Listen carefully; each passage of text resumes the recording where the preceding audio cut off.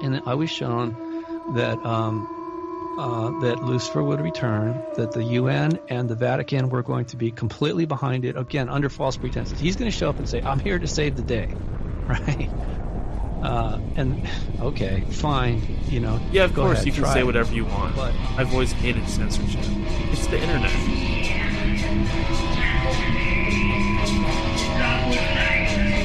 Sometimes, you know, once they get you for your first love bite, well, it depends on how aware you are, right?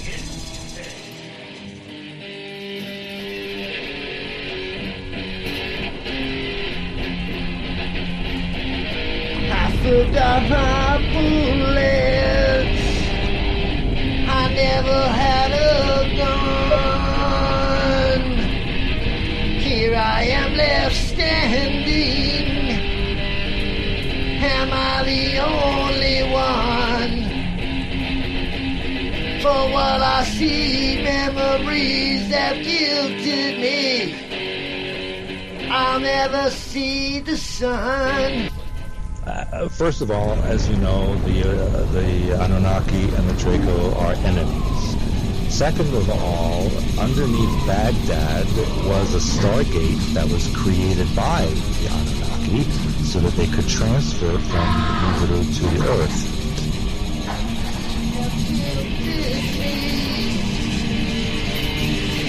I'll never see the sun. I could just end it all, but the demons will have won. Magical practitioners that, you know, some are good and some use their magic for good and to heal and to help, and others do use it for evil. And, you know, in some cases, you know, people really were using it.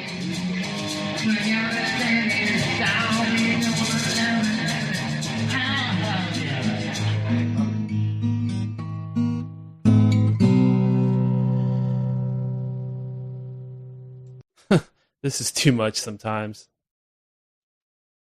From the broken ruins of Babylon, this is End of Days Radio. I'm your host, Daniel, broadcasting to... Oh, I'm sorry. I'm your host, Daniel Unafraid, my new name, broadcasting from the shimmering Emerald City, right here in the heart of the Pacific Northwest. Today's date is Friday, June 21st in the year of our Lord 2024. Today's guest is none other than Brandy Renee. From her Twitter bio, her description, if you're easily offended, all love and light people move along. Space-like aliens are fake and gay. UFO is a letter agency Psyop via DOE. She's also a Navy vet. Very interesting.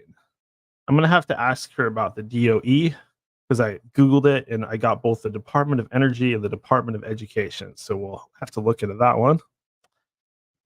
And stay tuned, of course, after our guest in the second half of our show. We're going to try to keep it a little tighter. You know, these long 5-hour shows, stuff like that, it's a little bit too much for everybody to get to. You know, we want to give time for people to actually listen to the show. So we're going to try to keep it at that 4-hour mark. We don't want to go so long that it feels like it's too hard to consume. You know, there's been issues like that. People that are really into the show seem to love the long 5-hour broadcast, but the newer people that, you know, they have trouble getting into it when it's really, really long. So we're going to keep it just a little shorter, a little sweeter, but I promise you there will still be plenty of time to get to everything. And remember to stay for our second half of our show. We have plenty of news to get to. We're going to roundtable it. I've got lots of news stories coming down the pipeline. A lot of you know, Illuminati type of stuff, relevant news, tiny bit of politics, even though I hate politics, and much, much more. Remember to go to endofdaysradio.com where you can donate, check out a guest list, the guest list, as well as you can email me at danielendofdaysradio@gmail.com. But you know what? Let's not waste time. We should not linger, as Gandalf would say. Let's bring on our guest. Hello, Brandy. Hey. Hey, good to see you. Love the room. Love the art decor. Oh, thank you. Yeah, it looks like you got a little dream catcher up there. I love those. I got one in here somewhere. Kind of hard to see, but I'm a big fan of those. But how are you doing today? I'm doing good. Doing real good today. Good. Now, I did want to kind of do a little introduction here. Would you mind telling us where you originate from? I was born in West Virginia, and then I migrated to North Carolina. Spent some time, of course, boot camp in Great Lakes. Then went down to Mississippi for a little bit. And then I lived in San Diego for 4 years. That's where I was stationed at. And then I moved back here. So I've been in North Carolina ever since. Got you. Yeah, San Diego, it's a big naval area, isn't it? I've been there once, probably one of the nicest places I've ever been. Although I love my home state of Washington. I was thinking when I was down there, boy, it sure does smell nice here. Lots of fresh Like ocean food. air. What was that? Food and ocean air. Yeah. Yes, absolutely. What made you want to join the Navy? I was bored. I mean, basically, yeah. Well, I didn't really know what I wanted to do, and what I thought I wanted to do was just like, it was kind of one of them things like I didn't know anything about how to go to college on my own and stuff like that. So I thought I was like limited. So my best thing was like, why not? Let's try this. Let's see where this can go. And that's what I did. Gotcha. Was that pretty shocking going from West Virginia all the way to the West Coast? I actually chose to go to Morocco, but they filled that. Yeah, I know. They filled that slot right before I got stationed. So they sent me to San Diego. I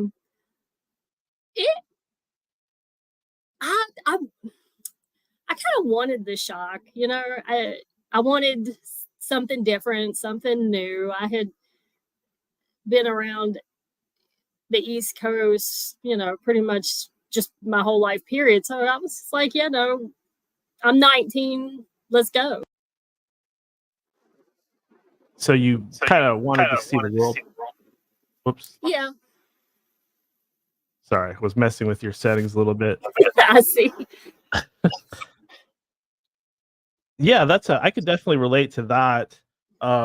So did the interest in kind of the fringe conspiracy UFO stuff, did that start before or after you went in the Navy? It's always been there. It's always been there. Yeah, because even when you're a kid and you start looking at things and you feel like you're a part of things, but then you have those moments that you're just not, that you're just different a little bit, to where other kids can maybe pick up on it, but adults definitely can, when they're like, that's an odd little child. She asks too many questions. She daydreams too much. And it's like, yeah, I just want to know other things. And what you're talking about is boring. Fair enough. Was there any moment that sparked it, that you maybe like see a UFO early on in life or anything like that? No, like I remember I know I had to be like in kindergarten. It was very, very young. And I was getting dressed to go to school, and I just had this, it's like a moment of clarity that I just didn't belong. Like I in my head, it was just like, I don't belong here. I didn't know what that meant. I was too much of a kid. It would just, I felt like this wasn't where I was supposed to be. For some reason, I just didn't feel a sense of belonging in that moment. And I think from there, it just kind of carried along. So the more I would ignore it, the more it would try to disrupt my life, until I kind of paid it more attention to find out what I was dragging along with me and what it meant to acknowledge its presence. So I had like a tumultuous, like I would guess like my teenage years and stuff like that, until I finally turned around and was like, okay, what do you want me to do with it? What should we look into? Let's open this book. That's interesting because I think a lot of people that are interested in this sort of stuff, they could probably relate to that, in terms of, like what you said about feeling like you don't really fit in. I kind of had similar feelings when I was, really early. Like I remember thinking when I was a kid, it's so weird talking about it now, but I remember thinking, I'm an adult, but I'm trapped in a kid's body. I don't understand what's going on here. And nobody seems to understand that I'm actually an adult. I'm like one of them, but I'm in this body. Like I had weird thoughts like that. And I don't know where they really came from. What do you think about your own experience? Do you think maybe this had something to do with a past life or some kind of mission here in this world? Or have you had any have you done any theorizing about why you felt that way? I think it kind of gave me like a premonition to know that wherever it was that I was going to have to work my way to get there. It wasn't just going to be everything sunshine is going to be handed out to you.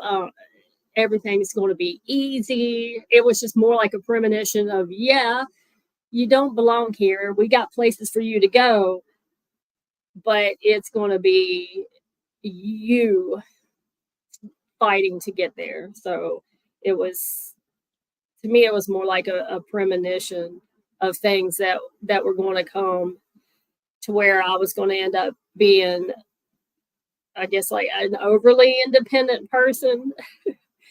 And I just didn't know it yet. Gotcha. What about when going back to your time in the Navy, did everything go well? Did you just do your time there, or did you leave, or how did that go? I just did my time there because I got a pretty good staffing choice. It was office duty. I was underneath a 3-star admiral. We had celebrities that would come in all the time. They would want tours of the base. They wanted to get taken out on the carriers or such like that. So all of that was great. It was, I probably would have done well in it. I just couldn't get down with the hierarchy. Like I'm not going to salute you because you got this star or that star. And matter of fact, I'm not even going to pay attention to it that much to learn the hierarchy. Like it was just like a class system, but it did give me discipline. And I think it did let me know, like I never had a family that was trusting so much in a government system at all. Because my grandfather was Navy too. I think that kind of solidified a lot more of the government is going to tell you one thing because it's already came up with what it was to tell you. There's usually never. There's like 3 words that maybe happened in whatever it is they tell you, and the rest of it they've already had it wrote down. They're never going to speak until that script's written. Yeah, that seems very true to me. Going on this subject of government and stuff like that. Would you say that since back then, would you say that the propaganda and censorship and stuff like that has gotten considerably worse? I think it changed along with us. It grew with us. So the more we expanded and what we thought was a larger pool of knowledge, it was with us, right beside us. It grew along with it because it's not going to give you something it can't take away or manipulate. That's just the whole, it doesn't exist unless it exists as well. We're thinking, oh, this is a gift, and it's really not. It's more of a learning tool. So as much as we're learning, it's learning along the side of it. So it's learning what we're looking at, how long we're watching it, but it's also learning if we take it away, how does it affect them? If we put in charged words? Does it steer them where we need them to go? How do we make money off of, and that's what it really just, can we just start putting ads in the corner? And if those ads in the corner get us a profit, how many more ads can we start putting in? Can we use those ads along with these words that is on this site to get the people we need to believe enough to fund what we got coming? Yeah, that definitely seems to be the case, especially on some of these platforms. Like, I remember Facebook came out, and it was kind of like a better form of MySpace. It was just a little more seamless, a few more features. It ran a bit smoother, and now it just seems like this bloated, highly invasive, really slow platform that I don't really have much to do with these days. I mean, I'm kind of an X guy or a Twitter guy. It seems to be a little bit better than some of these other platforms. Are you big on social media? I mean, I know you have a Twitter, and we kind of interacted on there, but are you into the social media stuff? No, I have Twitter and I have a TikTok, and I really don't make that many TikToks. I watch a lot because, my attention span is like, give me 4 videos at one time so I can hurry up with this. But I don't do a lot of social media. Twitter is like my main social media outlet. Facebook I got rid of so long ago because it makes people that that you're friends with, it makes you hate them, because you can spot when someone is posting something and it's a lie. It's like, that's not true. That's a fucking lie you're putting on the front. And once you see that your own circle is being so fake for the sake of making a timeline look cohesive, or throwing out just fake ass, oh my God. What I hate is fake ass quotes. Fucking quote people. I understand that there are quotes, like we do have quotes, but people would just use these ran over quotes, and they would never look at the person that they're quoting, or what does it really mean, or because you've seen 30 other people put it up, you're like influenced to put it up too. And that just made me back away even more. I deleted it turns my out Abe Facebook. Lincoln was like fighting vampires and stuff like that. History's being rewritten a little bit. Yeah, it's like, oh, okay, sure. Mark Twain hated reptilians. But then as soon as you engage with them, like, hey, do you want to know about that? And they're like, no, what are you talking about? You didn't know what you posted, did you? It was all cliche. Let me look at your tattoos and tell you what they really mean, you asshole. So I got rid of it, like, it was probably like 15 years ago now. I just deleted it. I was just so sick of it. I didn't want to hear anybody's stories, their real story, their fake story, the pray for me and, oh my God, my child. I was just like, fuck it all. I don't want to hear from none of you. Oh yeah. No, I totally get it. It kind of feels like a little bit of like a popularity contest sometimes. It gets very political. People, they kind of just want to say stuff to get a lot of likes and stuff like that. But it does seem like, what you're saying earlier about, they know how long you're on there. Like, when I think about X and how much time I spend on there, in between, like, let's say they're reading our direct messages and stuff like that. And they notice every little interaction we have. They don't have to sit there and watch us. They just they collect the metadata, or they see what sort of, and they're really controlling the narrative these days. Like, I don't see so many different opinions, rather than what it seems like I probably talk about is what I get, as if it's become a bit of an echo chamber. Regardless of where you're coming from or what you believe or anything like that. It used to be just everybody was kind of going at it with everybody. And now it's like everything's just kind of funneled and controlled a specific way. And it's just not really as fun as it used to be. Yeah, it used to be fun because we didn't have so much to have to. I hate to say it, the fun was taken away from us. It was just fun because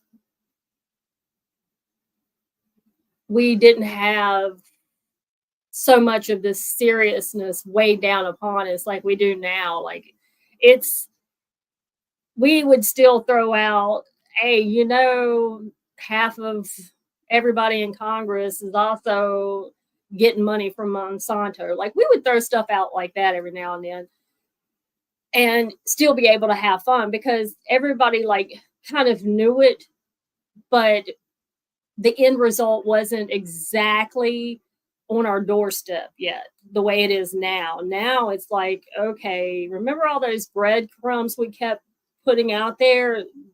This is what it led up to. This is the house we were building with these breadcrumbs. The time is like now. And I think it's like really serious now. And to make it even worse is the more we yell, the crazier it makes us seem. Yeah. So I think I know exactly what you're talking about with that. Like, it almost feels like they put certain things out there so that we'll kind of take the bait and we'll talk about like body doubles and clones and stuff like that. Yeah. And some of it's very convincing, but then you wonder like, okay, this picture I'm looking at that shows that Alex Jones has the exact teeth as what's the guy's name? Bill Hicks. Like, is that really a picture of his teeth, or did they like modify this in some way? Are they trying to make us think that? I kind of get that feeling sometimes too. Like that's something that some of the people on the panel on this show believe as well, that a lot of this stuff is just kind of being floated out there so the truth community kind of grabs onto it. Other people, so-called normal people, see it and they think, whoa, these people are just whacked out of their mind. And you see that also kind of repeated in like pop culture and the mainstream, because a lot of like TV shows, like for example, this one I'm watching right now, it's on Amazon, called The Boys. A lot of this season, they're kind of making fun of like truth platforms and things like that. And I'm thinking to myself, wow, it's like they're kind of making fun of me here. Like, they're just making anybody that's into this stuff just look completely loony.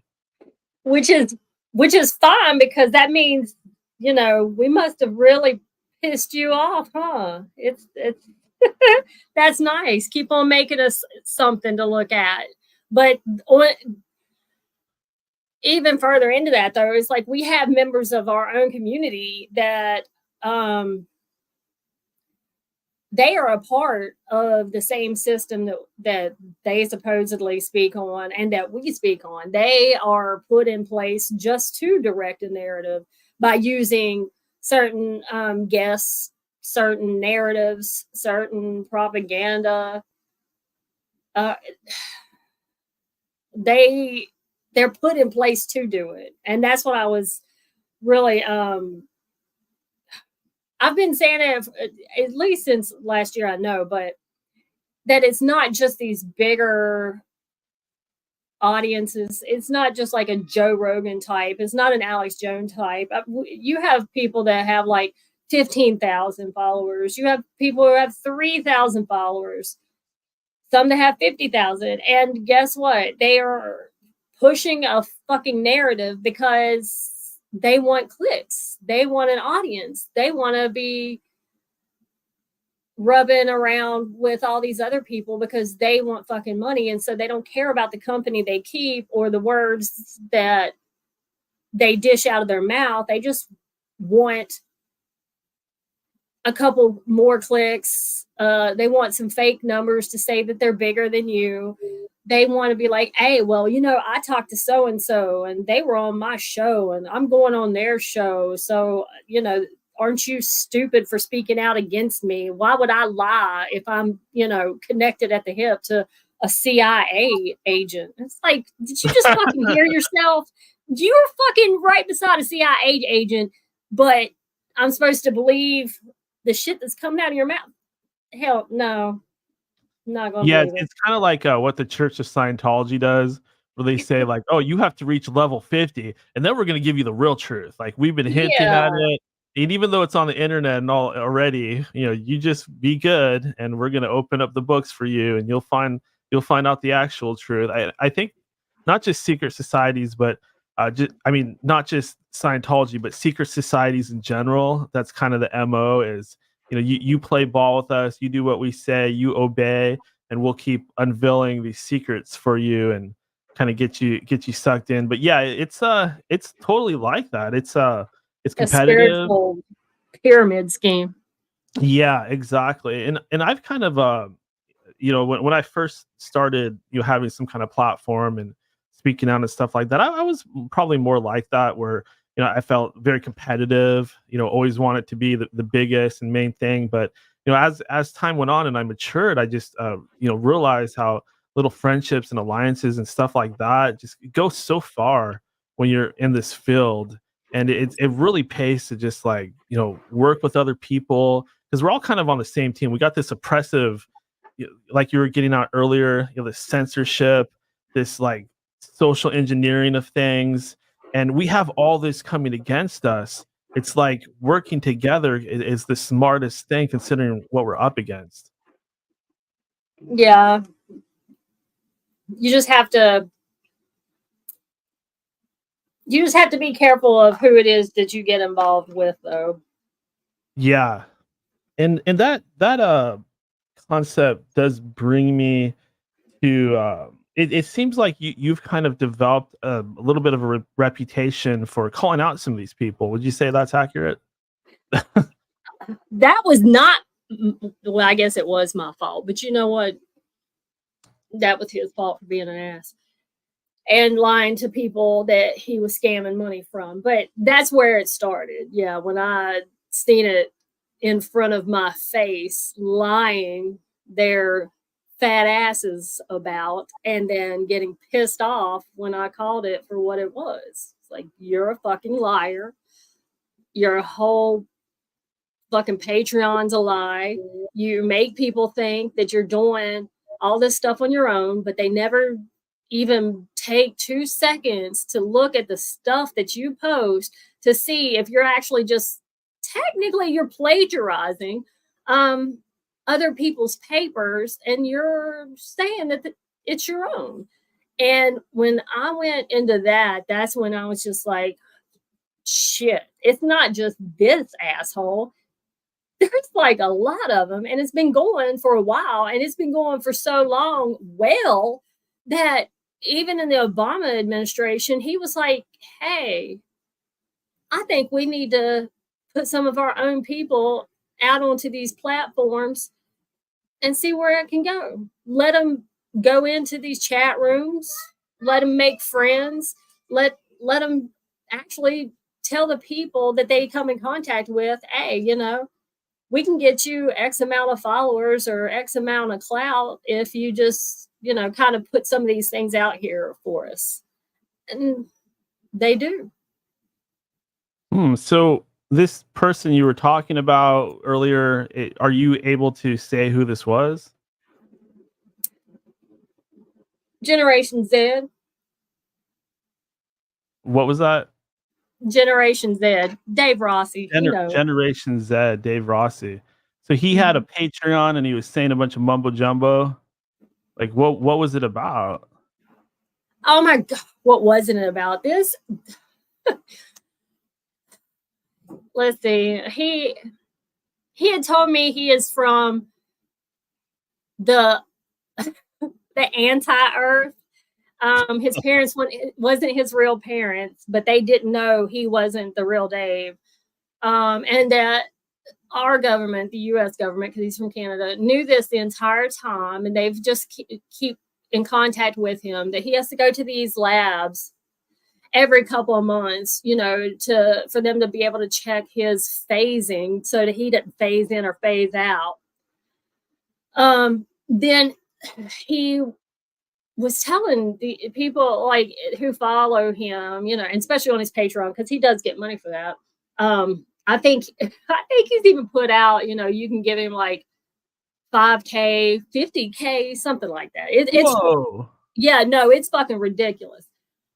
He said that he has killed people, that he is part of Black Ops, that he is seeing reptilians, that he goes to all these underground bases and he shoots from like lab to lab, and that this is him.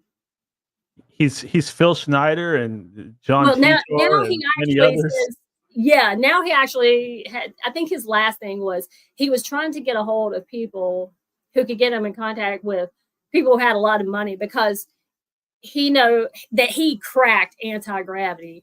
It's like, you've cracked your fucking skull, first of all. That's what the fuck you've done. You're lying to people because you're not telling them the truth. You are saying that you went to all these damn places, and the only thing you've done is went to your dad's basement. You went to your dad's bedroom because they've never seen that. You went to your mom's house because they've never seen too many pictures of your mom's house. And then you went to your grandma's house, but they're not putting that all together. But I have, because, you know, we were like in a relationship and I knew where all these background pictures and stuff was. And then when you're like living in my house for a couple months and I see the lying that you're honestly doing, but trying to then manipulate it like you're not, it was like the gaslit narcissist chronicles. It was terrible. And did you kind of called him out publicly?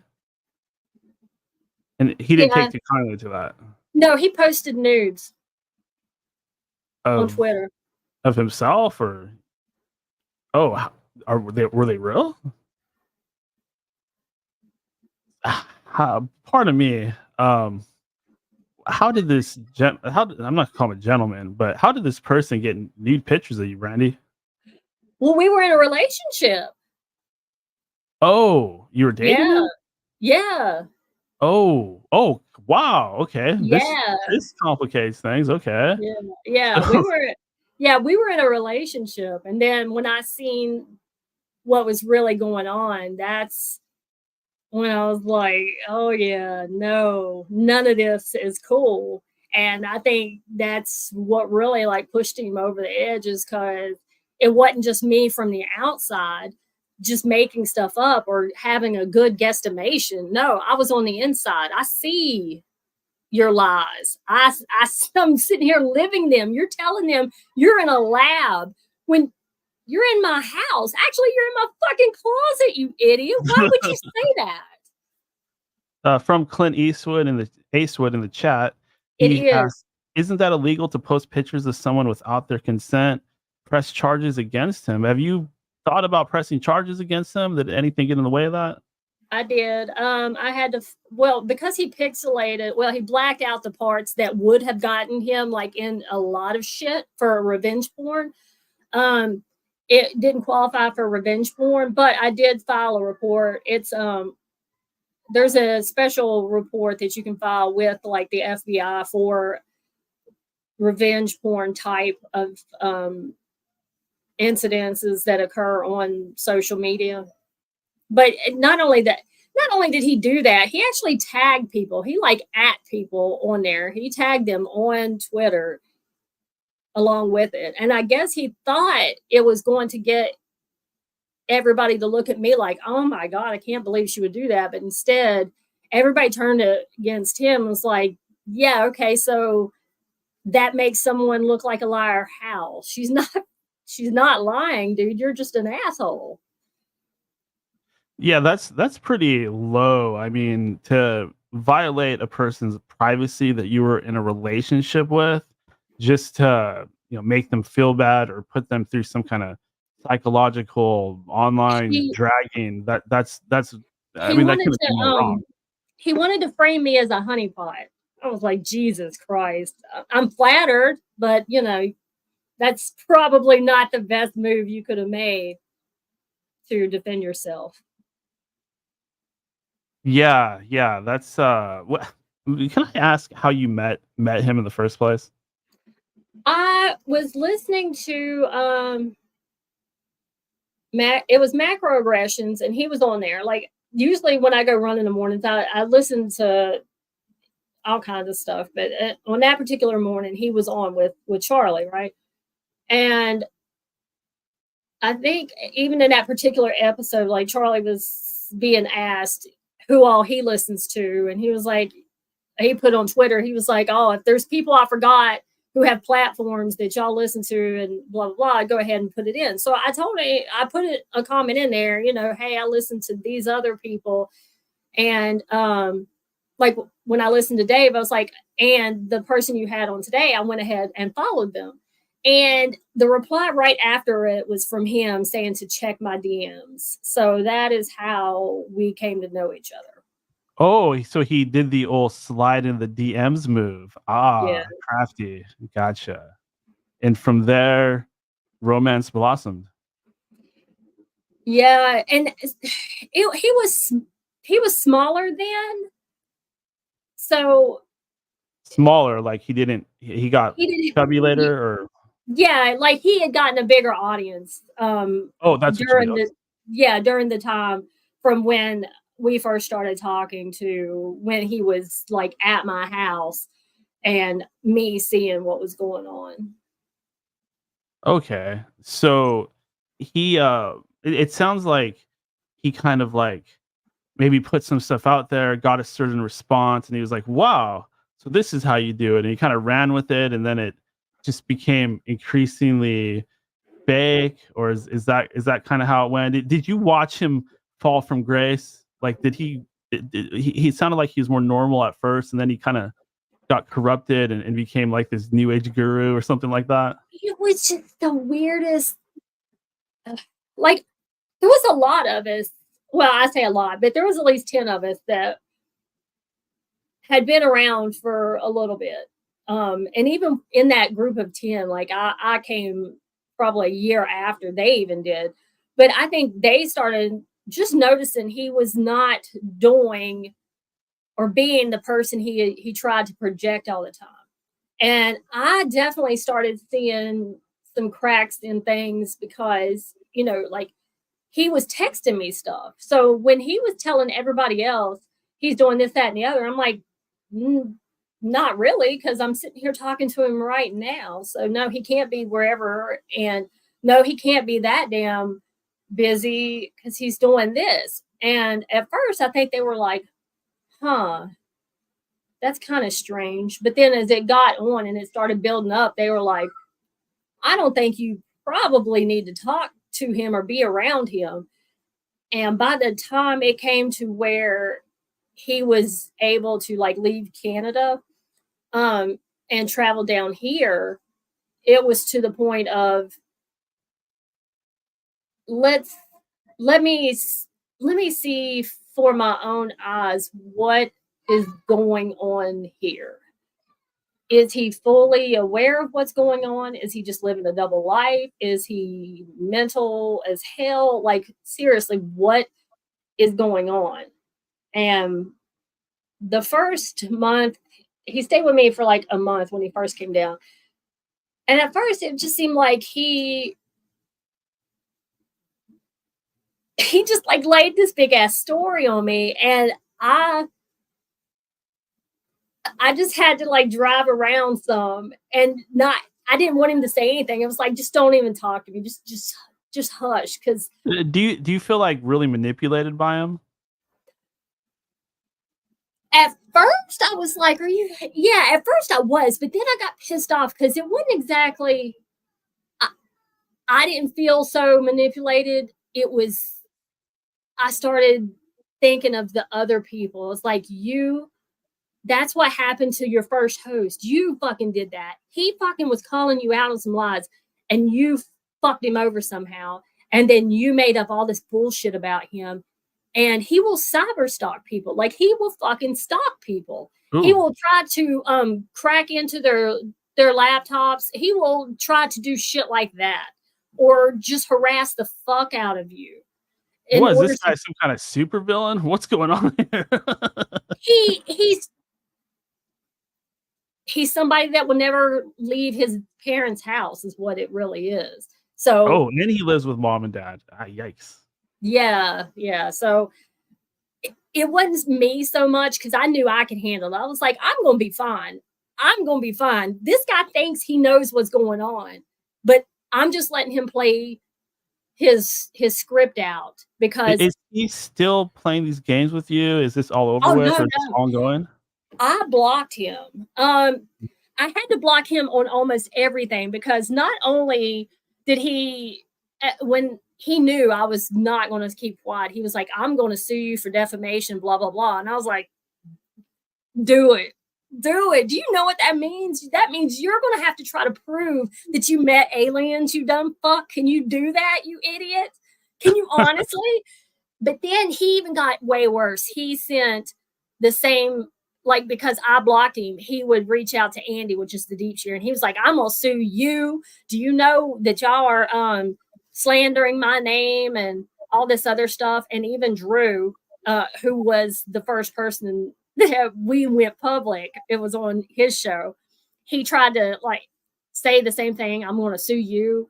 And when he couldn't reach me, like my oldest daughter, he got a hold of her and was sending all kinds of stuff to her.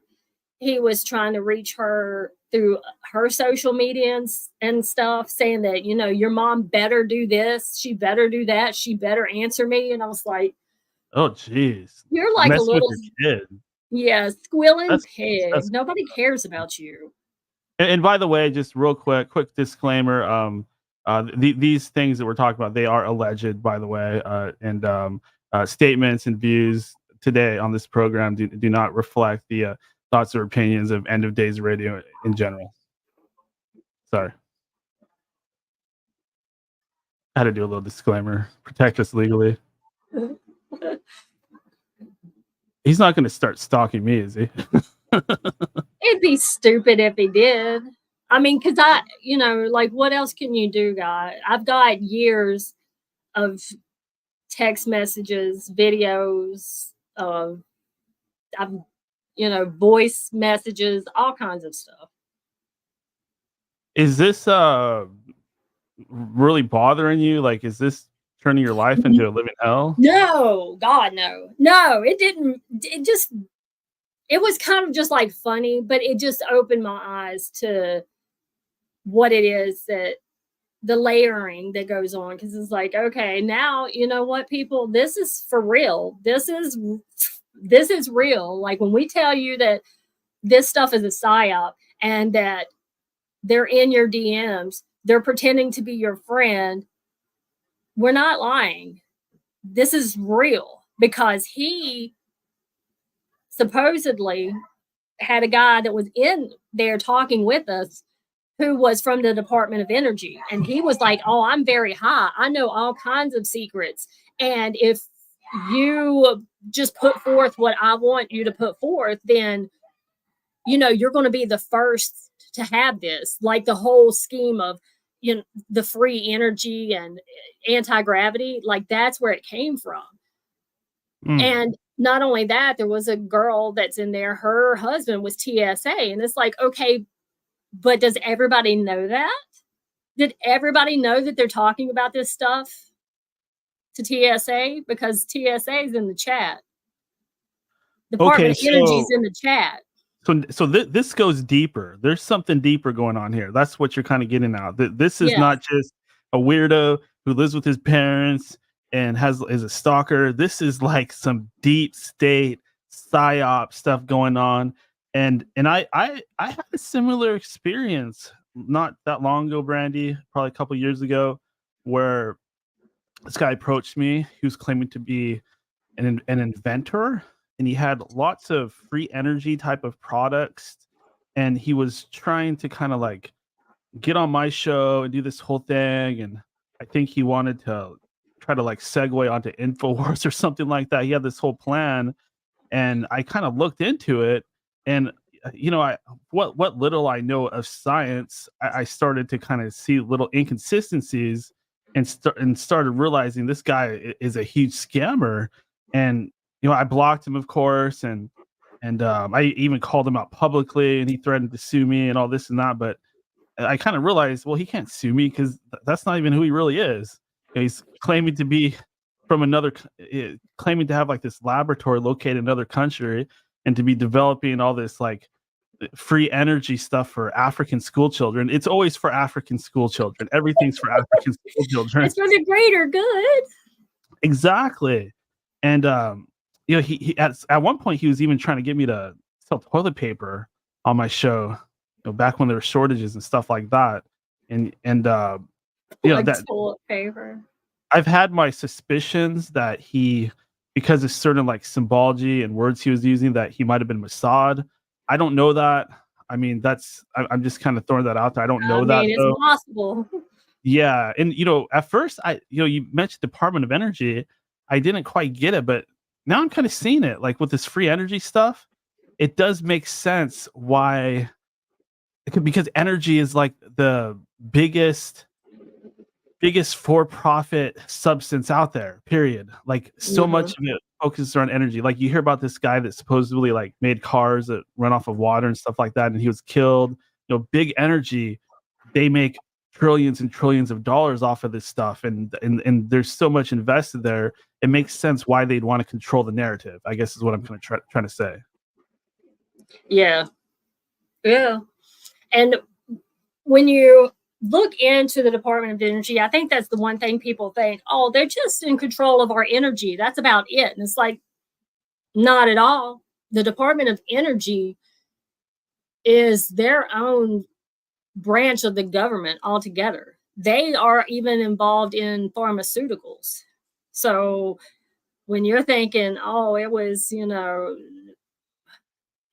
was the CDC and it was their jab, it's like, but was it? Because the Department of Energy seems to be very interested in things that can be put into your body and used. Sure. Brandy, real quick, I do apologize. I appreciate you bringing up the topic, but we've had a lot of strikes, and we want to kind of avoid that. So I'm so sorry. Like I know how important and relevant it is, and I don't want to be a big sellout or anything, but it's just kind of what we're doing. I can take it away from that, and there's this. It's called bioenergetic harvesting, where you harvest energy from organic things around you. Interesting. And so that is a thing that they're very interested in doing. And that just segues into, well, who moves around the most? Chad, are you there, buddy? Yes, sir. What's up, y'all? Hey, Brandy. Hey, I saw you had some good questions in the chat. I just wanted to bring you on, see if you'd like to ask Brandy in person, or if you had anything else you'd like to ask or comment on. You talking about that comment about the free energy thing? Yeah, anything you'd like to ask her about, Chad, go ahead. The floor is yours, buddy.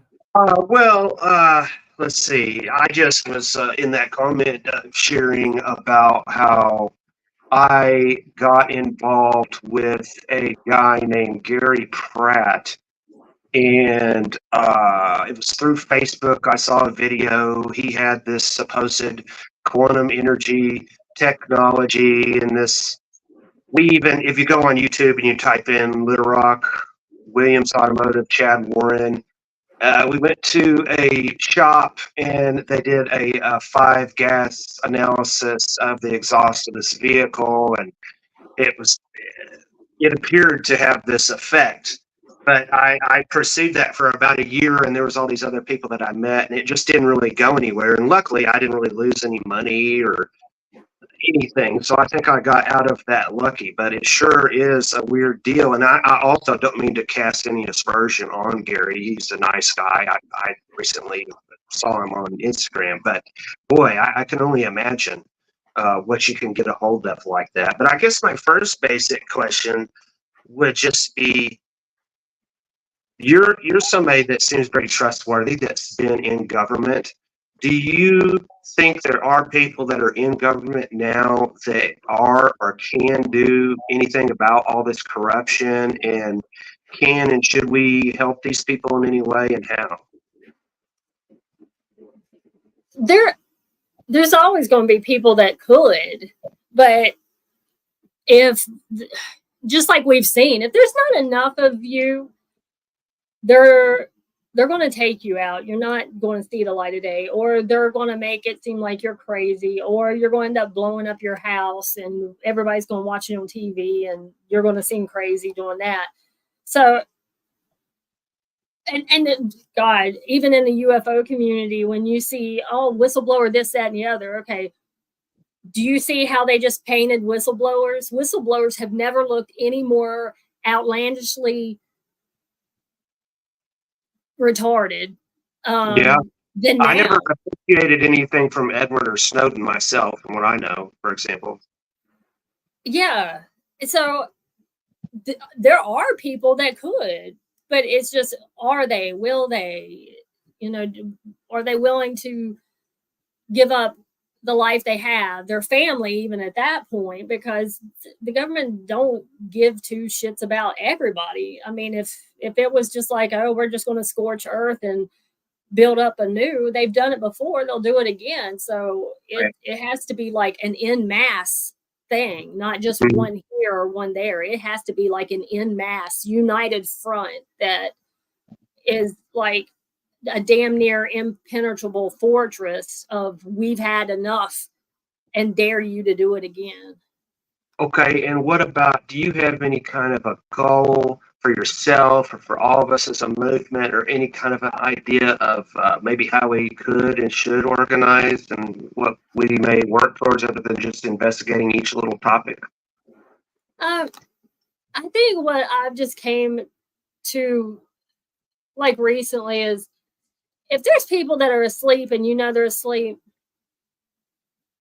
your job is not to wake them up. Amen. I know. Yeah, just your job is to know where your battles are and where they're not. So if somebody's asleep, just let them sleep. That means it's not your battle. When people start asking you questions and they're giving you the opportunities, those are the hands that are reaching out to you, and those are where you go, because they're willing to meet you halfway. They're not going to be disrespectful in your face. They're not going to say, oh, what are you doing? You're talking about, aliens and disemboweled cows tonight. And it's like, no, I'm actually not. So I think all of us as a community, one, we need to realize what realistically we can do. Like, how far realistically can we get any information out there? It's like, we're going to have to do the research, and we're going to have so many more links than the reliable sources do, because we're always going to have to work twice as hard as these so-called reliable sources to get this information out there. And I think us doing so also preserves that information, and it gives it momentum to stay in rotation, because the more we put it out there, the less likely it's just going to be forgotten about. And it's easier to find the more you put it out there. Just like when you go to look up certain things, the reason why you get Snowden all over it, that should be a flag right there that, he was just used to saturate the algorithm. The real information isn't until you stop seeing his name. Yeah, I like that, Brandy. I like how you kind of read between the lines. A lot of people just take this stuff at face value, and that really frustrates me.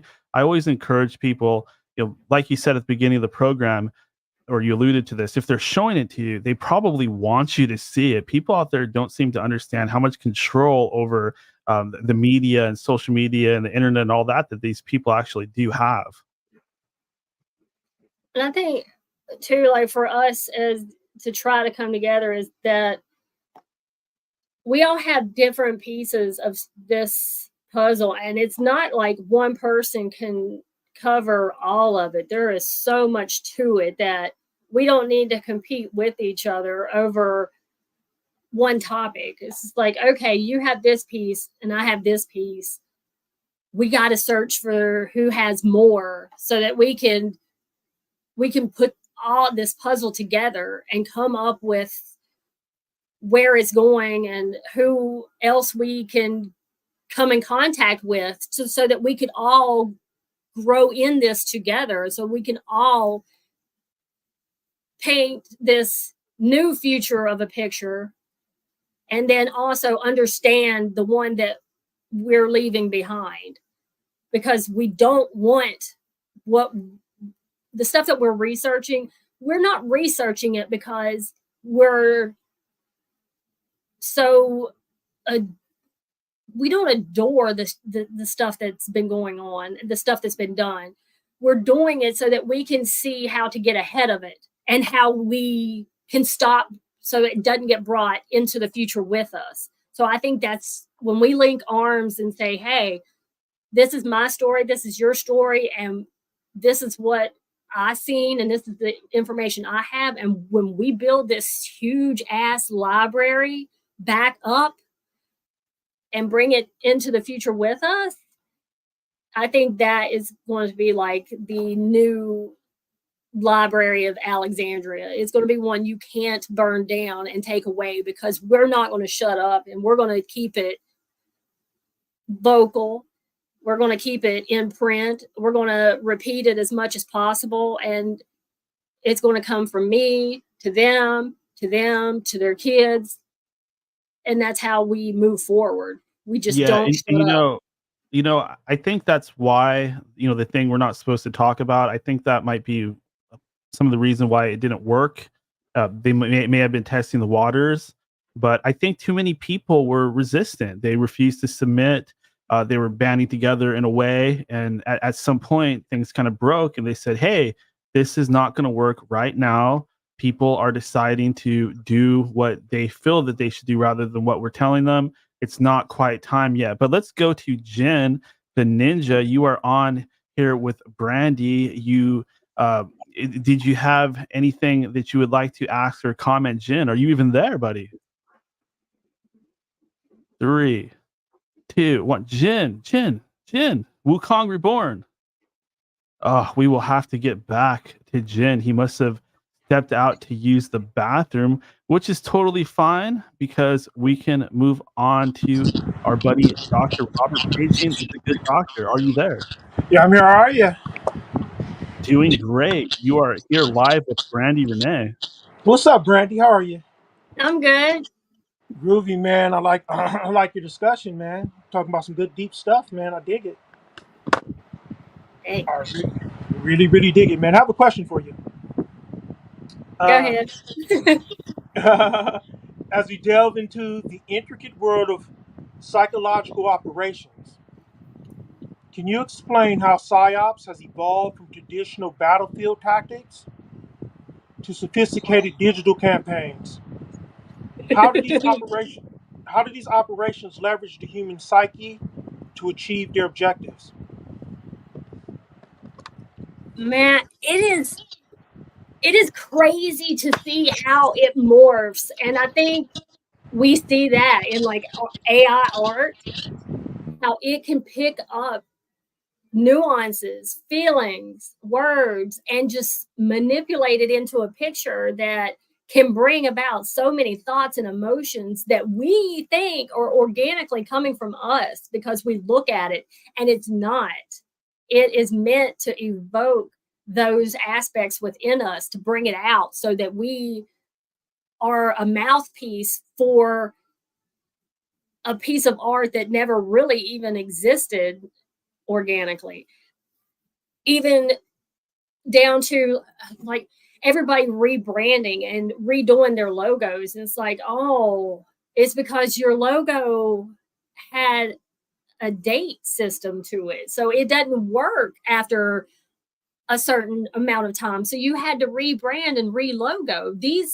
When you see these companies doing this, it's because they have a new agenda, a new system in place, and they get rebranded so that they can morph along with what they're seeing in us. So it's one of the things, you can't be in it. You seriously have to be so far out of it that people look at you like you are strange. Well, actually, they'll look at you like you don't know shit is what they're really going to look at you like, oh, you don't know this? And it's like, oh, no, I know that. Do you know this? Do you know what you're really looking at? Because even I think it was with Philip. It was about I think it's Electric Sheep or whatever, which is a Philip K. Dick series that they put on Amazon Prime, where they had taken away just the ads. Now the ads are like a holographic image that's in your house that you interact with even. So not only are they on your TV, on your phone, in your mailbox, in your email, on your sheets, but they're like a 3D image now that interacts with you. No, that's interesting you bring that up. I agree with you. It brings me to my next question. With the advent of cyberspace, Psyops has entered like a new frontier. How do cyber Psyops differ from traditional methods?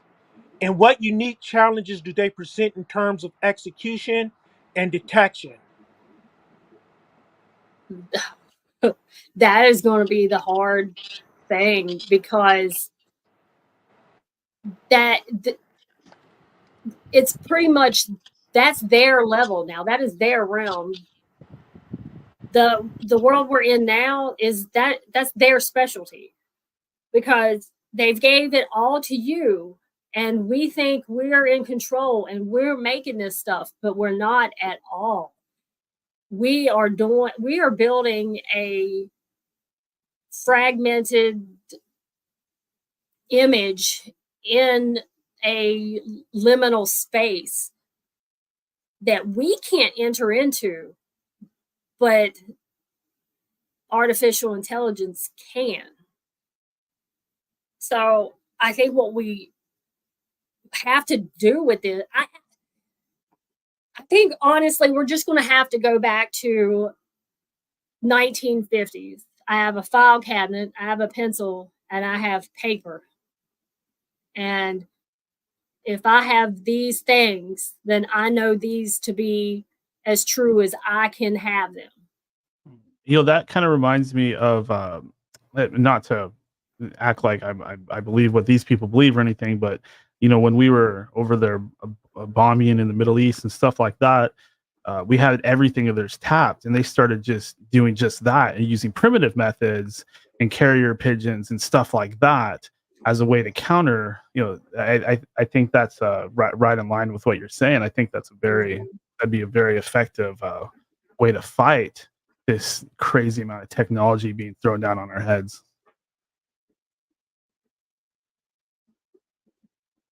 Didn't mean to interrupt the flow of thought there. Dr. Robert, do you have anything else? Oh, yeah. You bring up a good point. Like when you talk about the history, like the historical context, and when we talk about modern adaptations of psyops, which brings me to my next question. Reflecting on the historical use of psyops, such as leaflets dropped during World War II and broadcast by Tokyo Rose. How have these methods adapted to the modern digital age? I think that's what you're driving at, Daniel. What parallels can we draw between past techniques, the carrier pigeons, and present techniques? When you talk about this evolution, and kind of like of it being kind of like a living thing that kind of evolves, you know what I mean, and kind of changes with us, and we actually shape one another, who I think is a symbiotic relationship, right? Like we affect the way it sort of presents itself, and in affecting the way it presents itself to us, right? It affects the way we present ourselves to the world. So I kind of agree with you on that. I would say what we're seeing and experiencing right now is a world that is so enmeshed in us that we would believe it, but others outside of this knowing wouldn't believe it. The ELFs, the ULFs, all these waves that are going through us are not just giving Wi-Fi to your phone. They're not just sending back emails. They're not just tapping in to see how much they need to charge you for your light bill. These are carrier waves. And a carrier wave has to have a purpose. It is to carry a message, and it is whatever message is being thrown out there. So now we even have to sit around and think, well, have you ever had a random thought that was just so random you knew good and well you wouldn't have ever thought that logically? Where the hell did that come from? why did this song just pop in your head? And you know good and well you haven't heard it at the grocery store, though that's usually where you pick it up. You didn't just hear it on TikTok, because God knows that'll get in your damn brain. Like, where did it come from? It's interesting you bring that up because it reminds me of Rene Descartes, and when he dealt with like what he called like the cogito ergo sum, which I think therefore I am. But then other philosophers came along and said like Descartes can't even like really make the assertion that he's thinking. All he Yeah, can really say is that it thinks, therefore, and I just seem to be there while it's thinking. You know what I mean? Goes back like these just thoughts just popping into your head and things like that. Like it right. seems to be something else going on, which kind of gives us the illusion that we're kind of engaged in this agency. But like you said, we can't even control our own thoughts. What we No, think, how our thoughts sort of like influence our behavior. It sort of seems like these things are happening to us and that we have no control right. over them whatsoever. So I feel where you're coming from on that. It's pretty interesting. That's why I Yeah. feel very agnostic these days about everything. I just don't know. Well, even what really threw me into it just, like when you come to one of those aha moments and you start laughing because you're like, it just fucking made sense so perfectly, but Epiphany, yeah. you just now picked up on it, was Mhm. when Terrence McKenna, Mr. Psyop himself, kept on saying, oh, you take the mushrooms and you go and you talk to the elves. Well, what's a bunch of ELF waves? What is the plural of ELF? You go and talk to the elves. I'd like to object. He says that he talks to the mushroom spirit. That's even I heard you worse. say that on your Matthew North discussion on what's the show called? I'll say it was either conspiracy playtime, or it was either with Nick. It was The Great Share. I'd never seen it until just before today. Okay, yeah. But that's neat. Yeah, I was agreeing with all that. When I was younger, I totally thought Terrence was very interesting, and now I couldn't care less personally about psychedelics or any of that stuff. But it was a learning experience anyway. Oh, it made us learn. And also, what I love that it does is like we've all made that mistake of like, oh, look at this person. I think that they're great, and they're gonna give me some information, and I'd like to aspire to kind of mimic this person for a while just to learn what I learned. But what it does too is it lets you know that learning from a person does not mean that this person is what you think that they are. And I think that's how you know that you actually learned, is when you came back out of it, you look at them like they were nothing what you thought. And it can possibly just destroy an idol. Like, it kills your heroes. When you actually learn from people, you kill your hero. And Yeah, we do that with our parents all the time. yes, oh my God, yes.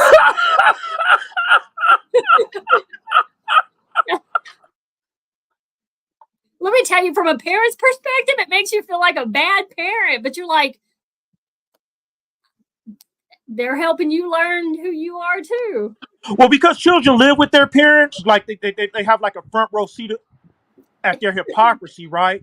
So children very quickly learn that their parents are full of shit, right? Like really quickly. You know what I mean? So it's like the same thing, yeah. Right now, They end up in the same place a lot of times.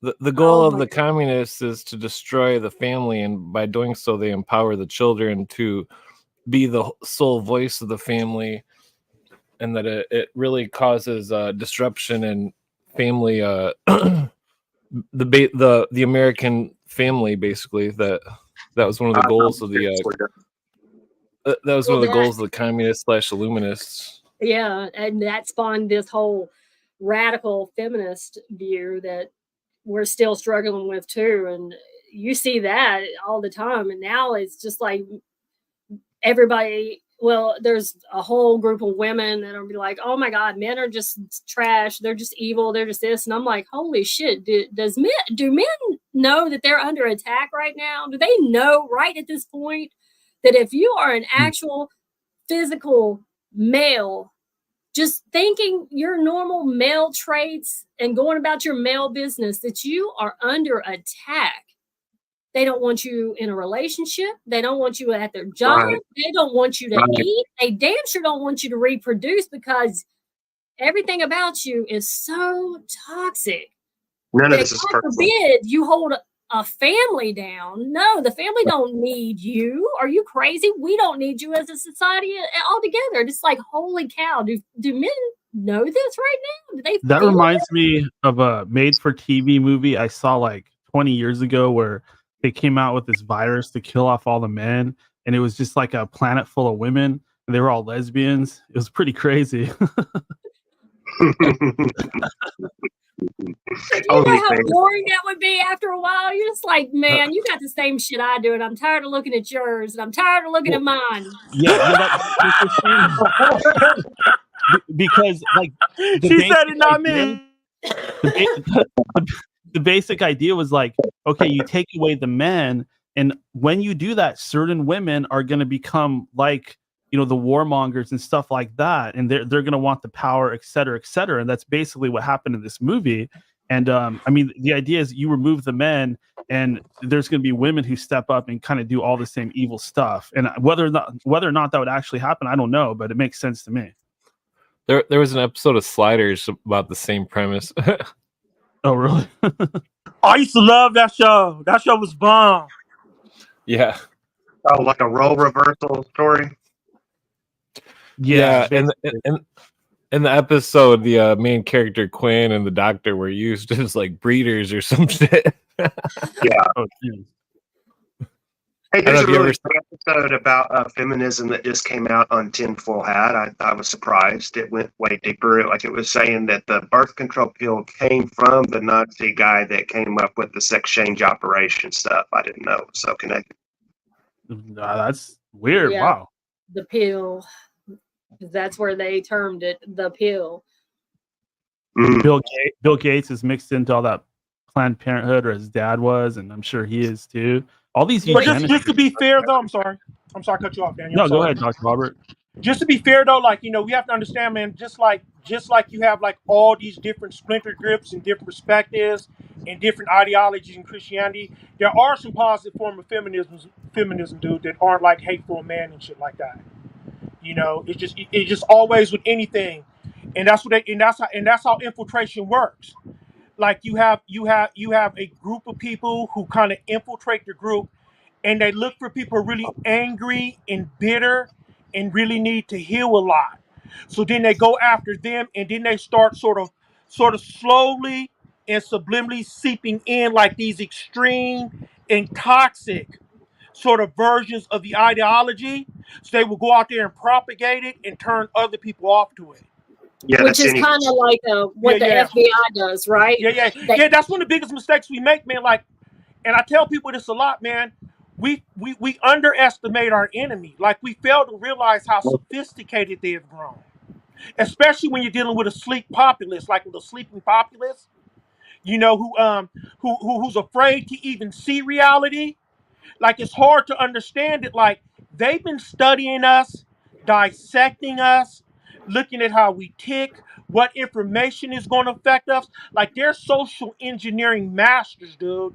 And that's why we really, like you were saying kind of, I think you were alluding to this earlier, like, we really need to step up our game. Like, we really, for really that do. to drive us more together, so that we're not just scared, but we're, you know, respecting each other more, as the opposite of all that we need each other. That too. Sorry, guys. I just wanted to check up with Jonah here. He hasn't really had a chance to speak yet. Are you there, Jonah? Yeah, I'm here, but it's kind of rough. What's that? He might be having some connection issues. Let's get back to him later. He said they were having thunderstorms. Oh, okay. So he did get to talk a little bit. Awesome. Lucky him. Did Jen ever get back from the bathroom, or where he was at? Jen, you there? I wasn't in the washroom. I was cutting watermelon. Oh. Anyway, hey Brandy, it's great to do this live. we actually exchange voice messages sometimes on Twitter. So, but we've never been on a live together, so it's pretty cool.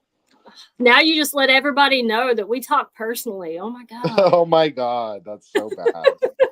Brandy knows I'm a huge prude and I'm super conservative, so it doesn't. So I'm like the least. I don't know. I'm just like I just she knows more of that side, so there's nothing that could ever like go on or happen. She knows that, so it's all good. But I actually want to talk to you about the show you did with Lee, who I know is in the chat, and you were talking about the Esalen Institute.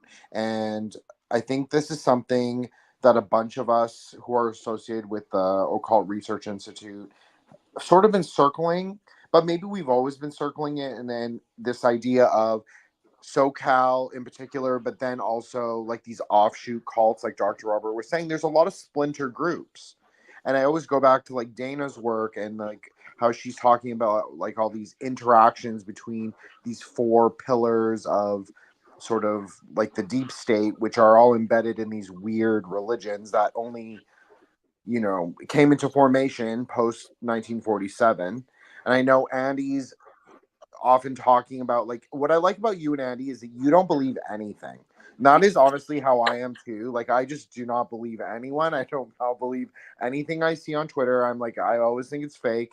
I think all wars are fake. I just think everything's fake. So I think it's interesting because I like that about you guys. And you guys, even if I don't agree, at least I can be like, you know what? It is healthy to look at things with a skeptical lens. Because I know, sorry, Brandy, go ahead. No, I'm agreeing with you because it's like, yeah, it's funny to hear it like back at us, but yeah, it is a skeptical lens. I mean, it's the only way to really approach like this kind of material, I think, because like I get a lot of backlash for not like, okay, so when Clint and I first like were getting to know each other, he obviously is a big like William Cooper scholar, like that is his thing. I'm very skeptical of William Cooper, but I'm really skeptical of everyone. I'm skeptical of Mae Brussel. I'm skeptical of Dave McGowan. Like, I don't trust anyone who has interactions with the intel agencies, but that's also not the most nuanced of opinions, and I can also admit that. So, but I start out from a place of skepticism, and I think that's a healthy place to be. But I'm open to changing my mind as well. I'm open to being swayed. So I love that you do that and you kind of complicate it and you don't make it, it's not singular. It's like, yeah, there are people with their own agency and then there are people with really bad intentions that are doing this. And, sometimes we all get caught up into shit and, but there is a truth.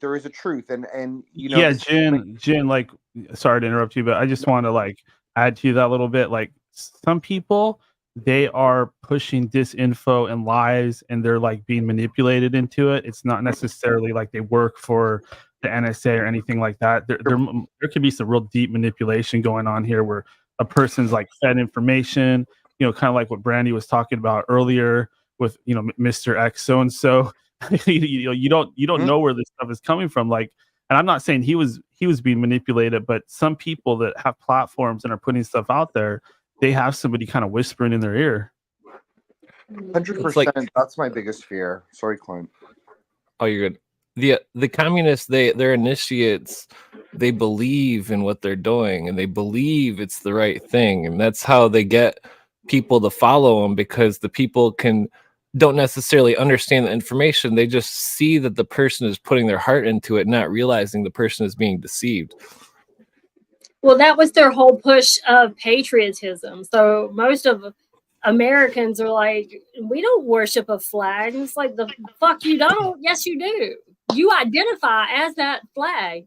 That national anthem, you identify as that anthem. You're identifying with a bunch of materialistic things to tell you who you are, who you're supposed to fight for, and what you are as an individual, when it can be used against you quickly. I mean, you go over to a different country and you identify as these things, they're not going to look at you like you. They're going to look at you like Oh, you mean the same U.S. that came over here and totally blew up our whole fucking country, U.S.? Well, hold Is on. that you? The Constitution hasn't been in place for practically 100 years, and that William Cooper's main points of his research was that the United Nations gained control of all military forces of the United States through Article 43 of United Nations Charter, written by Communist Elgar Hiss, and that also the United Nations Participation Act. And that, so if you Google when was the last time Congress has waged war, because in the Constitution, Congress is the only person that can wage war, and that they haven't waged war since World War II. And every war since the Vietnam War was waged by the United Nations Security Council Undersecretary, who's always been a communist. So this patriotism thing right now in the last 70 years, it's all fake, because these people don't understand the Constitution and how powerful it is, and why we don't have a country right now, because we don't have a Congress that wages war, and we don't have gold and silver money, and we're all being screwed by unconstitutional laws. This is what I like. I'm gonna get a big dummy and a giant like rolled up piece of paper. I'm gonna write Constitution on the side, and whenever Clint goes off on the Constitution, I'm gonna smack the dummy. sorry, Jane, go ahead. No, that's okay, Dan. It's funny. But this when Clint talks about this, he's right. Like, he's 100% right. Like, Clint knows I'm not the biggest like Bill Cooper fan, but like, he's right. Like, if this is what Bill Cooper's saying, he's right. So I'm not saying I co-sign everything he says, but in this topic, he's right. But I agree with what Brandy's saying too. Like, especially because she is a vet. Like, you hear a lot of vets being very skeptical of like the military-industrial complex, and now we need to extend it. It cannot just be military-industrial complex. It's really like tech, finance, defense, big pharma, etc. And it's like there's an agglomeration of these like deep state actors. But I do think, though, that there is a value in having a national pride. Now, I do think that they take anything good and they make it and they subvert it. They do, like, it's a very Trotsky kind of move. Right, because it's easy, because they own those things. 100%. We don't own those things. The only thing that we know that we supposedly own is the ground that we stand on. Now, I will identify with that for the rest of the world being like, oh, the U.S., they're a bunch of, egotistical assholes. Maybe, but you're not going to come over here and take our shit neither. And we're armed. And we're not stupid. We're not going to hand over the damn weapons. No, we're going to keep them. Why? Because we've been through this shit before. And we're not doing it again. There's an illusion, though. Sorry, Clint. Just let me throw this in real quick. I was just going to mention the recent news story. I had this in my notes for later, but the Supreme Court just ruled that if you have any sort of history of domestic abuse, if you've like been charged with anything, now they can say that you cannot have any type of firearm. It's like all the planks of the Communist Manifesto have been in place for at least 60 years. The government controlling the means of production, the lack of private property because of warranty deeds. In that 100 years ago, they took away all the allodial titles. Everything's in place. The only thing that they've already created a huge anti-gun movement, and that William Cooper did a thing where he Freedom of Information Act, every acronym agency and all sorts of different agencies of government which you thought were government but are actually they're chartered under the 62nd Trust of Puerto Rico by the International Monetary Fund of the United Nations. And so all these things with these government agencies, quote unquote, they're not enacted into law under Title 26 of the U.S. Code, and that fucking they're all foreign. If you look up in the Cornell College website, type in American shareholders of the United States, you'll find that it's a private corporation, that we're under the thumb of London and the Vatican, and that we are all owned as property being used in collateral for unconstitutional money from the IMF. Which is the easiest. Yeah, like when companies go bankrupt and they have to sell off their shares or they have to liquidate their assets, they mean you. So the U.S. being a corporation who is bankrupt and needs to liquidate its assets, make no mistake, we are its assets. Now, Brandy, would you say that all UFOs are like psyops or hoaxes, or do you feel some might be real? Like, mhm. No, I don't. I don't at all. No, I think it's all bullshit. It's all bullshit because the way our Really? technology is, like, we don't know what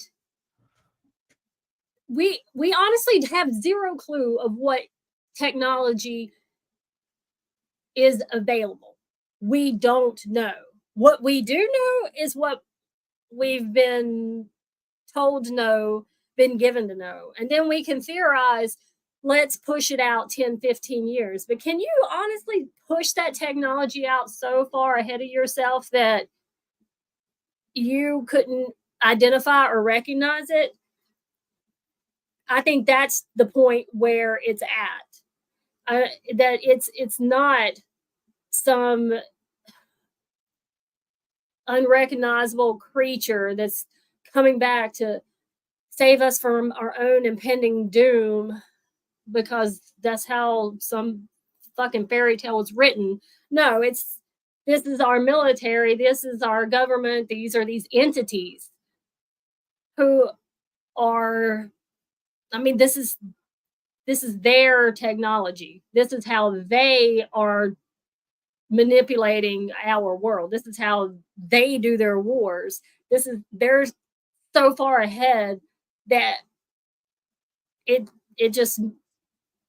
comes to us as foreign, as alien. Yeah, I'd have to say that I feel strongly in that direction myself, mainly because of things I've read and also things I've observed. Like I've had a few UFO sightings personally, and I've told this story a million times on this program, but my first like big main one, the craft that I saw, it had what looked like FAA lights on top of it, like a red blinking light, and that's something that other researchers and UFO heads have talked about as well. Like, why would they have lights like that on the top, like an airplane? Yeah, like, Unless, why would you need yeah, something you'd have to replace? yeah. Yeah, it's like we can't even keep our light bulbs for a couple of months. You know that's yeah. Like, how long does yours last? Can we switch light bulbs? Because I want whatever it is you got. But exactly, like, I was outside with my sister and her husband, and we were just shooting the shit. And then my sister's like, "Oh, look, what's that?" And it looked like a big swarm of what would be mirror pieces falling from the sky. And I pulled out my phone, and you really couldn't see it. Like, when I was looking at my phone trying to record it, I could not see it.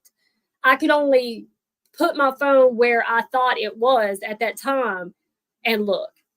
You can see it in the video, but I couldn't see it as it was happening.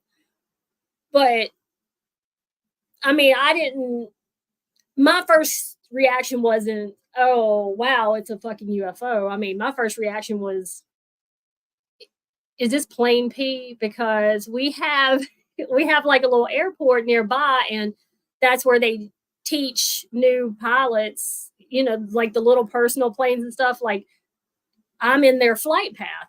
They fly over my house all the time. They'll turn off their engines so that they can simulate that scenario and stuff. So that's what I thought it was. I don't really know what it was. I have no fucking clue what it is. I've never seen it again. But I'm not going to go into, because I have no clue what it is, therefore it must be UFO, because the government told me that if I'm going to solve for X, then I must use UFO, UAP, or alien. And also the way that they put on these little dazzling light shows as if they want to be seen. It's like, you were kind of alluding to this. If they wanted to be invisible to us, that wouldn't be a problem. But they seem to find people that are drunk alone in the woods, or just a few people. They seem to kind of pick these people out and do a little light show for them. And why would aliens be interested in impressing some drunk guy alone in the woods or something like that? It doesn't make a whole lot of sense. That's not very advanced. No. And that's the thing too. It's like, well, how far advanced are you if it's the same damn ship? Or that you crashed? I mean, were you drunk? Like, if you were so advanced, we would never know that you were there. You could come in, do what you needed to do, and be gone. And we would, just like with this AI, we would think it was something organic. We did it. We came up with it. That was my thought. They would never need to show themselves. Never. And I'm damn sure not going to gloat about it. Yeah, great question from Chad. How will the alien psyop be used moving forward? How will the pro-alien community be used? Yeah, and that's why I say it's much like we are seeing the gay and lesbian and trans community now. Mm. Yeah, that makes It'll be used like that. Like, how dare you shun them? They're just like you. They just want to be accepted. It'll be used just like that. It's cool that we're starting to see these like 60-plus-year-old people that really got into the gay rights thing back in the day, and now that they've got kitty litter boxes in the bathroom at the public school, they're like, "Oh, if I had any idea." Kitty litter boxes. My God. Don't do a number 2 in there. Oh my God. I'm telling you, I bet you that they try to second guess their costume when they go in there and find out they don't have a fur trap. Oh, yeah, I can see that though. Like the alien people, they're just like all out in the streets, just marching with signs. Quit calling we've us already crazy. seen it with like Stephen Greer. You see how he's already tried to like put it out there. Oh, I had sex with an alien. You are an alien, dude. Whoa. Nobody wants to have sex with you. Ew. Like Greer say that now? Man, he's taking it to a new level. Sick bastard. Yeah, it's like, ew.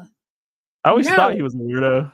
No offense. Exactly. Now he's going to make up, oh, I have a girlfriend. Sure. You've never seen her, but hey, she's real. She's as real as that lotion in your drawer, dude. Whatever you want to say. Oh, man. Brandy's bringing the heat. They weren't lying about her. It's true. That's hilarious. Anything else, Chad?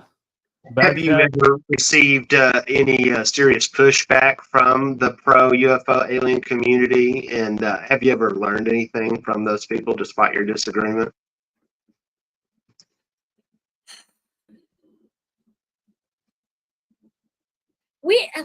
I've never had somebody just like really be rude to me. And I will say that there are people in that UFO community that they are just very nasty little people. I've not had anybody just come out and be nasty like that to me. So I'm kind of glad, but it's not like they have lack of knowledge. That's the whole thing.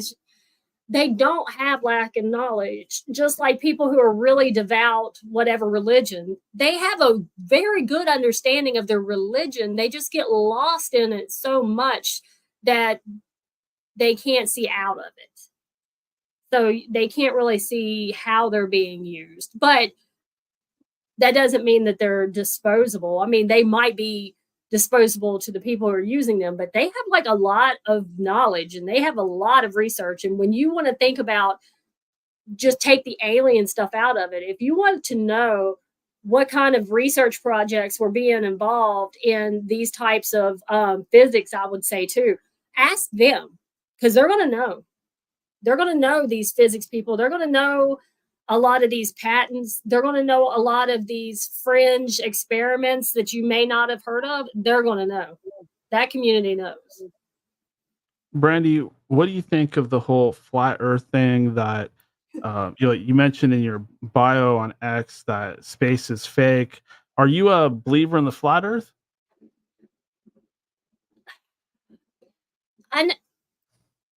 Okay, when I say it, it's just like, I don't believe that there are planets that are floating out in some space, and they're definitely not some rock balls. To me, they're more like everything is an alchemical solution. So the way we see these, like they even kind of give it to you, like they even numbered them, like this planet is closer, this planet is closer. Well, the reason why number 1 planet is this one and number 7 is this one is not necessarily the distance of the rock. It has to do with the density by which they're floating in our atmosphere. So it's kind of like oil doesn't mix with water, but it can float above it.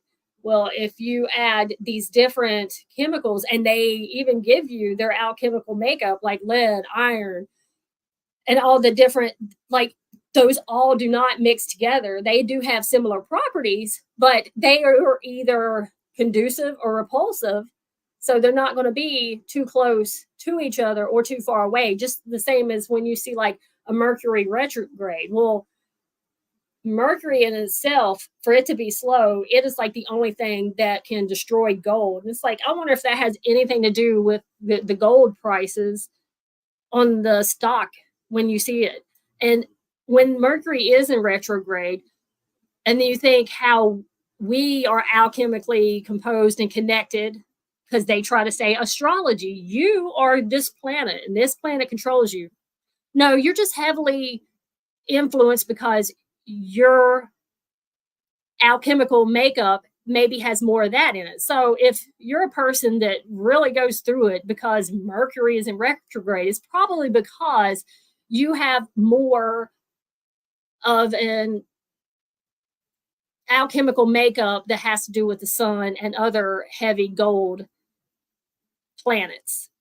And it's just like a chemical reaction. So when I look at it, like, is the earth flat or is it whatever shape? I know it's not a ball. Sometimes I'm thinking, maybe she's an entity into herself and she changes as she feels, as she follows suit. So maybe one day she is flat, maybe she's flared, maybe she's concave. We don't know. They're not going to let us know. We actually would have to explore it to a point where it's probably going to be impossible for us to explore.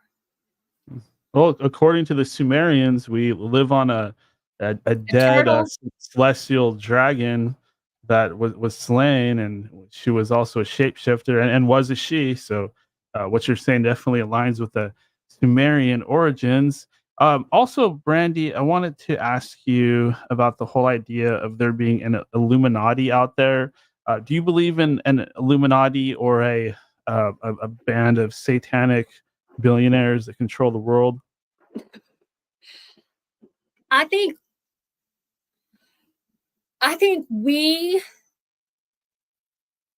kind of gave them, whether or not they honestly worship a devil, I think we kind of gave them that title because we see them as pure evil, because they do some pretty just unthinkable, immoral, just evil shit.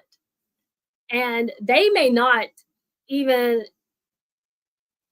have any type of God or worshiping in their mind.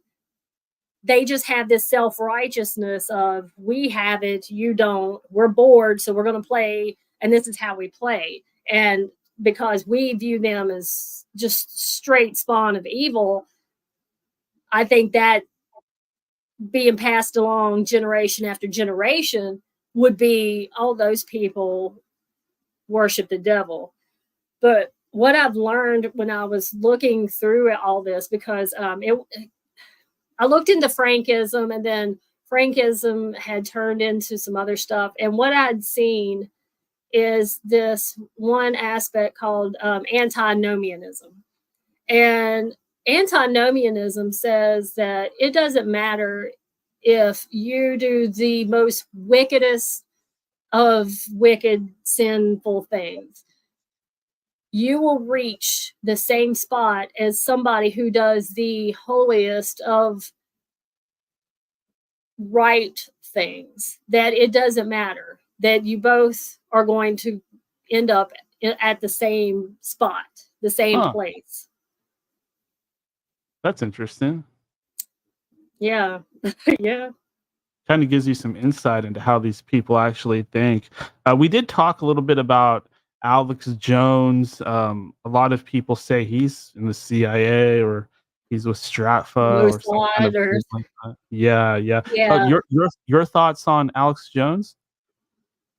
I would say it's like damn near 100%.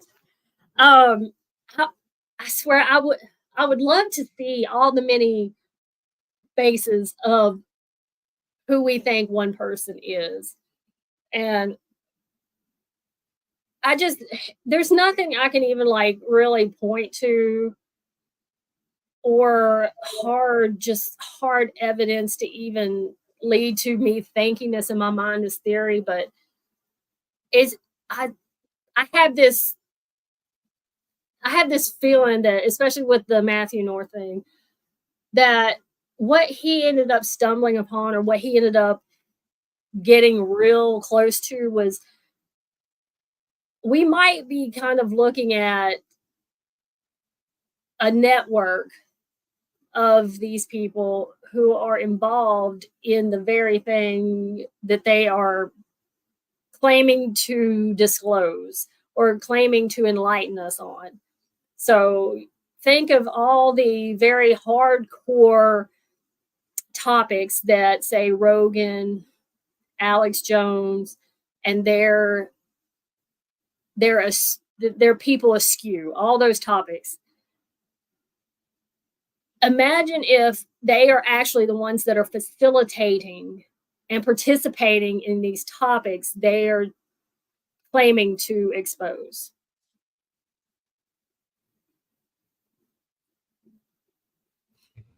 Oh. Sorry, I was leaning back because my back hurts. No worries. Jonah actually piped in just a second before I brought you on, and he has something he wanted to say on this. Yeah, I was wondering if Brandy or yourself have ever heard of or looked into signature reduction. And I can give you the links to. Signature reduction is Defense Department has 60,000 non-uniform employees who strictly give internet-based or, they give the official narrative. And so basically what they're doing is actually running entire operations by using off books or off non-official cover, so to speak. And Newsweek was the first one to actually publish this in 2019, I think it was. But you can actually just go online and actually type in signature reduction, and they actually advertise for these positions, right? So these are going to be your Nick Fuentes as one, I would say. Joe Rogan's, the Alex Jones's. It's an open and admitted program. So I was wondering if either of you knew anything about it or have ever come across it. No, I haven't. But now, I see your links here in like the private chat. So now I'm like grabbing a hold of them because I want to know. Yeah, I want to know. I also threw in the for when you're talking to the Department of Energy, I threw in like the USA spending.gov just for all fiscal years. And it actually breaks down all the spending through the Department of Energy. So you see what they're doing. They have entire subjects called other defense activities. So to think that the Department of Energy is doing non-defense duties is kind of out there, because they're actually doing awards and grants on it. Now, another one is, so this is going to be a second topic that's also, have you ever heard of interactive internet activities? IIA. No. So, no, I have seen that. Okay. I've seen that when I was going through, and it was a rabbit hole that I bookmarked and I never went back into, but I heard of that, and it was on the burners.me, where this guy was like ripping through what Alex Jones and the Q thing and some other stuff. But Yes, I have bookmarked it and I have not gone back to it. Yeah, gangstalking.com or .net or whatever, gangstalking, whatever that website, they have the official FOIA documents. Now, it's really funny because this is the FOIA documents from 2007 when they were actually in Iran or Iraq, I guess. And the documents outright admit that there's non-attribution. So when they're telling us that Russia hacked or whatever, any state government is going to have non-attribution. So for them to make any claim that they know who's doing these are hacking is just an exaggeration at best. Chinese hackers always. Well, they can really prove that, right? You could do it in bit of the code, but if they're a state level actor, they're going to have non-attribution, right? So you're never going to know where they're from. Yeah, our own country. That's why they have other countries do the spying for them, because we have laws against spying. It also gives you a loophole into the FOIA. Yeah. And oh, I forgot what I was going to say on that. But yeah, no, and it's kind of funny too because like then we also have I don't know if you've ever seen the TV show The Offer, but I just caught it by accident, and it's about the making of the Godfather television series, and he's right away like in the first episode he's like, oh, I'm a programmer for the Rand Corporation, and that's who the producer for the Godfather was. I was like, what? So yeah. Which makes you want to go watch the show now to be like, I've got to decode the show. Yeah, exactly. Actually, too, there's a couple of throwaway scenes in there too that make no sense unless they're trying to like push an agenda. Like at the end, the CEO of Westinghouse is demanding that they bring Henry Kissinger to the premiere. I'm like, okay. So they're pretty much just admitting it, right? But again, too, the signature reduction is definitely something that needs to be looked into if you haven't already, because that's just the Department of Defense. Now they have 60,000 employees on payroll, but then you also have all the other agencies, right? And the interactive internet activities. This is literally psychological warfare that was developed overseas when when 9/11 happened and people said, oh, the Patriot Act. Well, they called it the Patriot because they're coming after patriots, right? Yeah, exactly. Because they needed you to be fearful. Well, that was another thing I had found curious about the Department of Energy is why they would need to have intel and counter intel. Yeah. Why does the Department of Energy need counter intels? Why would you need that? Yeah, most definitely. I mean, there's a lot of into it, but too, then you could also go into the whole petrodollar, right? That just dropped, but people don't realize that. And I've done a show on this with Raven, John J. McCloy, who was a member of the Warren Commission, who was the OPEC lawyer that actually set up the petrodollar, who was the president of Chase Manhattan Bank, who was the president of the CFR, who was the high commissioner for the German right after the war, so he could he was the one who actually returned the assets to the Krupp family.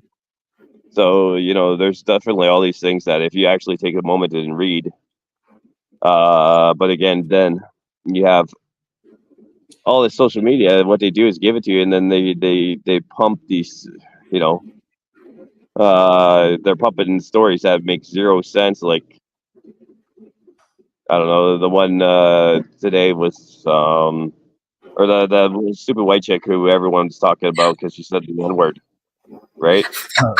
Yeah, right. I know. I was like, man, I've got like 3 in my head right now. Like, which one is it? The heck, Tui. Man, that chick needs to be. She needs to be hit with a semi because I'm sick of her. I had to look that up to figure out what it was and see it.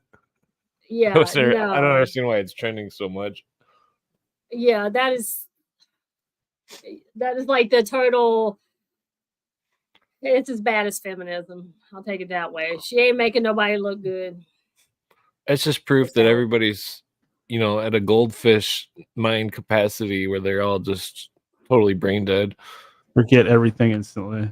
Well, it's back to idiocracy. You're interrupting my baiting. Oh, really? Yeah, they're all operating on their R complex of their brain. Yeah, and hence the school system. It's just kind of designed to dumb everybody down and raise up the elite's own children to take over the power structure. Yeah. So have you seen any UFOs before? I think you said that earlier, didn't you?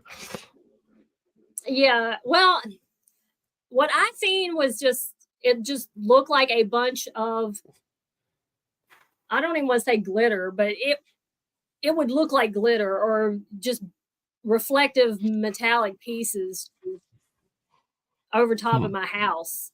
And Excuse me. Fall, they just disappeared. Hey Dan, as an emergency precaution, can you DM me the link, man? Because my phone is kind of going dead, so I might have to check in on the link. Yeah, that's easy. Sure. Okay, groovy, man. Appreciate it. I don't want to ruin the show. I'm sorry. Keep going. I'm sorry. No biggie. We just have little technical difficulties going on here. We're still working out a few bugs. So what was your he said you were in the military, or you said that? What was your background exactly? What was your rank and stuff? Navy. I got out as an E3. I was sent to a flag command. And what a flag command is where it's mainly what they consider top heavy. So it's a lot of commanders, a lot of high ranking members. And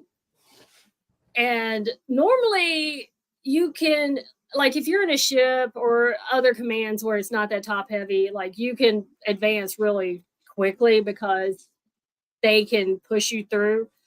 The command I was at, it was just like, if you get a high ranking commander to write you a letter, it's going to take notice. So they can't do that stuff for you. So it was like,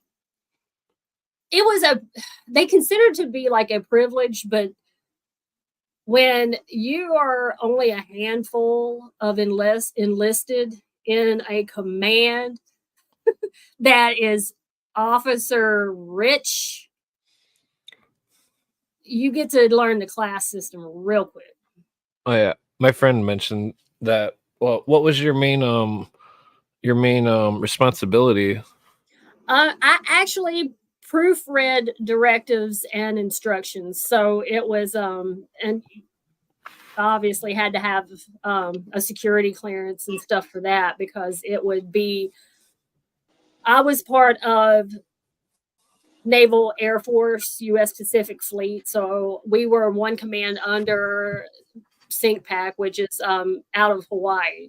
So we were in charge of the Naval Air Force Pacific Fleet, like Japan, Washington, San Diego, all over there. So we would be the ones writing the directives and sending them out to the fleet on almost everything, like, when to paint this, maybe change nuclear cells for that.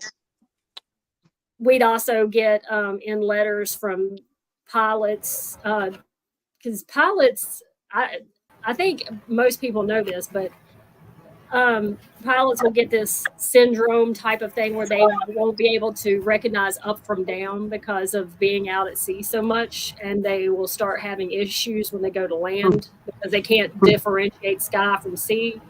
So we had, that was like a pretty regular thing that we would see come in as well. Did you ever hear people in the military that you were around discuss aliens?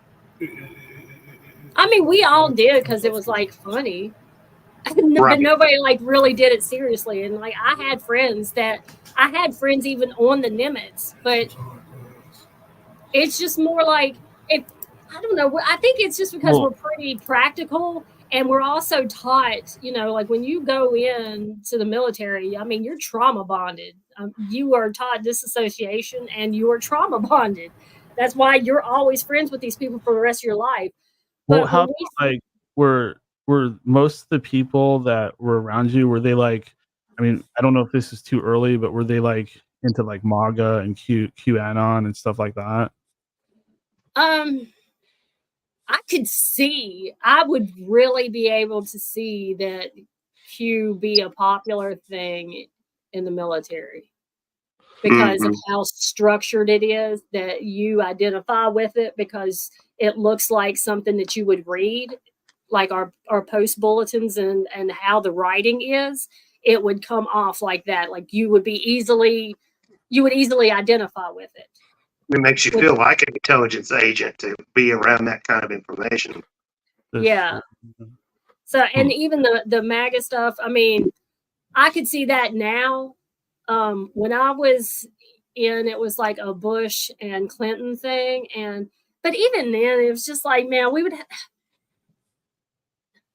I think it's because you're with people that actually went to war and had to do certain things, that when you get faced with these type of people, you're just like, it doesn't even matter to you because you're like, dude, here you are riding in your little fancy car that is bulletproof glass, and I had to go shoot up an entire building, and God knows how many people I've had to drag through the mud when they were dead or half dead, that they've been through it. It doesn't affect them anymore. So when you're like, oh, well, what if they seen a UFO? They probably just wouldn't even care. Right. Like, what else can I see? I've seen all kinds of shit. You think that some blip in the sky is going to influence me or keep me up at night? It's not. So I think that's where they get a discrepancy of pilots seen, but then when you get people that are day-to-day military, the enlisted, you never really hear too much from them because they work. It's not a thing they're even going to stop and pause at. What do you think about now that the military is like pro-disclosure? Have you heard anything from people that are in today? That's interesting to me. They must be, you would expect there to be scuttlebutt or something about all this stuff. That's interesting. That would, to me, that's a red flag. It would just raise a red flag because they're not, that is a narrative that they, of course, are going to write and have to be writing because, just like when I was I seen the stealth ship. It was the ugliest, stupid ship I've ever seen in my damn life, but nobody else had seen it. Is this a battleship or an aircraft carrier? It looked like if Batman had a boat. It just looks stupid. It's small. It was kind of small, and it sat up off the water like if a bat put its wings straight down and was treading water that way. Like it was holding itself up with its wings. And it was like, that looks really stupid. But, I mean, think about it. In the middle of the night, and you don't know what it is, and you see this thing coming out of the water. You don't know it exists because you're not privileged to that information. You can be in the military and not be privileged to all kinds of shit because it's so compartmentalized. Yeah, so clearance. You don't know what it is. You're going to think, fuck, what did I? Is that a UAP? And it's like, they easily fake UFOs or aliens. Right. And that'd be the best way to train your fighters is to subject them to shit that they have never seen. You're like, well, I've developed this technology, and this technology actually could wipe your entire fleet out in a second. But let's just play with them to see how well they engage with it. How quick does this fighter jet equal to this technology? So should we make the fighter jet? It's kind of a way of sharpening your own sword. I saw a video about that where they had the SR-71 and they were testing a new thing and how they design in these rules in the computers that control the relationship of the older and newer fighter fascinating training them of those kind of things.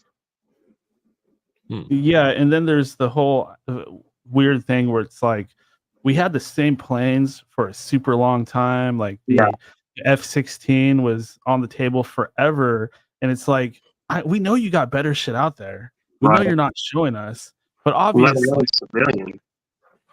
I flew in those little Cessnas like from the 70s. Sorry to interrupt. Oh no. Do you remember in the early 90s when they welded all the guns on multiple ships closed? They decommissioned multiple warships. I heard about that. But that's in Brandy.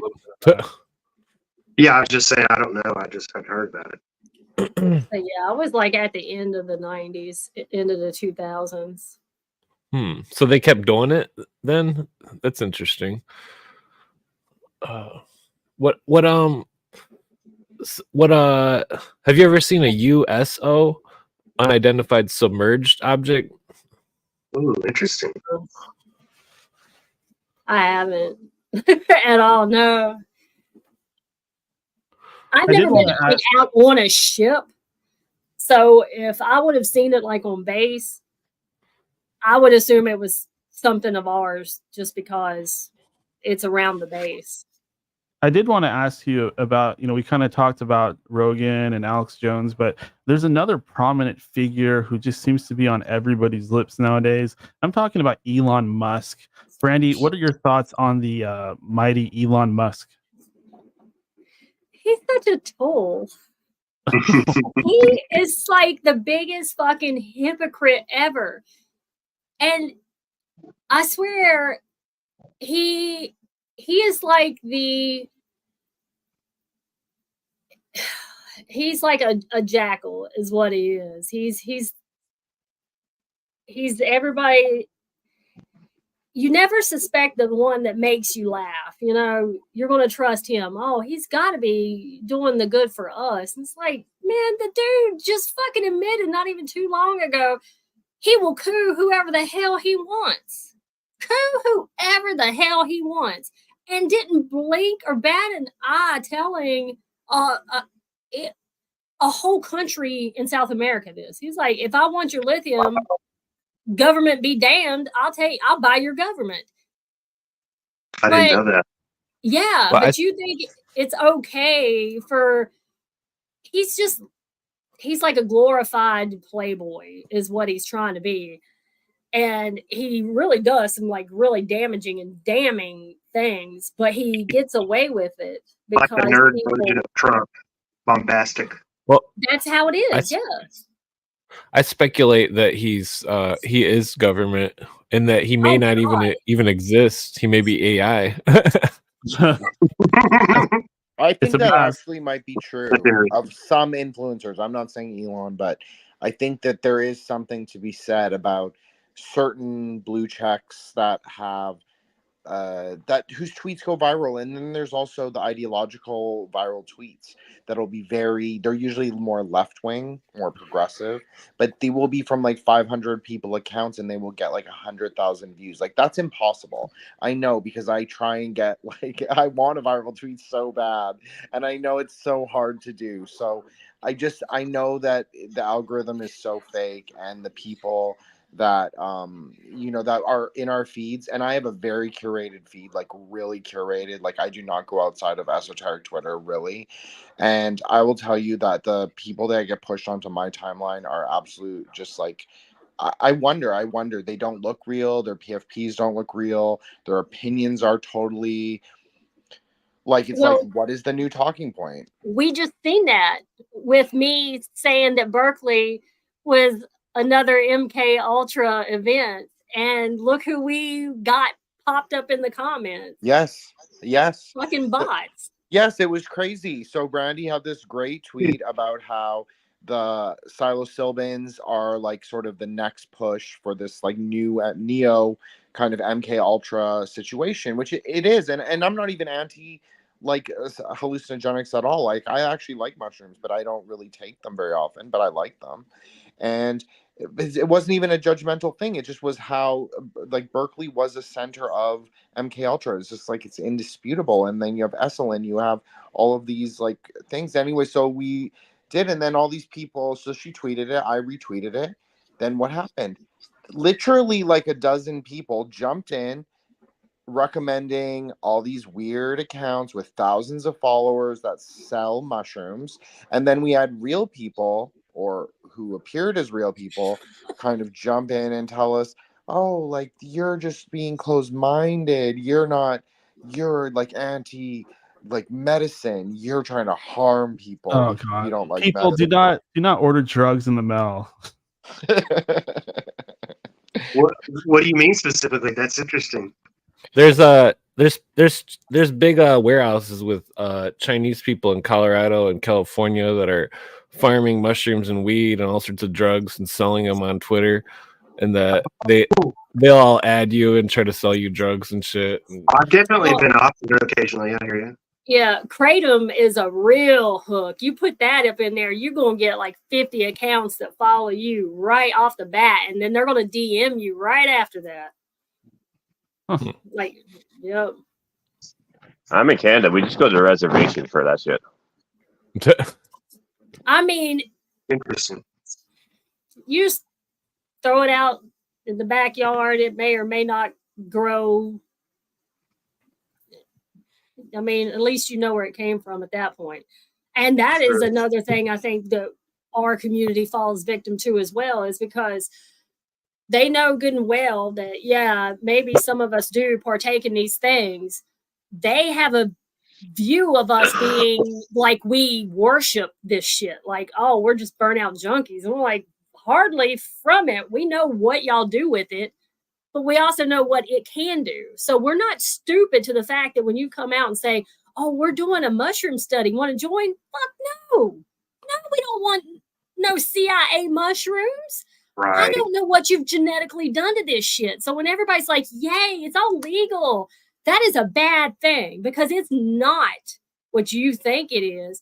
There is nothing organic about that shit. You have gave up all its licensing and its organic rights. And now you have synthetic shit, and it is forming a web all in your body and having Even you just on a a weed trip. makes you Oh, wonder. God. I'd be surprised if they don't do something to it. Well, And look at how many people are trying to claim that they're addicted to damn weed now. I bet you are, because that's not real weed. You can't be addicted to like real organic weed. Maybe you're addicted to like the feeling, or you just want to disappear. But if you just stop smoking weed, you're not going to go into withdrawal. Right. That is a whole different chemical. Right. And with all the like pushing of like mushrooms and stuff like that, I mean, I love mushrooms. I think they're great, but let's not make it that easy for like 5-year-olds to get psilocybin mushrooms. And that's because which is, I will say, responsible with the type of candies that I have in my house. I don't put them around other stuff, but that is a big thing. It's gummies. It's chocolate bars. It's teas. It's all these so-called harmless things that kids identify with, and they're not going to know. So when you go to take a gummy, I mean, yeah, kids gonna be like, why are you eating candy in my face like this? And then you're gonna be like, no, it's just mine. You can't have this. Oh, they're going to climb in that cabinet and get them gummies because you are storing candy from them and they want it. Yeah, what's so special about it? But that does beg another very important question, Brandy. Do you prefer edibles or do you prefer to smoke cannabis? Edibles. Smoke weed every day. I don't like smoking any. Interesting. I used to as a kid. I used to like, well, not even as a kid, like up until like probably 30 or so. I used to like smoke, but then it just got to a point where it was like, I didn't like being high anymore. I just didn't like that feeling of it. And I just stopped for like a long time. And then when it was, one of my friends was like, hey, you want to come over here and we make this butter? was like, yeah, let's do that. So when I learned how to do that stuff myself and how you can like kind of control it and you can put it with other things, I think that made me more, that pushed me back into it, because it wasn't, oh, I'm just getting high. It was like, oh no, I'm going to unwind, or I'm just going to have like this common feeling, or I'm going to be in my hyper focus mode, because I was in control of it. And so with the gummy situation, it's like I like that better because I can do it in small little doses and I'm not having to, I guess it's easy, it's lazy too, and it's sugary, so you know. Just imagine what drugs the aliens will have. I'm the same way. What's that, Chad? Just imagine what drugs the aliens will have. Oh yeah, the Greys. Yeah, I got some good shit from the Greys. I mean, like I have mushrooms that are, I have like actual fungus that, you know, I have some that come in capsules, and I have some that are in chocolates, and you know, they all get you there. But I mean, if you get somebody who does a good organic chocolate, boy, that's the bar that's gonna get you. I used to take the weed butter and I would take smoked cheese and then I'd make mac and cheese with it. That is so good. Put some green dye in there. Oh my god, that's when you're in the kitchen making pancakes. What's your favorite edible then? You know what? I have it. Well, let's see. The ones that I love, I have them right here, which is so terrible, but hold on. It's these. They're Lumi. Like, I love these. And are those gummies? Yeah, they're gummies. And you can even like take, I've done this just because I play with my dreams a lot. So I'll take like a half of this and then like a square of chocolate, not the mushroom chocolate, though I've done that too, but you know, just put the like a weed chocolate with a gummy and then, you know, go to bed. And I think it's just so funny because I'm at this point where I'm asleep and I'm dreaming, but I know I'm kind of high dreaming. So it's just like, well, how does it feel to be in the astral high and playing around? Can we do some more stuff? Is anybody going to know that you're high in here? Are they going to pick up on it? But I want to remember my dreams more. It's getting harder, isn't it? I've never been very good at that. Yeah, it's been years. It's only occasionally if I'm disturbed at sleep that I can recall any of that. Remember the skeletons chasing you around the room? The robot in the closet when I was a child. Yeah. Oh my God! Hopefully, it's not the robot chicken robot. He's afraid of transhumanism. Oh, he's banging the dryer all the time. Dan, did you have the skeleton chasing you? Because I've had that dream too, but it was like a bunch of them. Oh yeah, that was like the main one when I was a kid. Big tall skeleton is laughing, chasing me all around the house. Really? Scary. Yeah, I had that dream too. That's I had a cool fantasy where me and my friends, we got monster trucks and we like broke out of junior high and everybody was cheering for us. Wow, like Ferris Bueller with monster trucks. This is new, hearing about everybody's dreams. But Brandy, we are getting a little bit short on time. I wanted to ask you, like, we know there's some people out there you don't particularly care for. Are there any researchers or platforms that you would point people to or say are somewhat legitimate or that you like? Well, obviously, you know, my friends, which is so hard to be like, they're my friends, but I like, seriously, like, I wouldn't be friends with them if they didn't put in their actual work and that they didn't have integrity. Like, so if you know that I'm friends with these people, then seriously, they're not only approachable, but they will answer questions. And trust me, they ask as many questions, if not more, because even when I'm researching, my thing is, let me do the opposite. let me be the anti person in this so that I can come at it and get different information. They're going to do the same thing. We do a 360 research. We're not just looking for answers we want some answers that are going to make us have to walk away and get pissed off and come back. We want those because that's where it gets good. So if I follow them, then definitely. Who else do I just love? There's Forum Borealis. I like him. He does long shows, like long forums, but just like him himself out, he used to be, or he might still be, but I know he was into Rosicrucianism, and he has just a lot of knowledge. And I know he had gotten, what is it? I don't want to say it's radiation sickness, but being exposed to Wi-Fi and stuff like that,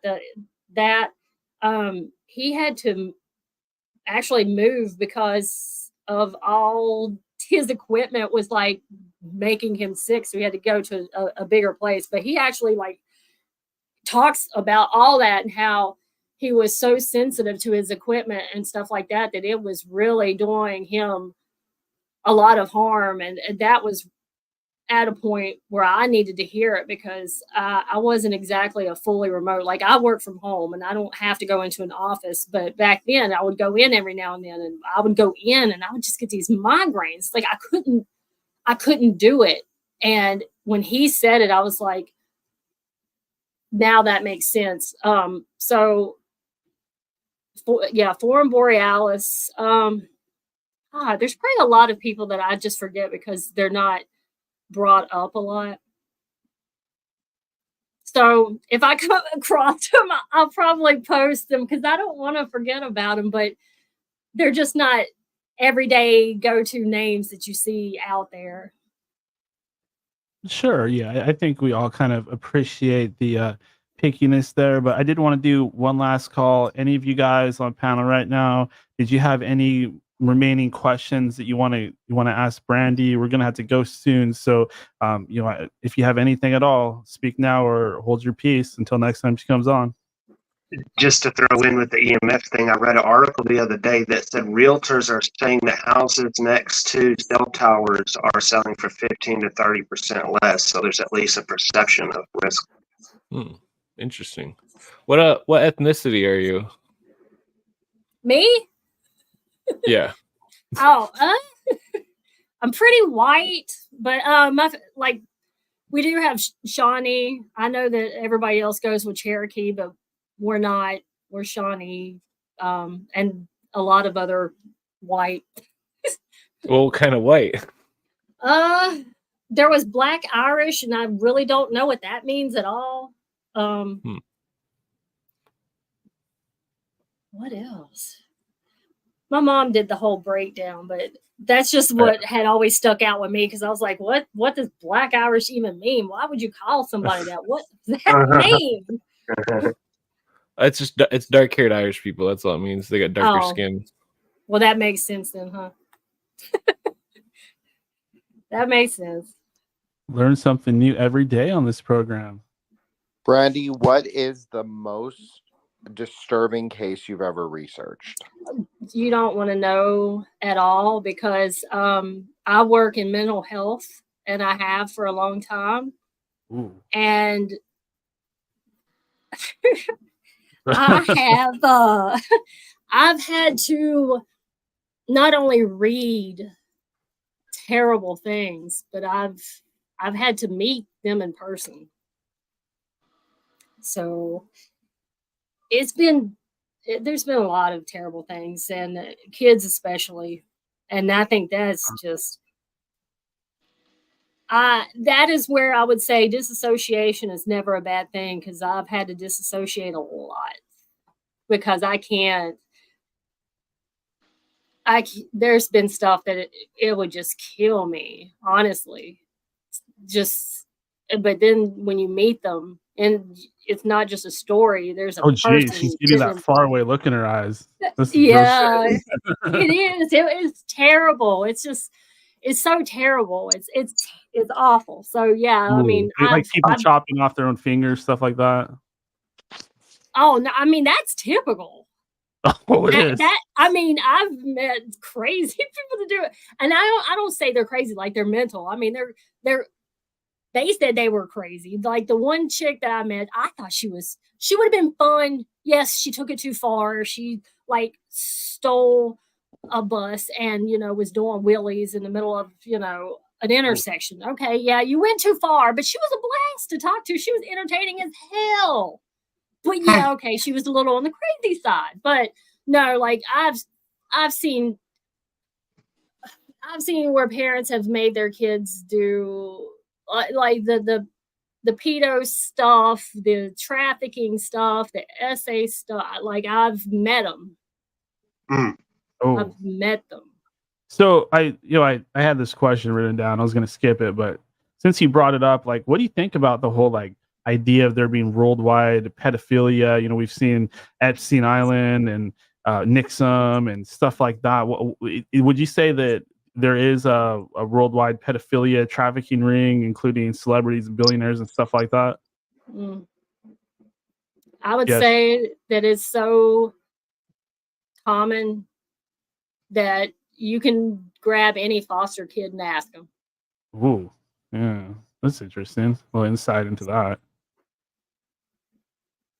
All right, guys, any last questions? Last chance. 3, 2, 1. Okay. It's sorry to act like you're little kids. All right, Brandy. I did want to just kind of close out and just ask, other than doing what you do and, providing your own bit of a truth platform, if you want to call it that, do you have any other hobbies or anything interesting going on that you'd like to mention, like favorite musical artists or anything like that? Oh boy, my music taste is everywhere, like everywhere. I have no clear defined music boundaries. I like all kinds of stuff. Like I said earlier, I'm out in nature every day. I run 6 miles every morning. I'm out on a trail, not on a treadmill. 6 miles?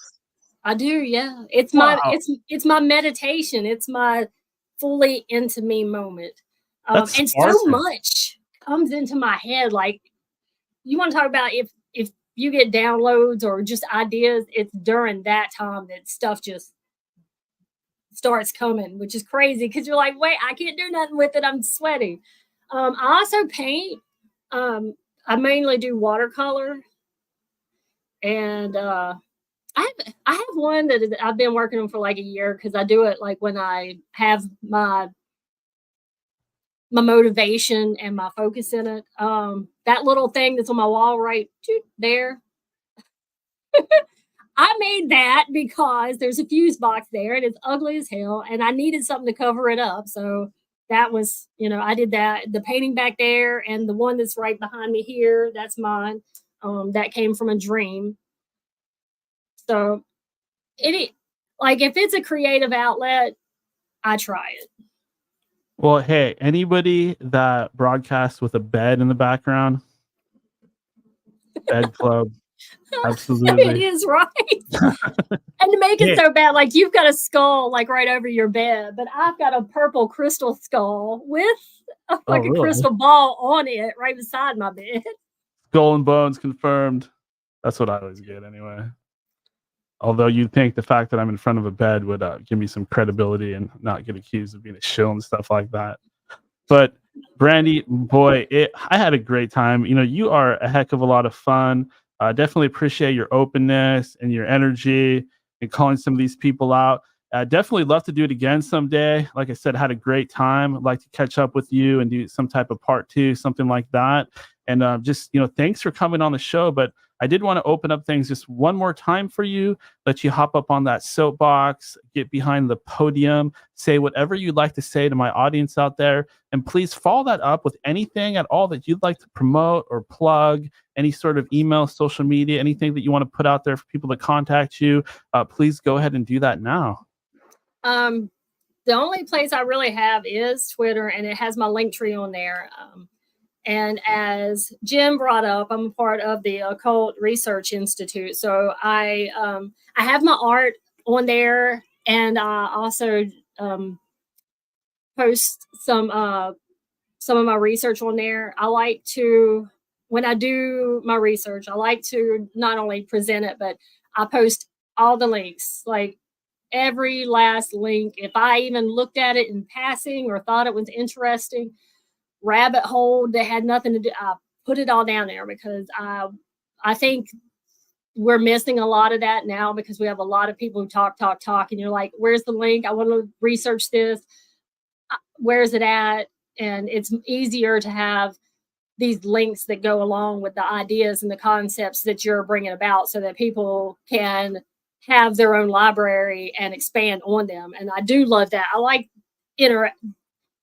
it to be interactive, like we're talking to each other, but for it to be as interactive as possible, so people can come in with their ideas and be like, hey, I know about this plus this. And that is awesome, where we can get together and we can bring all the different fabric from our own lives and make this huge cohesive blanket that we can all be proud of together, because we have created and added to this. Like, we're not alone in this. Everybody is looking for answers, and they probably are in unlikely places. So that's the best way to do, is to be interactive with each other, so that we can get these new perspectives or things that we didn't even think about. Like, sometimes we just overlook stuff because we were just over here looking for that. So I really don't have anything to plug, but I mean, that's about it. Like with research and stuff, just put it out there, let it be known. If you think it's interesting, put it up there, because that might be the clue somebody is looking for. Makes sense to me. Well, Brandy, it's been a great time. Definitely enjoyed getting to know you and finding out about what you have to say. And like I said, I'd love to do it again at some point. So please stay in touch, and we will thank you very much. And we'll talk to you next time. Thanks. Thank you. All right. That was Brandy Renee. What a great guest. Boy, I had a great time talking to her. Very open and honest about things, and very selective about what she's buying into. I definitely appreciate that. But we are deep into our third hour, so we've gone just a little bit over time, which is okay. When we have a great guest on, it's okay to go a little bit over time and get a lot of information out there. But it is now time to venture down the rabbit hole with the enigmatic and discreet Dr. Robert. Dr. Robert, are you present? Yeah, I'm here. Can you hear me? Oh, I can hear you. You sound great. Oh, groovy, man. Hopefully my phone won't die, man. But let's go. You ready? All right. If you are getting in trouble, just let me know in the private chat or text me, and I will hop on and come to the rescue. Yeah. No worries, man. I think I'll be able to make it, man. But I might not be able to stay the whole show. So let's go. Let's get it moving. All right. No worries. Let us cue that music and head down that rabbit hole with Dr. Robert. Cue that music.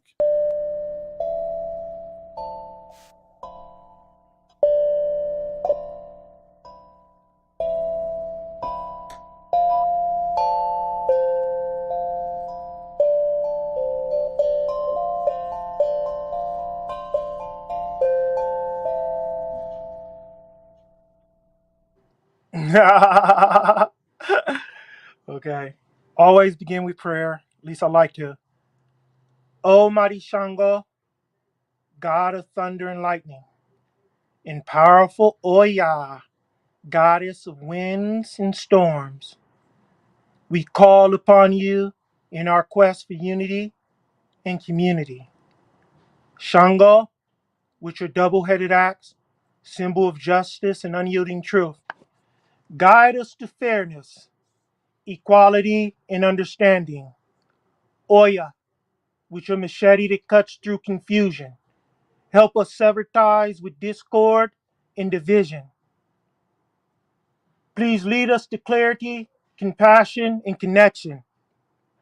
Together, you are a formidable force, a testament to the power of unity.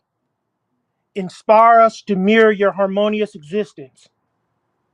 May our community, like your storms, be a powerful force, not of destruction, but of cleansing, renewal, and growth. May we, like the lightning in the wind, move together, creating a symphony of change, guided by your wisdom, strength, and love. In your divine names we pray. Shango, Oya, hear our plea. Bless us with unity. Bless us with community. Ase, Ase. Welcome, dear listeners, to another gripping episode of Down the Rabbit Hole with Dr. Robert, a riveting segment of the enigmatic In the Days radio show.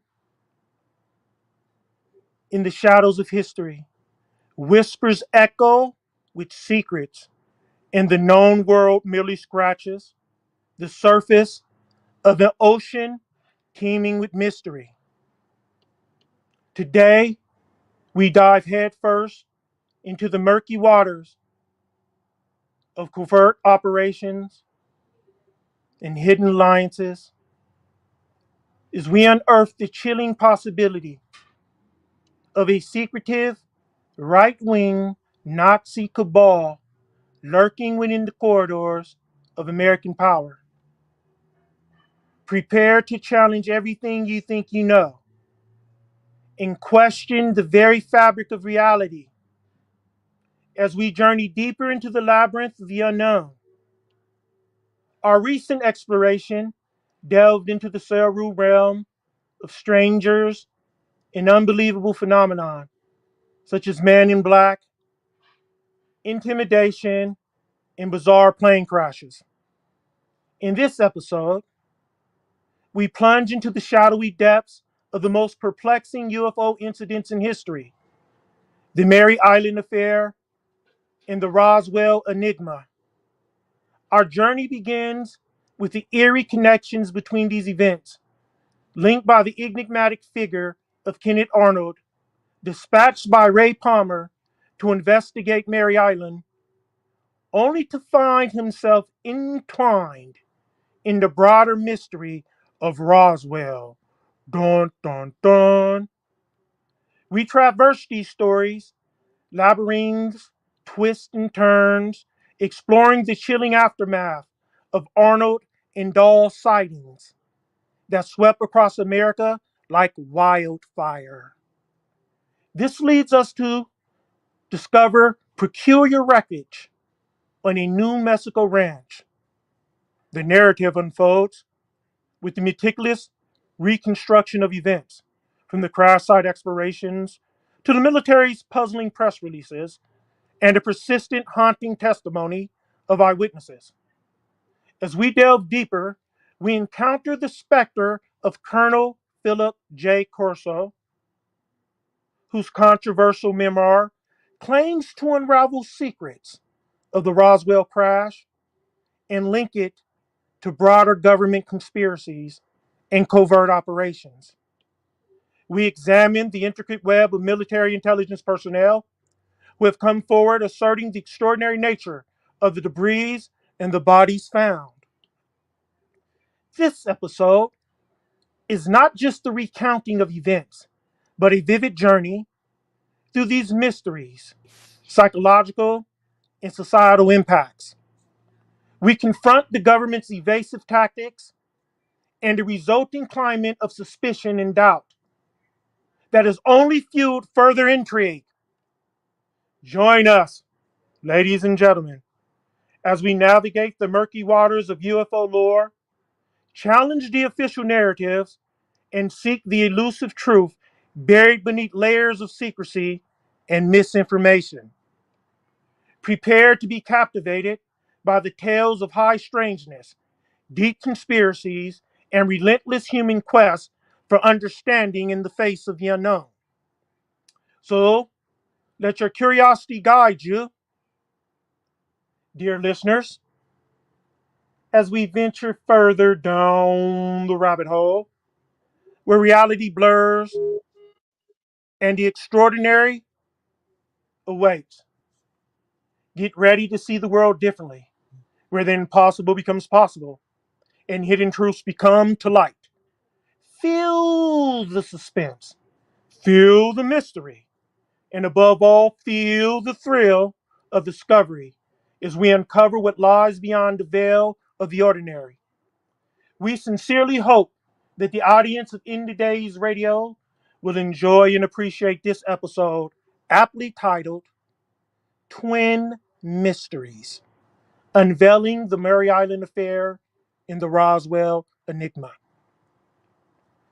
In the realm of the unexplained, two incidents stand as twin enigmas, forever entwined, yet distinctly separate: the Maury Island Affair and the Kenneth Arnold sightings. Their connection is a thread spun by fate, as Ray Palmer dispatched Arnold to unravel the mystery of the Maury Island sighting. Yet, both these events were overshadowed, lost in the collective consciousness, and eclipsed by the infamous Roswell crash. Boom! The Roswell incident has been dissected, discussed, and dramatized ad infinitum, even spawning a primetime television series casting brooding, alienating teenagers in the roles of extraterrestrials. Such is the fascination with Roswell that In Today's Radio dedicates excessive airtime to the case's minutiae.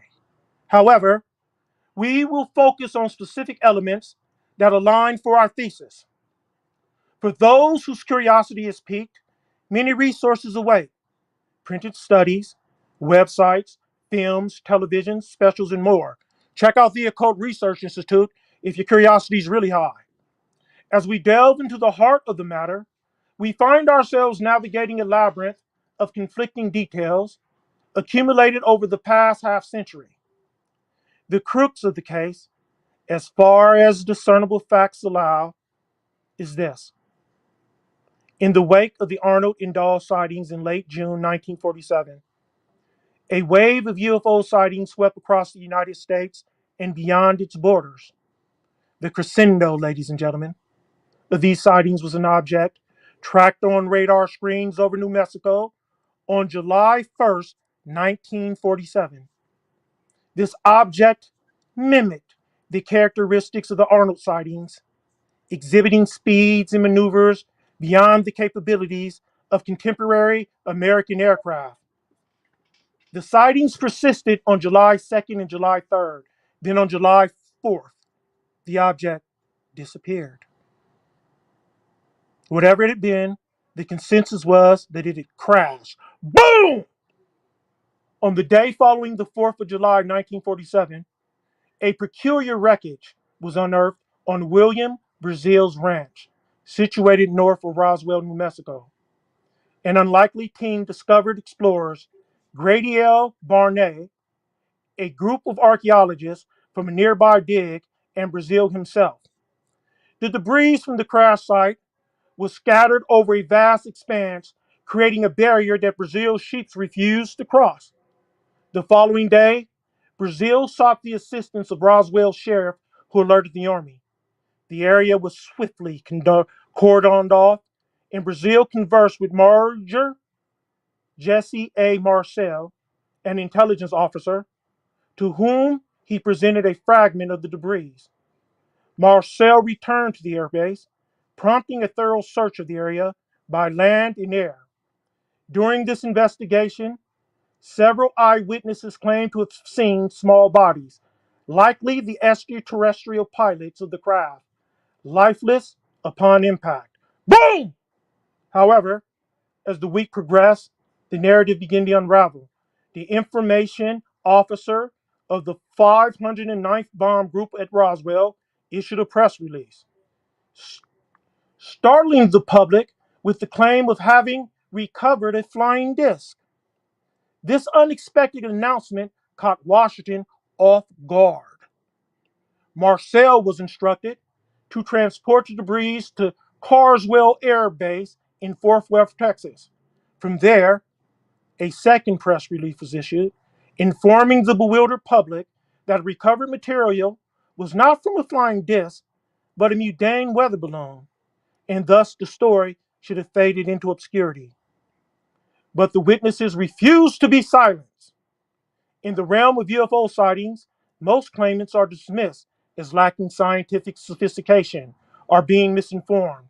Yet in the case of Roswell, the sheer volume of military witnesses challenges this dismissal. The list of witnesses is extensive, ranging from Corporal E. L. Piles to Brigadier General Arthur E. Exxon, and includes Major Marcel himself, among others. Some of these men witnessed the crash and concluded that the craft was not terrestrial. Others examined the debris and were astounded by the metal's peculiar properties, such as its resistance to extreme heat and imperviousness to hammers. This roster, ladies and gentlemen, spans the military hierarchy, from a corporal to a brigadier general. Are they all fabricating tales? Are some untruthful? Or are they all speaking their truth? It strains belief to consider that they were all simply mistaken or the unwitting victims of a hoax. In a twist that adds intrigue, Colonel Philip J. Corso, a high-ranking intelligence officer and former President Eisenhower's National Security Council member, published a memoir shortly before his death. In this memoir, he claimed to have witnessed evidence of the Roswell crash firsthand. His book, The Day After Roswell, was met with a curious blend of reviews. Corso's credentials were beyond reproach. He had testified before Congress on the fate of POWs in North Korea, appeared on Primetime Live as a U-2 overflights expert, and served both senators, Storm Thurmond and James Eastland, as national security specialists. His illustrious 21-year military career included involvement in Operation Paperclip in Italy and a staff position for Senator Richard Russell on the Warren Commission, creating yet another link between Paperclip, UFOs, and assassinations. This octogenarian and retired military man, with no financial need for the book's proceeds, indeed, due to legal complications, his royalties were withheld until after his death, had a mantelpiece adorned with medals, awards, and photographs of Washington's famous and influential. If that's what Roswell was, he had no discernible reason or ulterior motive for participating in the hoax, or did he? His assertions that this Pentagon role involved coordinating the reverse engineering of alien technology was met with either dismissive sneers or triumphant cries of, "I told you so." The lingering questions is why Corso, at the twilight of his long and successful career, would risk tarnishing his heretofore unblemished reputation by penning such claims if they weren't true. The American public is expected to dismiss Roswell as its accompanying enigmas. Despite all of this, it was a flying disc, then a weather balloon, and finally part of a top secret balloon project known as Operation Mongol, with the bodies merely dummies. Regretfully, the Roswell Air Force Base files on the crash were all destroyed, a fact U.S. Representative Stephen Schiff, Republican, New Mexico, discovered to his astonishment in 1995. If Americans are to discount the testimonies of a virtual battalion of military men and intelligence officers, all asserting that something extraordinary, something other fucking worldly, crashed in fucking New Mexico desert in 1947, then who are we? Or who are they to believe? Press secretaries, public relation officers, spin doctors. Indeed, the government may be ignorant as anyone about the true nature of the Roswell incident and its implications on national security. In the ensuing years, the UFO phenomenon has exacted a heavy toll, claiming lives, sanity, and reputations. This grim tally includes military personnel and scientists, typically characterized by skepticism, caution, and discernment. Sightings of the inexplicable continue to occur worldwide, escalating the tension in our collective psyche to the point where many anticipate an imminent revelation of the truth about UFOs. We, the ensemble at End of Days Radio, approach this narrative with trepidation. We are wary of jeopardizing our YouTube reputation, such as it is, due to our handling of this contentious subject. The debate is polarized. You either believe or you don't. Fence sitting is not permitted. Declare I don't know, and you'll find yourself under siege from both sides, each desperate to force feed you their perspective. The American government's lack of transparency regarding its knowledge of the UFO phenomenon pushes both believers and actual witnesses into a surreal realm. Believers can concoct any tale they wish, knowing all will be equally denied. Witnesses are cornered into conceding they may be mistaken, or in the worst case scenario, insane. This breeds a climate of doubt where the most heinous crime is committed, the murder of truth, the obliteration of our shared reality. As our journey through the rabbit hole nears the end of Days Radio, the cast of End of Days Radio would like the dear listeners to ponder the following questions. 1. When you consider the testimony of numerous military personnel and intelligence officers regarding the Roswell incident, how does their credibility and detailed accounts impact your belief in the possibility of extraterrestrial life? 2. Reflecting on the government's inconsistent explanations about the Roswell crash, what emotions or thoughts arise in you about transparency and accountability in official narratives? 3. How does the intertwining of the Maury Island affair and the Kenneth Arnold sightings with the Roswell incident reshape your understanding of UFO phenomenon during that era? 4. What implications do you think potential existence of extraterrestrial technology would have on our understanding of science, technology, and humanity's place in the universe? 5. Considering Colonel Philip J. Corso's memoir and his distinguished career, what motivates an individual to disclose controversial information late in life? And how does this influence your perception of his claims? 6. How do the experiences and testimonies of the Roswell witnesses challenge your assumptions about what is possible in our world? 7. When you imagine the government's destruction of Roswell's air base files, what does it suggest about the nature of truth and the lengths institutions might go to control it? 8. How do you reconcile the skepticism of UFO phenomenon with the sheer volume of credible witnesses and unexplained events discussed in the episode. 9. What lessons can we learn from the handling of the Roswell incident about how society deals with extraordinary claims in the unknown? 10.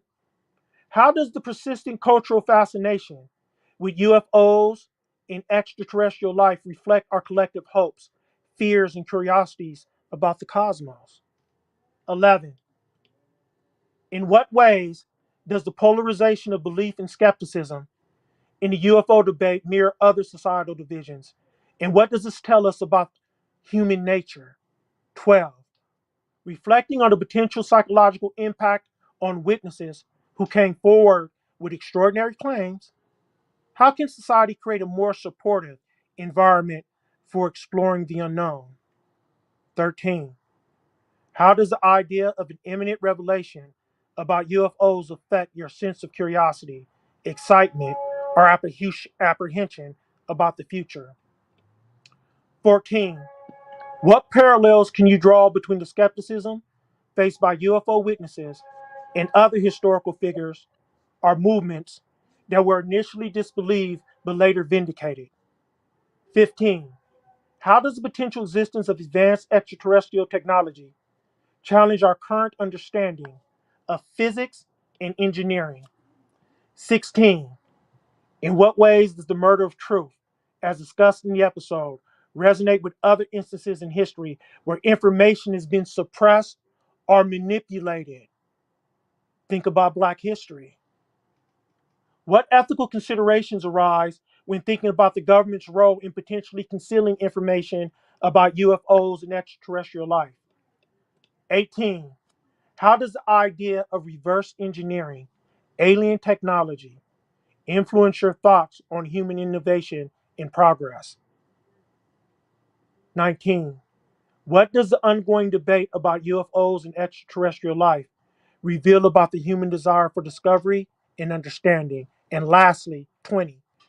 Reflecting on the overall narrative of the episode, what steps can individuals in society take to remain open-minded yet discerning in the face of extraordinary claims? With that said, White Rabbit Kill Squad. Hootie hoo, hootie hoo. Stay tuned for our next episode. Same rabbit ass time, same rabbit ass channel.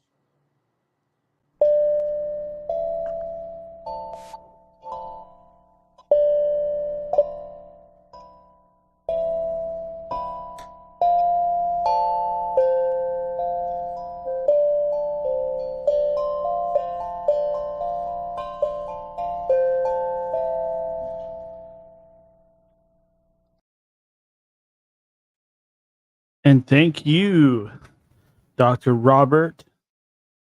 Beautiful as always. Such an eloquent speaker. Always enjoy Down the Rabbit Hole. And it's always evolving, by the way, as well.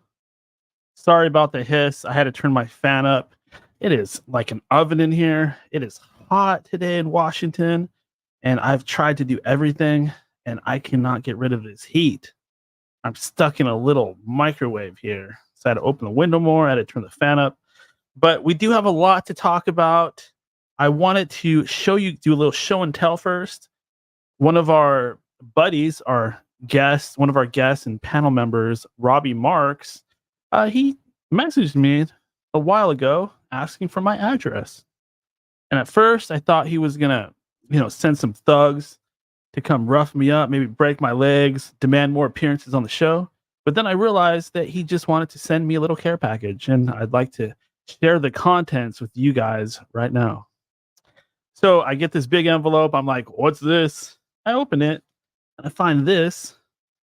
And I do apologize for the people listening to the podcast. I know you can't see the stuff I'm showing you. So head over to YouTube, End of Days Radio channel, or just listen to my descriptions of these items. This is a package. It's got some pretty cool artwork on there. Kind of like some kind of Hindu god or a genie smoking some good stuff. Got some little like Mario Brothers style clouds up in the air with some energy shooting off of him. He's on some kind of lotus flower. Pretty cool. And also in the envelope was these. These are actual playing cards. They got some really killer art on there. Ugh, I need a better camera. That's so unfocused. But it's basically this set of playing cards. And the one of the suits, here they are. One of the suits actually, I think it's the spades or mushrooms and the whatever you call them, the clovers are skulls. Got an Illuminati eye. I guess that would be the diamonds or hearts.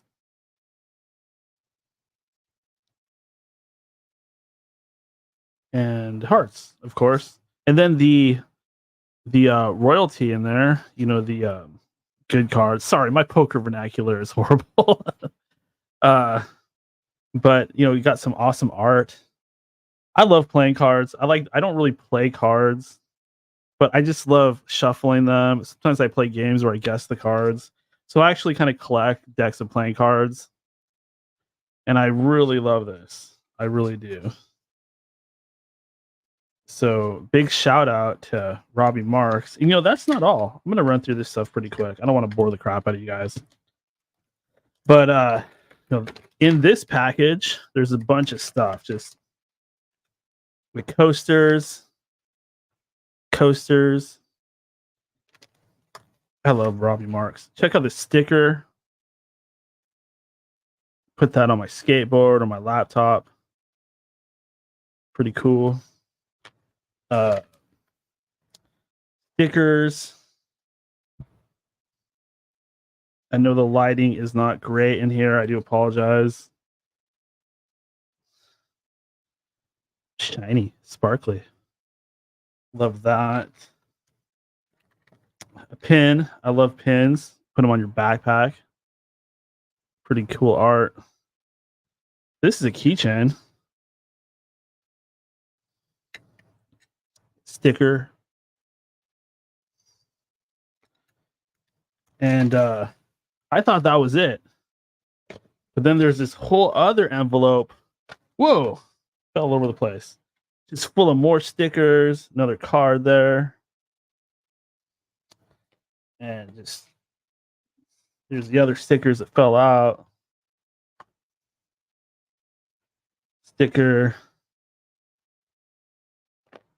Put those all over my desk at school. Postcards. Great art on these. I love the art. Postcard, like a skeleton guy. I think that's him. So he must do all this art, which is awesome.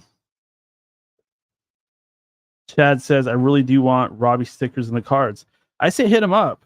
You know, he might send you a little pack of promotional stuff. Or he might charge you for it. I don't know, but it couldn't be that much. Here's the envelope it came in. So very generous and kind of him to send me that. I mean, I love getting stuff from guests. Like sometimes they'll send me their books and, you know, give me some reading material for free. That's one of my favorite things when I get a guest book in the mail. Some of them have just been really mind-blowing. And I just want to make it a habit to kind of show this stuff on the show. I mean, it probably sounds kind of lame and greedy of me, but maybe it'll motivate people to send me more stuff, or at least the people that send me stuff, they can you know, check it out and see it being kind of shown to everybody as a little advertisement. But again, shout out to Robbie Marks. Hopefully he'll be on with us again next week. And now it is time. It is time to get into the news. Because when we do the news, we can't lose. I know you guys wait on pins and needles to hear this stuff. So starting out, something that I found to be very disturbing This is from reason.com. I should probably bring this up on the screen as well. I don't do that enough. Let's go ahead and bring that up. There we go. The House passes bill to automatically register young men for the draft, which means that instead of having to fill out a little postcard and send it in saying, hey, Mr. Government, it's okay if you draft me for one of your wars, one of your awful wars for oil or power or whatever the heck. It's okay. I did it myself. So I believe I'm too old now, but for a good while there, I was eligible to get drafted. I'm 41. So I think I'm too old, but I know during war times, they expand those requirements. And I've heard rumors out there that there's other stuff attached to this. Like they want to draft women, which is horrifying. Or they're even thinking about doing mandatory service so that you have to join the military once you reach a certain age, which I think is pretty awful. I mean, I don't think anybody should be forced. I think a military career could be great, but I know Israel does it. I know Australia does it, and clubs. Sorry, I'm backtracking. That's what the clovers are in a deck of cards. I'm such a dork. But yeah, I'm horrified by this. And the fact that they're pushing legislation like this, the fact that they're doing that, what does that say about the current state of affairs in this world? Are we ushering into World War III? Why are we talking about this all of a sudden? Let's ask Clint. I was just making the joke. The only draft I support is Miller Genuine Draft. No. There you go. Well, as long as it's not Budweiser or Light or whatever that tranny beer is. Oh yeah.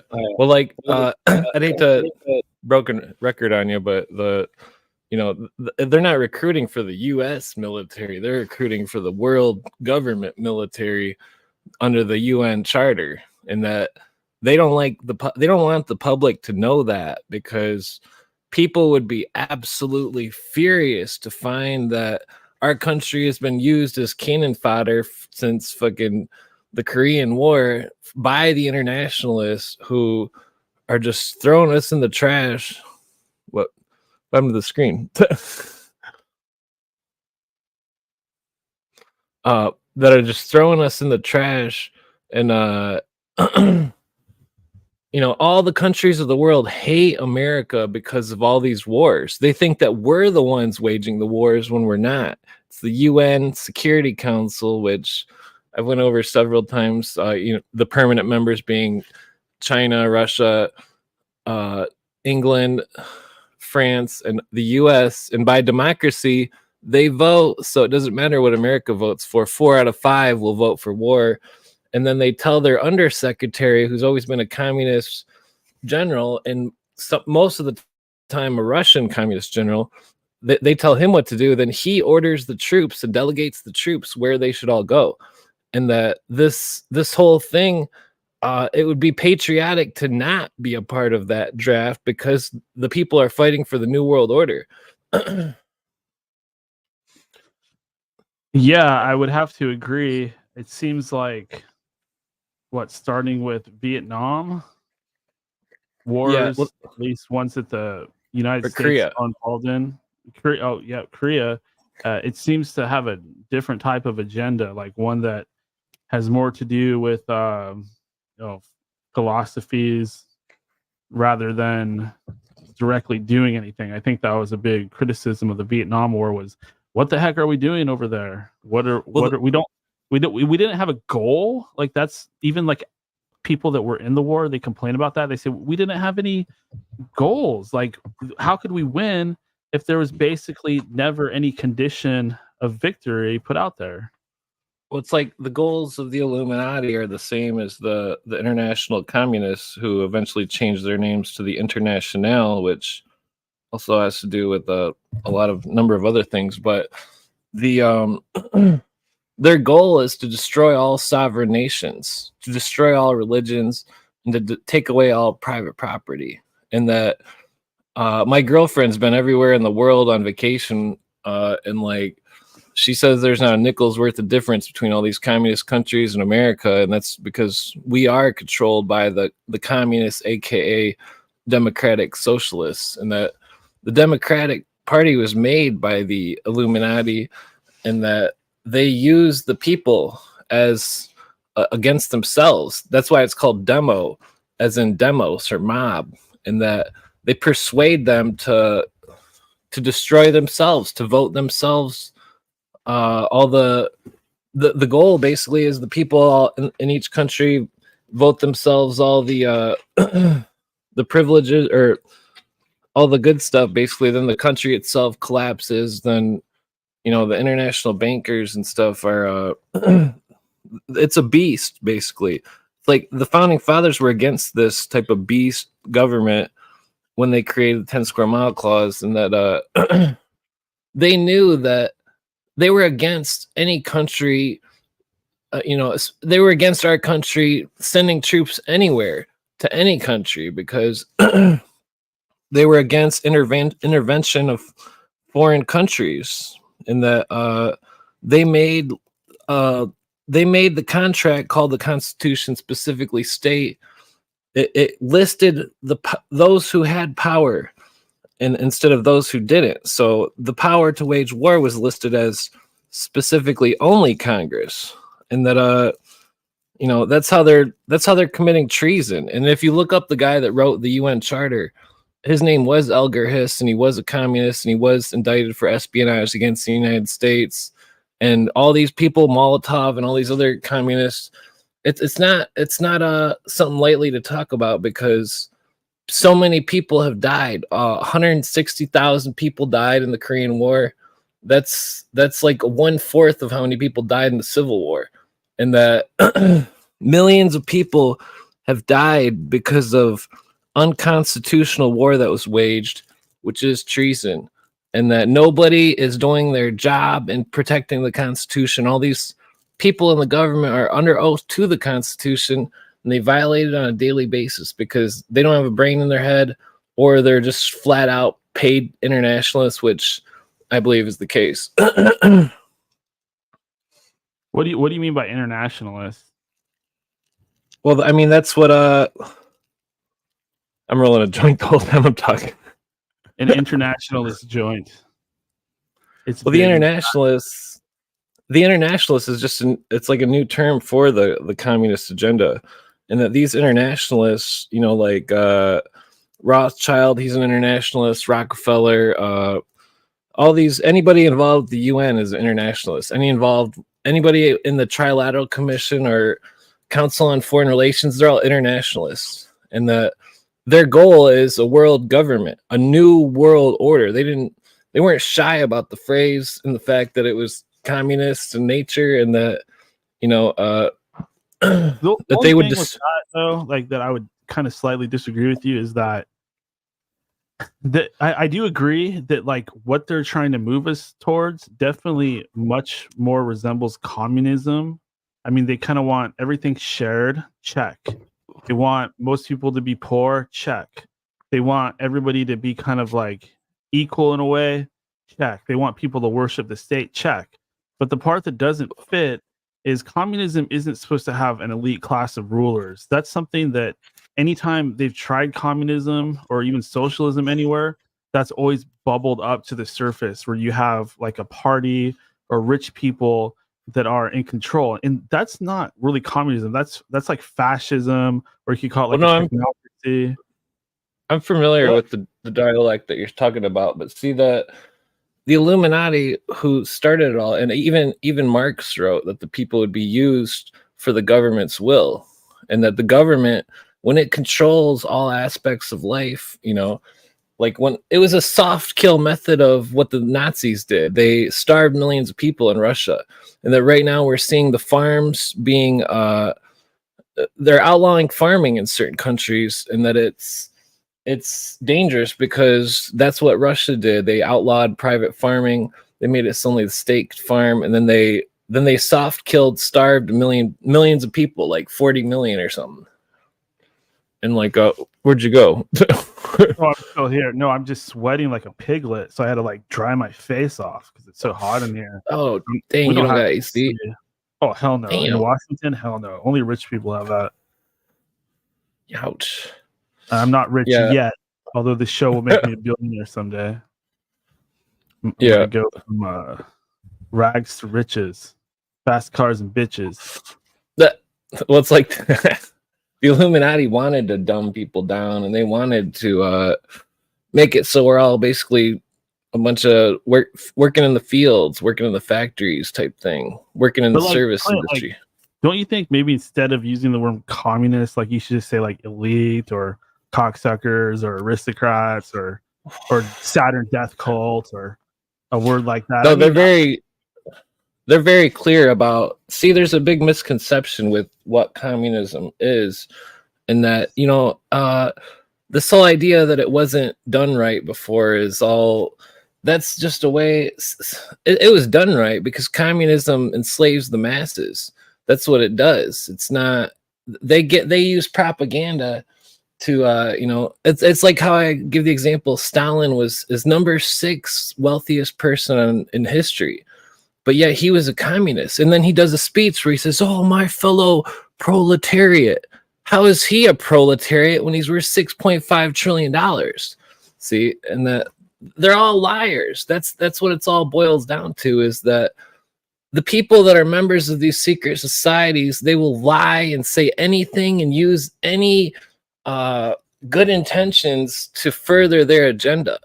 And then they will sit there and just, it's just flat out lies. I'm not They'll able say to anything.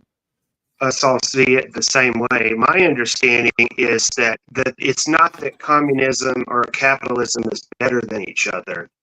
Was it Marx had a book called Das Kapital? Capitalism is just the first stage. It's and then like if you go back to World War II, there's really no difference between the Nazis and the communists, and they like met in Iceland and shake hands. The only difference of them was, okay, the Nazis are focused on the different nations controlling on that level, and then the communism is more it's like the state and the federal. The communism is the international system, and then the right was the illusion of these choices between nations. But I know for sure if you look up communitarianism, Barbara Specter, it's just alchemical blending of opposites. So I think the same people that were controlling things in the past are doing it today. The thing is that the death toll of communism, not just in the people that have starved and been killed by it itself, but the troops that have fought under United Nations orders. See, Elgar Hiss, when I call him a communist, I'm not using the term loosely. He was a full-fledged communist, just like Saul Alinsky. And many of the communists are satanic. Read the book Marx and Satan, or look at Saul Alinsky's book. We all know how that's got the it's dedicated to Lucifer right at the beginning. And the symbol of Alexander Dugin, the chaos magician, and he has a great admiration for a lot of these people in Russia of the Nazis. Yeah, he's the guy that's the father of this new internet, this like new Soviet world union of expansionism that's like the old Soviet Union. Well, the Soviet Union made a treaty called the Open Skies Treaty and a couple other treaties where they would fly over our country and take pictures of every base and make sure that we're disarming. And that this disarmament of America has been happening for the last 50 plus years. That's why I brought up how those warships all have their guns welded closed, because they've been disarming us. That's why we see that. I definitely don't disagree with that, because I literally see new legislation like here in Washington. If you guys remember correctly, a year and a half ago, they said we can't have AR-15s anymore. Oh, yeah, they're softly disarming us. It's not some kind of, it's not a theory. It's William Cooper nails it to the wall, and that JFK signed Department Publication 7277, which was the Disarmament Act. And the modern internet will sit and act like it's only about nukes, and it's not. It's about all weapons, period. And that we're living in extremely dangerous times. This is the end of days. May I say that America was just a test run? That they had all the people together in one place. That's just the stage to this all connected. America never was free. America never was separate from the Illuminati. It was free when we had a constitutional republic. In that, Thomas Paine, he was one of the. I'm pretty sure he wrote Common Sense. He was against the Illuminati. The idea of a sovereign individual goes against all ideologies of communism, where it's group rights. And it's group rights versus individual rights. Take away all the words and all the labels. That's what it is. And if we don't have individual rights, then we're screwed. Because when the group likes your Nikes, they will take your Nikes. When the group wants your farm or whatever, they will take it. Because that's the group. That's why democracy is dangerous, because the group will vote themselves all the rights and and it'll take away the rights of the individual. And that this is what's happening, is they're using group rights as a tool to take away individual sovereignty. Yeah, I mean, I definitely feel a lot of what you're saying, and I do like your take. But I have kind of like my own take on it, and I guess where I find that it doesn't fit is that these people, they are literally have a belief. Like, a lot of the Illuminati people are royals, and they are people related to royals. They're a certain bloodline, and going back to ancient times, they have this belief that they and their blue-blooded kin have some kind of divine right to rule. And to me, that's not really communism. That's the exact opposite of communism. I feel like they use communism to achieve certain goals, but their belief is like, I don't even know what you would call it, Luciferianism, a technocracy. You're talking about the thing that goes back to the blood in the cheeks thing of Adam, of what the certain groups believe. But see, it's like Weishaupt. When he was banished from Bavaria, he went to the Saxo-Gotha. It's highly documented. And Saxo-Gotha later merged with the royal families. And the royal families started using the system that Weishaupt invented in England. And you see, like my co-host, Lee, he's experienced socialism and communism in England his whole life. And that he grew up in the projects in England. And, he had his arms broken by the mob. And that freaking the brutality of the communist nations, think of it goes basically democracy, socialism, communism. It's a 3-step program. And that there's a whole misconception about who the communists are, because the communists are the capitalists, right. Point blank. Well, then there's the question of, if the problem, if communism is trying to solve, is that these rich people have all this money, that's just inherently problematic, because us down here, we don't really know what it's like to be up there. And if we were up there, we would have to be making these tough, gangsterous kind of decisions and be paranoid, looking around for people to jockey or take your spot. So regardless of who's in charge, I think that stuff's going to go on. Well, there's a book called Wall Street and the Bolshevik Revolution, and that Nasta Webster in that World Revolution book, even though I highly dislike her opinion on Jewish people because she's basically racist, but like she thinks in her own book, she states specifically that Jewish people were not allowed in the Illuminati. And then she later states that they only allowed Rothschild in, who's Jewish, because they needed a cash cow. Because the goal of the Illuminati is to destroy all. No rich person would knowingly join the Illuminati's inner circle, knowing that they're going to take away all the private property and give it to the hands of the government. People in Israel right now are just like us, where they don't agree with their government. Well, that's what see the thing about for sure. Well, Israel has to do with this conspiracy too, because I believe Weishaupt convinced the royal family of England that they were through their own religion, he convinced them that they were quote unquote Jewish when they're not. They're German, and that's where this whole British Israelism thing started. This whole Israel. It's all. There was a time period after the Byzantine Empire rose. Basically how it goes is the Roman Empire was the biggest, most powerful empire in the world. They ruled the world, basically. They conquered the known world, except some remote areas. And then they were sacked for a final time. They were sacked, and by sacked, I mean enemy forces just rage into the city of Rome itself, burn everything down. And then basically what happened was those people that sacked Rome, this is an important part of history because this is, in a way, the origins of the Illuminati, or it is, or at least the modern Illuminati. Yeah. Where you have the German influence taking over, which factors into the Western and Eastern churches and the conflict in Ukraine today. It's very complicated, but after Constantine gave all power to the church, he removed power from the royalty. Like that one act kind of sealed the deal. And from that point, they began the Vatican began replacing royal families around the world with their own bloodlines, which were either Italian, like the Roman families that were already there, German, the people that came and took over, which were kind of allied with the existing aristocracy, the families, the Claudian dynasties that were already existing at the time. And then they go over to basically the steppes of the Caucasus Mountains and start interbreeding with those people, which are basically like, the Khazarian faction. So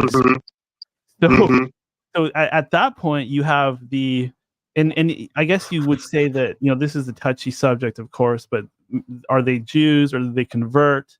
That's kind of the question.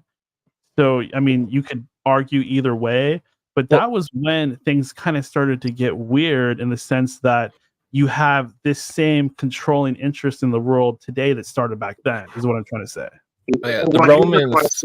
What about how the Illuminati wants to not have government in religion, which is something that I would be attracted to, but I'm not attracted to anything their Masons and these people are doing at all. And then the same thing is with this study of the occult and magic. It seems like there's this neutral, interesting level that the folk are at, but then when these elites get a hold of it, it's a whole different thing. So you could have two different people thinking about an idea like communism, but having two completely different ideas of what it is. Same with the jury. Well, that's how they deceive the masses, is by having Hegelian dialect, two definitions of the words. Each word has two definitions. And I never knew that's what that meant. Yeah, it's like if I went up to a person and said, "Are you a fellow traveler?" at the bar, and they were like, "Do I travel? I don't know." Or else they were like, "Why, yes, I'm a fellow traveler. I travel from west to east in search of light." See, that's to one person it means it's asking them if they travel. To the other, it's asking if they're a fellow Mason, and that it's the same reason why George Bush used that term 1,000 points of light, because the 1,000 years of the age of light, the age of Lucifer. This is not my religious opinion. This is their religion. Don't try to hide it, Clint. We know you're a closet Luciferian. Don't try to fool us. Well, the thing is, their 1,000 years of light, 1,000 years of Lucifer, or whatever, that's the same thing as the Eon of Horus that Aleister Crowley spoke of, because I believe he was an Illuminist, and that only the outer core believes in Lucifer as an entity. The inner core believes that they are the entity, and that. Pardon me, but you may have that backwards, where the outer core believes in like the human intellect, and the inner core are real like hardcore magicians that are actually possessed by occult entities. I could see that too. I definitely have speculated stuff like that. Henry Clausen. Me too. I'm just speculating. Like, I don't really know. I'm just shooting the shit, waxing philosophical. Oh, yeah. I wouldn't say any of these are hard opinions. They're kind of things that I suspect and things I have like an intuition about, and it's obviously very complicated, but I Yeah. I hope one of my strengths is just having an open mind and being willing to like adapt my beliefs and not be one of these people that's just like, going out there and spamming what I believe, or like we talked about earlier with Brandy, people kind of just going on Facebook and just towing the party line and all that stuff. But to back your point up, some Henry Clausen, it's crazy you made what you were saying, because I was about to say something similar. Where Henry Clausen, he was oh, damn it, you put me on full screen. Yeah, Clint, you have a show now. You learn to love the camera. Make love to the camera.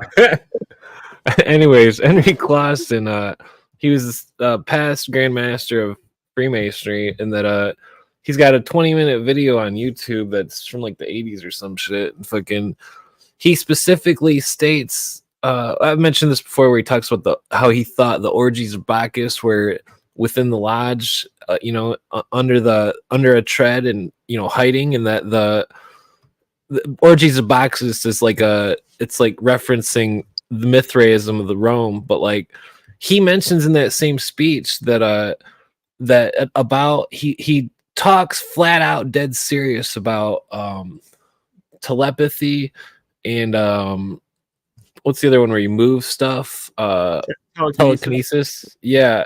And he talks about those things, and that on psychedelic trips in the mid 2000s, I seen telepathy and telekinesis on the psychedelics, and like experienced it myself, and like that's why I'm not against Terrence McKenna, because I took his mushroom dare, and his mushroom dare was real. There was a real mushroom that talked, a ghost that could speak my native language, and it was speaking out loud, not like telepathy. You could hear it with your ears, and like Terrence McKenna was a high witch doctor. He was real, the like real deal.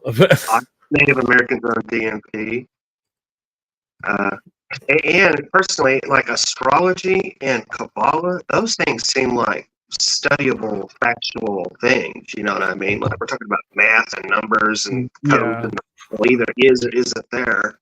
I'm more coming to that conclusion, Chad, because like, how could I not? Like, we've had some great like astrology stuff on this show, and I have to admit, most of my life I thought it was complete bullocks, like it was just fake as shit. But I realized that couldn't be further from the truth. In fact, the Anunnaki themselves were the ones that brought us astrology and had special equipment to view the stars, and that is why Babylon has a tradition, or it did have a tradition of astrology, and the best astrologers were all there, and they basically knew the future. Yeah, I think I definitely. The Bible was very against astrology, but when I personally look into it, it's all over it. I mean, the three magi, they were professional astrologers. Give me a break. Yeah. Well, the Babylonian thing, I think Kabbalah, just like Cooper, he believed Kabbalah was from Babylon, and it was the Babylonian high priest religion. What was that? I would say that it was probably there, but we got to remember that Babylon is post-flood, so all the ancient history we have of Egypt, Babylon, Sumer, anything that came before that was like recent. If you go before the flood, which the Sumerians did have records of Sumerian/Akkadian, because we're not even totally sure who the Sumerians were. They called themselves a black-headed people. But if you go and look through their records, they're like, yeah, before the flood, this was going on, that was going on, and then the waters came in and shit got fucked, and then the waters receded, and that's when we started to rebuild again. And that's kind of where history, as we know it, picks up. If you factor in the fact that we had a flood, which every culture references, then you got to maybe look at the Book of Enoch and the Watchers coming down and what was going on back then.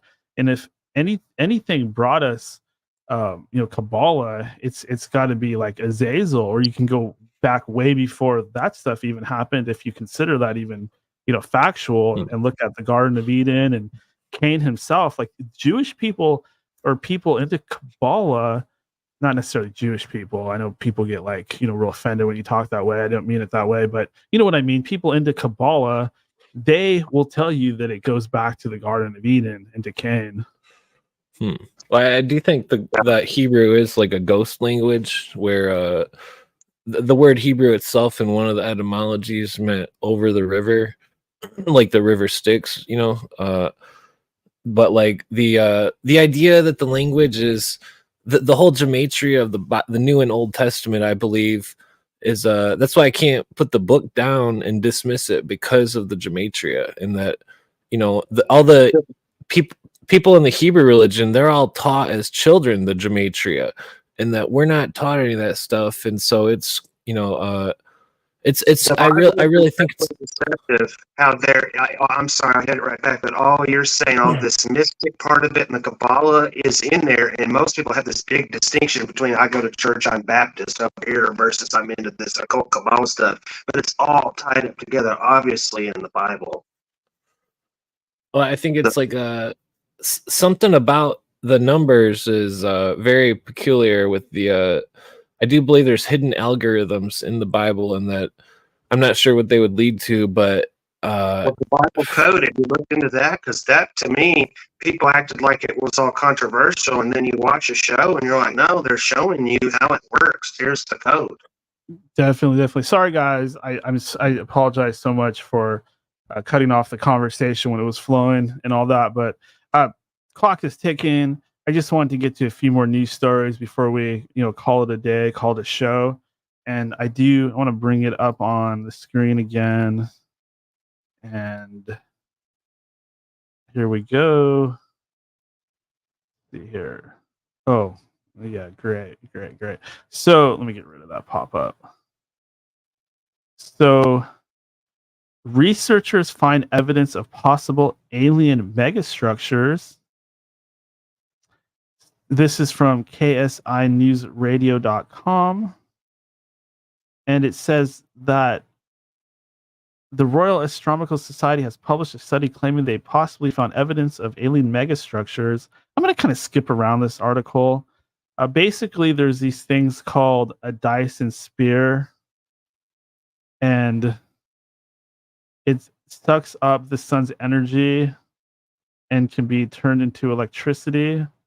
And they basically feel like this is evidence of some sort of alien technology. Proving the existence of a Dyson sphere would provide proof of intelligent, technologically advanced alien life. That's real interesting, because let me get rid of this, because I don't even like that article anyway. But the idea that we have stuff that already exists that could prove aliens. I'm not a huge alien UFO guy. I in my mind, they're probably some kind of interdimensional entity, fallen angels, whatever. But are these just semantics? The idea that something going on with the sun is happening makes sense to me. There has been stuff published that shows these things that look like large ships entering and exiting the sun. Some people theorize the sun might actually be some kind of portal, or they're harvesting energy from it. That's got to be a great source of energy, the stuff going on there. And I see this story just being pushed really hard. Like, they want us to think about aliens. They want us to talk about aliens. Or, maybe there's something to it. What do you think, Clint? There's definitely a huge possibility that, because I've seen 3 types of UFOs in real life, and that it gave me the chills hardcore, and that if some of those pictures on the moon are real, that there are 2-mile tall giant cube buildings. There's a giant tower made out of possibly glass that's clear, that's fucking 2 miles tall. That's just the moon. There's I don't even see, I try not to believe in stuff, but I've also looked into all these things, like Carl Monk, his advanced mathematical theory on these old temples, where he measures them and turns them into a math equation, and then it shows the coordinates of the next temple. And he's got a whole 4-hour video called Carl Monk the Code, which is on my YouTube, where he does each equation from temple to temple using a different type of system, where the Great Pyramid is the prime meridian. and that a latitude longitude system, and that basically at the end of the video it goes all around the world, and he's like, oh, I got this coordinate and it doesn't seem to be any place on Earth. And then he like goes to Mars and uses the location on Mars, and it's the location of the 5-pointed pyramid and the other the face on Mars. And that I don't know if the face on Mars is a psyop or if it's real, because of certain stuff that I mean, I won't go into great detail, but what William Cooper says that he's seen in the files in the Navy or whatever, and that the face on Mars, it was in comics before it was ever discovered, and it was there was a comic called The Face on Mars, and that there was a couple of other things about a face on Mars and certain ancient belief systems of people. Not to cut you off, like, oh, you're I know good. I ramble sometimes. But that brings up an interesting subject, because back in the old days when I was first starting podcasting and I was doing the show with Michael, we had a guy coming on called Gary the Mad Martian. This guy was fucked, like just fucked in the head, man. Like, he doesn't like me very much. I don't mind him. I like him, but he was obsessed with Richard C. Hoagland, like stalker obsessed. Like, he wanted to bang him in the ass or something. But sorry, Gary.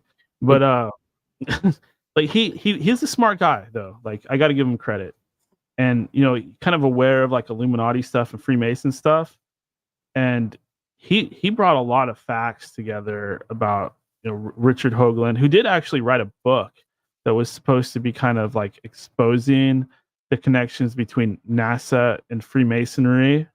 And the whole idea, and the reason I'm bringing this up is because I was actually listening to old William Cooper's on your channel, Clint, and one of the things he was talking about was the whole Richard C. Hoagland and Face on Mars thing. And I'm thinking about Gary the Mad Martian with that going on. And basically, the big revelation they're trying to push was that humans are jumping around planets, and that Mars used to have life, and that we were the Martians. Like that's Gary's big reveal from kind of like, being up Richard C. Hoagland's butthole all the time. Was like the ultimate truth behind it all. And according to Bill Cooper, he would say that this is disinformation. This is seeding the idea of that alien UFO interaction, and I'm sure flat Earth people would say it's the devil, trying to make us think that the Earth is round and space is real, and pretty much everything the devil wants us to believe via his servants, the Freemasons. Well, it's I would say Illuminized Masons, because I've talked about the archaeological ancient Masons that have been gone since like the 1400s, and only remnants remain basically. But Cooper says Hoagland was an undercover, that Hoagland was a 32nd degree Mason, and that he found that all these UFO truthers were all 32nd degree Masons, and that's where he was led to believe that it was a deception that he read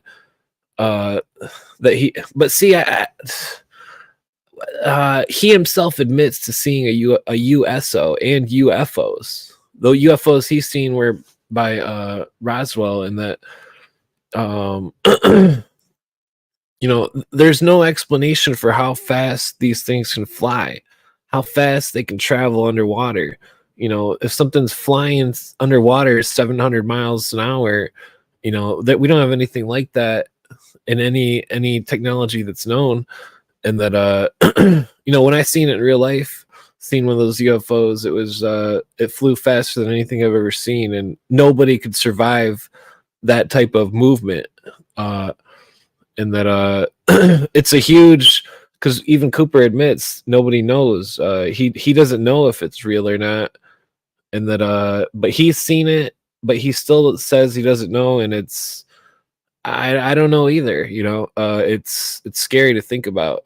Especially when we see TV shows like V, the series from CBS from like 2009.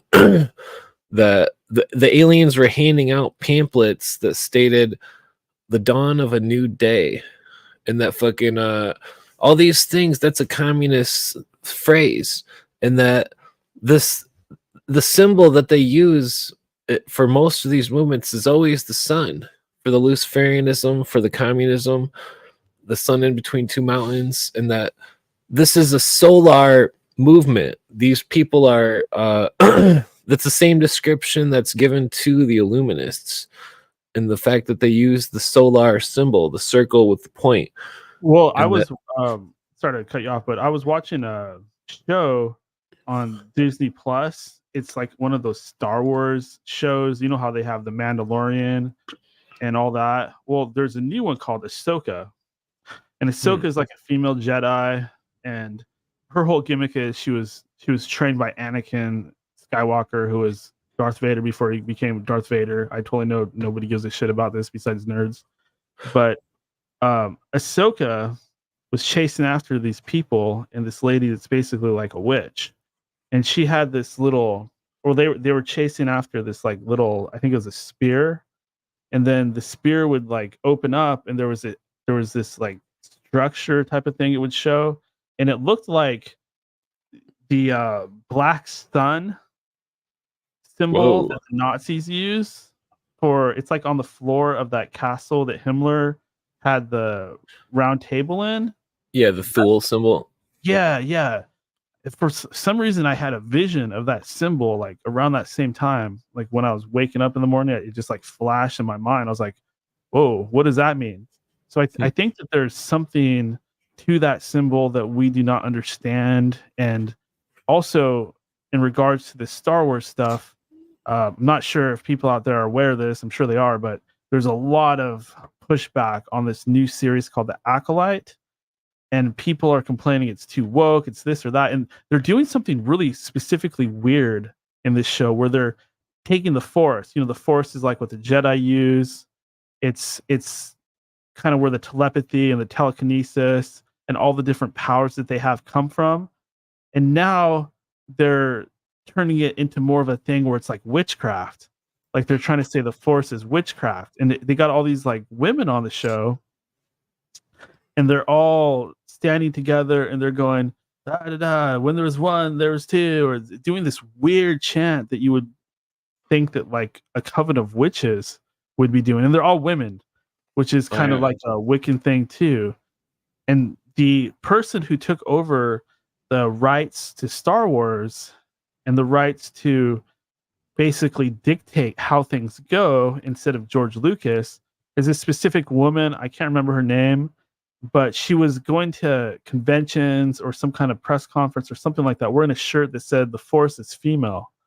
So they're really pushing a lot of agenda stuff into Star Wars right now. They're kind of changing the whole mythology, and I feel like they're taking like the Force, which I would compare more to Eastern mysticism, like meditation and stuff like that, like more of like natural, chi, like natural sort of gifts versus unnatural gifts, which would be witchcraft.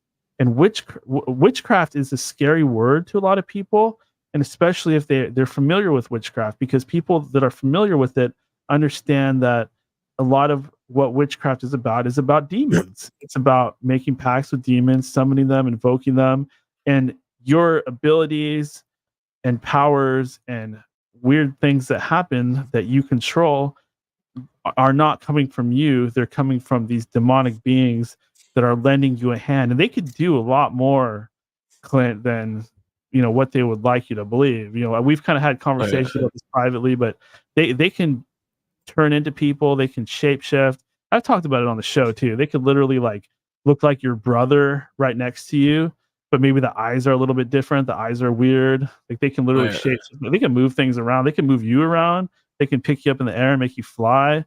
And that's just the beginning of it. I'm not saying they're more powerful than the good or powerful than God or anything like that. But whatever these things are, they can do more than most people would probably think.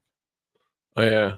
Well, that brings me to why I didn't join Freemasonry and modern Freemasonry is because the Faustian Pact, the guy signs this contracted blood to the demon, and that the yeah, they call. I say this all the time, but they call masonry the craft. Yeah, you circumambulate the altar, which is one of the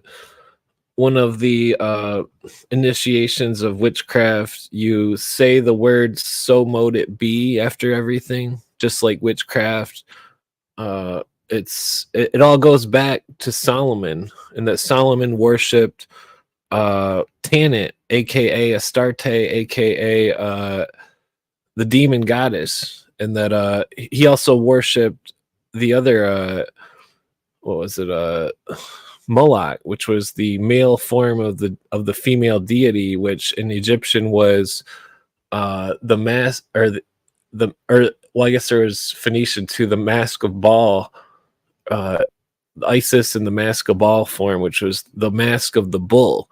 And the Greeks, their story was, they kind of switched it up because the Greeks were pretty sloppy with their mythos, but they made it so the symbol of Isis was instead a lady, and that her son, the Minotaur, was Isis in the mask of bull form.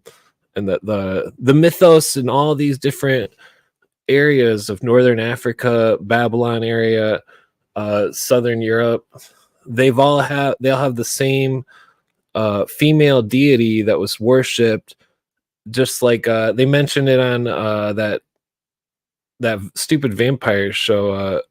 I've mentioned this before. Yeah, where the female deity has all the people with an orgy, and they're all like killing each other and stuff, and then she turns into from an owl, which is the symbol of Isis, and then goes to the ground and then turns into a white bull. And that's a symbol. And when I seen that part, because I was already familiar with Wayne Cooper's Mystery Babylon and stuff, I was like, what the fuck? Who is writing this shit? And then later the Vampire Squadron headquarters was it had the symbol of the 9-pointed star, just like Game of Thrones. Yeah, and the fact that they show they call the show True Blood, like they're telling you some truth in there, and they got this actual product called True Blood, which is kind of designed to be a blood substitute that vampires can drink. And the whole concept of the show is that vampires came out in the open, like, oh, we've been here, we've always been real, and now we're telling you that we exist, which I also feel has some truth to it. Like, whether you believe vampires are real undead creatures, or if they're just people that are into like witchcraft and into drinking blood and being weird and stuff like that, I would say that they do exist. And there's other stuff in there, like what you just mentioned about the goddess, and then the whole idea of Suki, who can hear people's thoughts. She has telepathy, and she comes from a bloodline which is basically a fairy bloodline. They even call her a fairy, which goes into, the old world of the UK and the things going on in that area, the fairy folk traditions, which have to have some truth to them, because a lot of them sound exactly like alien abductions. Probably sounding like Joe Rogan here, but the thing is, he would never talk about True Blood because he doesn't go that deep. Like, he watches shows like this, and then he just like transform into like surface level shit that he knows will appeal to all his like meathead fucking UFC followers that barely know who Alex Jones is, and et cetera, et cetera. I'm rambling. Yeah, I keep trying to challenge Andrew Tate to a fight on Twitter. Nobody ever responds or anything, but he's like, there ain't nobody in that. Yeah, there was recently some kind of video trending that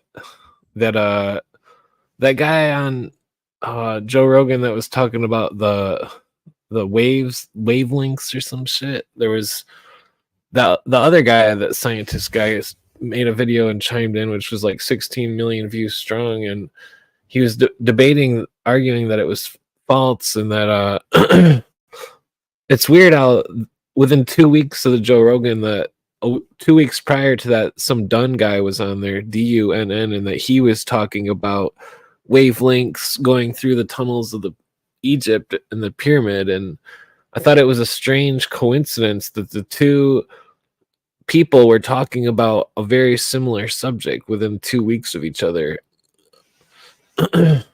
Yeah, that is really bizarre. It's little things like that that make me think something's definitely going on. And whenever, going back to the True Blood thing, anything to do with vampires, I notice tends to have a lot of those occult sort of secrets in it. And of course, that goes back to the Order of the Dragon and the lineage of Dracula himself, which Prince or King Charles has bragged quite a bit about. Oh, I'm related to Vlad Dracula. He's my distant cousin, however that goes. That's why I speculate that the Illuminati uses the red flag is because of the Order of the Dragon. Because the Illuminati, may be older than Adam Weishaupt. Well, it's definitely older than, but you wonder if he was just a scapegoat that was put into the state. But back to the red flag thing, though. Well, I could touch on that real quick, though. Like, I mean, this is kind of important. It's the Illuminati. Fuck it. So the another famous member of the Order of the Dragon is Arthur Pendragon, the father of King Arthur. Yeah. So this has a royal thing to it. Like the idea of Illuminati, there's certain things I can't really say on this show. I know everybody hates when I do that, but I guess everybody's just not like ready for it yet. And I'm not sure how safe it is to even say certain things, but I try to say things in a different way that like aren't going to get me in that type of trouble, like something that's not so obvious. But you can look through the genealogical records of families like the Plantagenets, who are heavily into witchcraft and heavily into the dark arts, and the papal families that were in control of Rome for a long time, and where their beliefs and traditions actually come from. Like, was there a party or a movement, an Illuminist movement at a certain time? Absolutely. But, and that had specific goals. But was this religious system that a lot of truthers today would call Satanism, was it in existence long before that? Absolutely. And you just have to look throughout history. Like there was a war going on in the past between two secretive groups. And one was basically the Church and the Vatican, and the other one were the Gnostics and the people that kind of had opposing beliefs to them. And I think that's where a lot of the clues lie to what's actually going on. I mean, obviously the Vatican and the Church is going to be against this group of people saying that God is evil or God is the devil. But, and I hear that repeated nowadays. Like people will often tell me, like Bible thumper types will say, don't read about Gnosticism. Don't talk about Gnosticism. That's saying that God is evil, that God is bad, and the devil is good, and all this stuff. And yeah, I see that angle, but how are we supposed to know the truth with all this buried history and all this buried knowledge? How can people like us actually find the truth? I get called a Gnostic all the time, and I don't have any labels or anything, but yeah, because let me ask you a question. Sorry to like take control, but I'm just like really curious. Like what, like, do you feel like because you're not one of those type of Christians that just throws out Bible quotes and believes everything word to word, that people, just because of that, people accuse you of being like an occultist or an atheist? Oh yeah, constantly. Yeah, that's what I mean. That's my point. That shit's annoying. Like I get that so much. Well, it's like I asked certain people. Well, I guess first I want to mention the I was going to bring this to the Babylon and the Vatican, but the red dragon, the red flag, the red flags were France after the Illuminati took it over, Germany with the red flag, Russia with the red flag, and now China.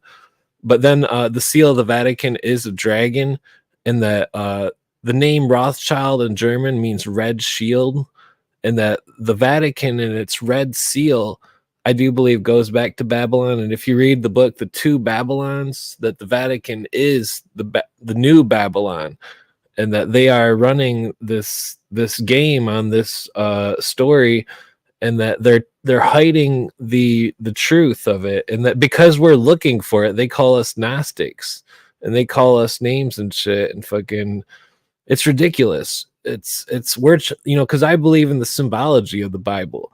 It doesn't matter if the story is real or not. The symbols are real, and that the story has a gnosis that gives the initiate, if they understand the story. Yeah, the Old Testament is the story of a certain group of people, I guess, like the Israelites. It's the story of their journey from Egypt to the lands of Canaan, and then the wars that played out between them and a lot of these Canaanite tribes or peoples or nations that existed in the area.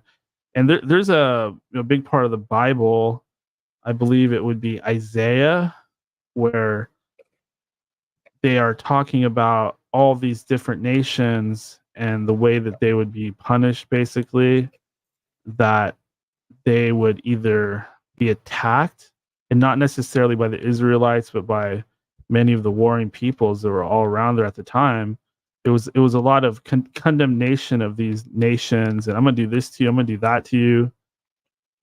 And all these nations probably had similar beliefs. Like they were all like the Moabites.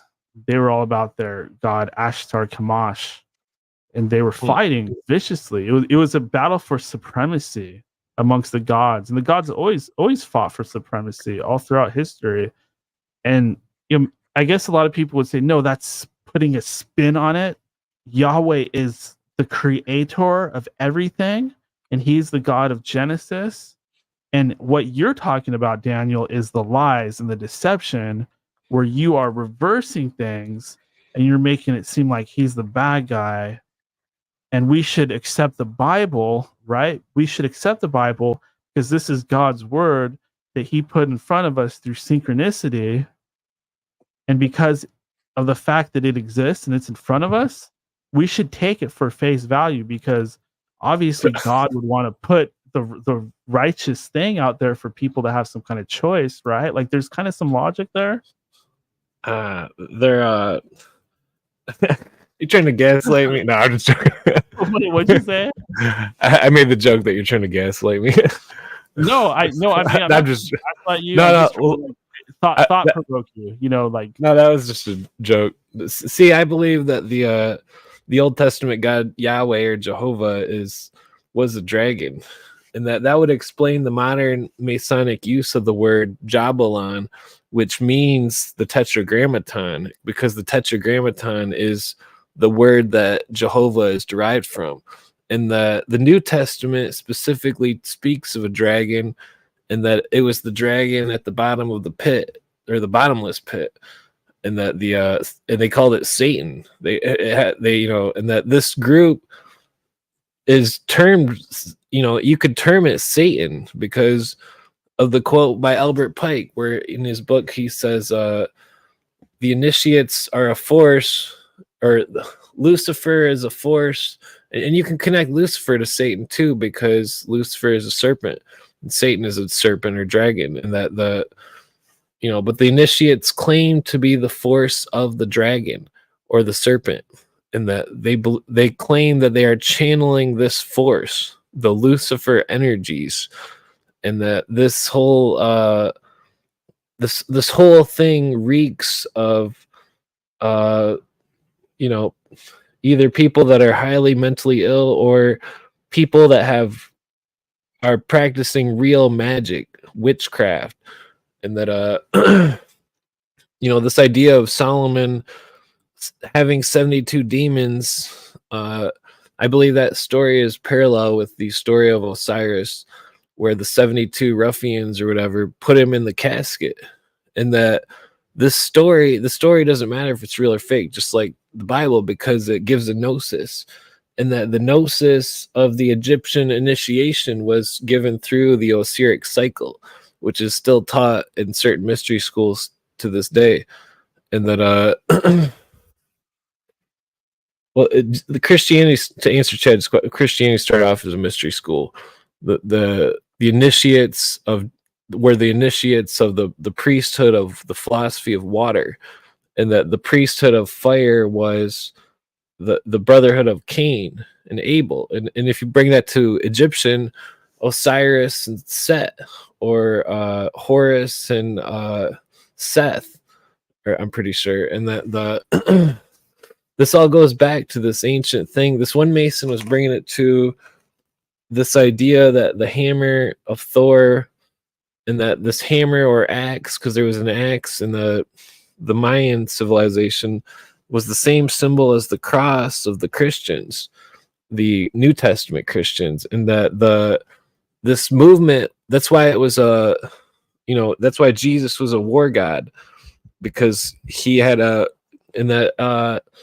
it's really weird because nobody knows, so basically, like, in alchemy, they claim the two branches, water and fire, which fire is the artificers of fire and metal, the other is the artificers of knowledge and faith, and that the two branches were once one, and that nobody knows who is the sole proprietor of the two branches of alchemy, or the mystery schools, and that the sole proprietor, this one Mason claims that the Jesus story goes back 1,000,000 years, and that it's very a bold statement, which I've heard other stuff from, but like it's hard I to agree with that in the sense that, like, I'm not trying to like offend people. That's not my goal. I'm just trying to speculate, and based on what I've seen and I've studied, that's the truth. Like, it's a repeating story that has to originate in an actual series of events at some point. It's not that I don't believe in the crucifixion. It's that I believe in the crucifixion and probably all the other stories of individuals that came and ended up getting sacrificed to whatever and to save humanity and give us peace. I would say that it's all a repeating cycle. Like when I talked to Jen a little bit about the god, oh god, worst time to have a brain fart, Vishnu, coming back every cycle and has already come back like 8 cycles or something like that. That tells me that there's some kind of correlation there, and that maybe every once in a blue moon, or once in a many cycles, or per cycle, or however the hell you want to phrase it, God actually comes down here and hangs out. What if God was one of us? well, it's like each of those religions that have the Christos type character is, they all have the commonality of a gnosis of the initiate, and that Jinn would be a good example. This system, that version of the system, and has received a gnosis of the knowledge that he speaks of, and that the gnosis, it's like people get all wrapped up in whether the story is real or not, but they don't understand it's like a Native American story, that it's all symbols, and that the symbols teach the initiate something, and that like there's a philosophy. It's like, even if it's like, I'm always telling my viewers on my channel, it doesn't matter if Jesus is real or not, there was a philosophy, and that the philosophy was, judge not lest ye be judged, or if somebody asks something of you, do twice as much to be ultra nice, and that and that's, it's like the modern day Christians. It's like when I was on Jamie's podcast, or no, I wasn't on it, when I was commenting on it while she was live streaming once, I was talking about that philosophy of Jesus, and fucking those people on the chat were all quote unquote supposed Christians, but they didn't understand when I was saying that Jesus would seek out those who needed the help the most, like prostitutes and thieves. Speaking of that, hold that thought, Clint. Jamie will be joining us next week on this program. Oh, that's cool. Yeah. Finally got a hold of her. She seems pretty cool. Yeah, she's pretty smart. She's one of us, definitely. I think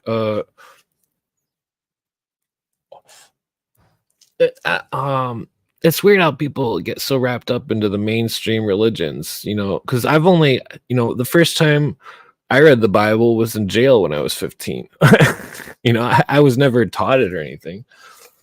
I think it's great to read the Bible. Like, that's probably one of the main things that somebody should read. Like, as soon as they learn how to read, like the Bible's full of great stuff. Personally, like my beliefs, like if you want me to be honest, I believe that the God of the Old Testament, maybe he was Satan or Demiurge or something like that, but he's not really all bad. Like, he's like a strict dad that thinks he's doing the right thing, but is actually at the end of the day kind of being an asshole, if that makes sense. Yeah, well, it's like anybody who's not a bad person shouldn't have to worry about being judged by the devil. So I mean, it's exactly. Oh yeah, Satan, but like Satan just means adversary. Yeah. See, we're talking about it in like the classical sense, where the mystery schools they have perverted it, and that they believe in this force, and that the whole serpent in the tree of the Garden of Eden, and like you know, there's old Kundalini and Kundalini type tree of life symbols from Babylon, and that this symbol of religion that was a perversion of the great mystery teachings, somehow it like created insanity. Where that's where I was going to bring up that one thing they did in Babylon, where they would take the entrails of humans and claim to divine the future, and that I forget what they call it, anthropomancy, I believe. Yeah, and that's something you see a lot. Like, you probably wouldn't be familiar with this, but you know the TV show Lucifer? I'm sure you've seen that. I think I've seen the first season.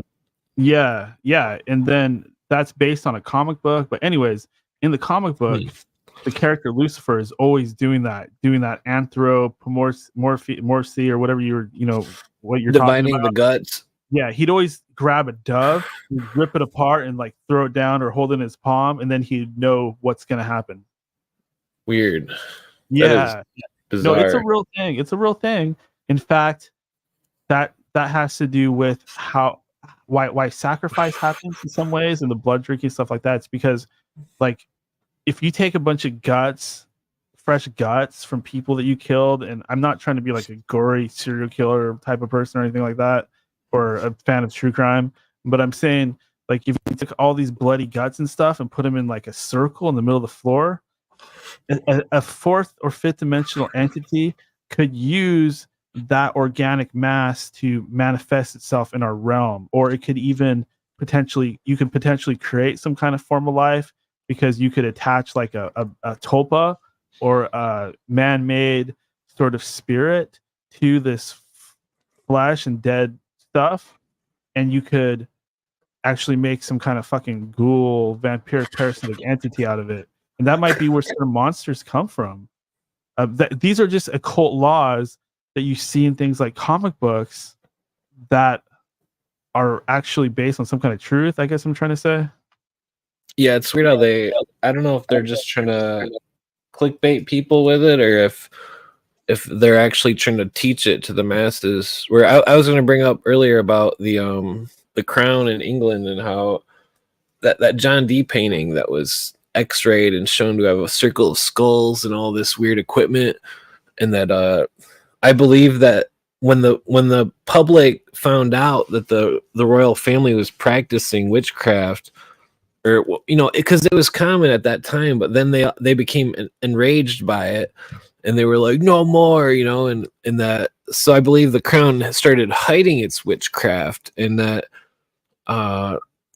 even the symbol of the MI6 today is a symbol that is a sigil, and that the it's weird how that's why I put that one, I don't know if I sent you the links because I made it private, with the Princess Diana documentary that Chris Everard does, where he believes she was killed by ritual magic, that they killed her for what their belief system, and that she was killed on a ley line. I may or may not have seen that. I know I've seen a similar documentary, but I can confirm that that's absolutely true. I mean, and just looking at the photos afterwards and the inconsistencies there makes you alone raise an eyebrow. But wasn't that tunnel that she died in called the something of Isis, or there's a temple of Isis on top or something like that? Yeah, I think so. It's the same thing I'd as have to like look that up. Cooper says that JFK was the sacrificed king, and that it's like in ancient Egyptian times, and during a certain dynasty, they would take a person and they would let him be king for 5 years or something, and then they would sacrifice him at the end of it, a sacrificial king, and that it's an ancient concept that Cooper believes it was real because they killed him at Dealey Plaza, and that Dealey Plaza was a sun temple, and that it has an obelisk there with 14 pieces, just like the story of Osiris and the lost word, the lost generatory force of initiation that was divided into 14 different religions, and that those 14 religions, I believe, each have a piece of the lost symbol of initiation of ancient Egyptian lore, which I believe the initiatory force of the Egyptian lore was given to Christianity, and that I believe the symbol of the story of in the Osiric cycle where the lost word is eaten by the two fish, and the two fish was the symbol of Jesus. Yeah, and that's getting into the astrological aspect of this all again, because each zodiacal figure is an age, and the Exodus, I believe, was the transition from the age of the cow or bull, oxen, bull, whatever, to the age of the ram. So the golden calf in the story of the Exodus was a sin against God because it was worshipped of the previous god, and they're worshiping the previous god instead of the new one. Well, that's what some claim. Oh yeah. Well, it's like some equate Moses to the two tablets to that the Egyptian deity with the two I forget his name, but that that's when the Egyptians moved from the age of the bull or Ptah to the ram of Mendes, and the ram was because the modern day Hebrews blow the ram's horn, and then even in China they wear the same. They have similar Hebrew customs, and they also blow a ram's horn, and that those are remnants of the old cult of the age of Aries, and that but I do think that you ever gotten into Michael Sarian? Yeah, I like it's probably like 14, 15 years ago. Yeah, his stuff, like his book about Atlantis, the exact name escapes me, but that's a really good one. That one kind of, but I don't, like most researchers out there, I don't agree with everything he says. Like there's some key points that I disagree with him about, and then but even the fact that he talks about certain things, and people like Ralph Ellis and other of these sort of like alternative researcher historian types, they at least make you think about it and get you pointed to things that we need to figure out to get to the bottom of this. Oh yeah. Well, it's like, to go back to the two fish thing, I don't think it was I think that the since the Christianity was a secret society, they were posing as the Roman solar mythos, and that the two fish thing was just happened to have the two letters that were flipped upside down in the temples to show the secret Christians that it was a Christian temple and not a temple of Sol Invictus, the sun of the 12 zodiacs. And like I think that basically I don't think it was astrotheology, and that I mean the Old Testament is definitely theology in a lot of it, and that, you know, like Samson with the hair or whatever, and the pillars. Or you're talking about like what Jordan Maxwell talks about, how just about everything in the Bible relates to astrology, 12 apostles, et cetera, et cetera.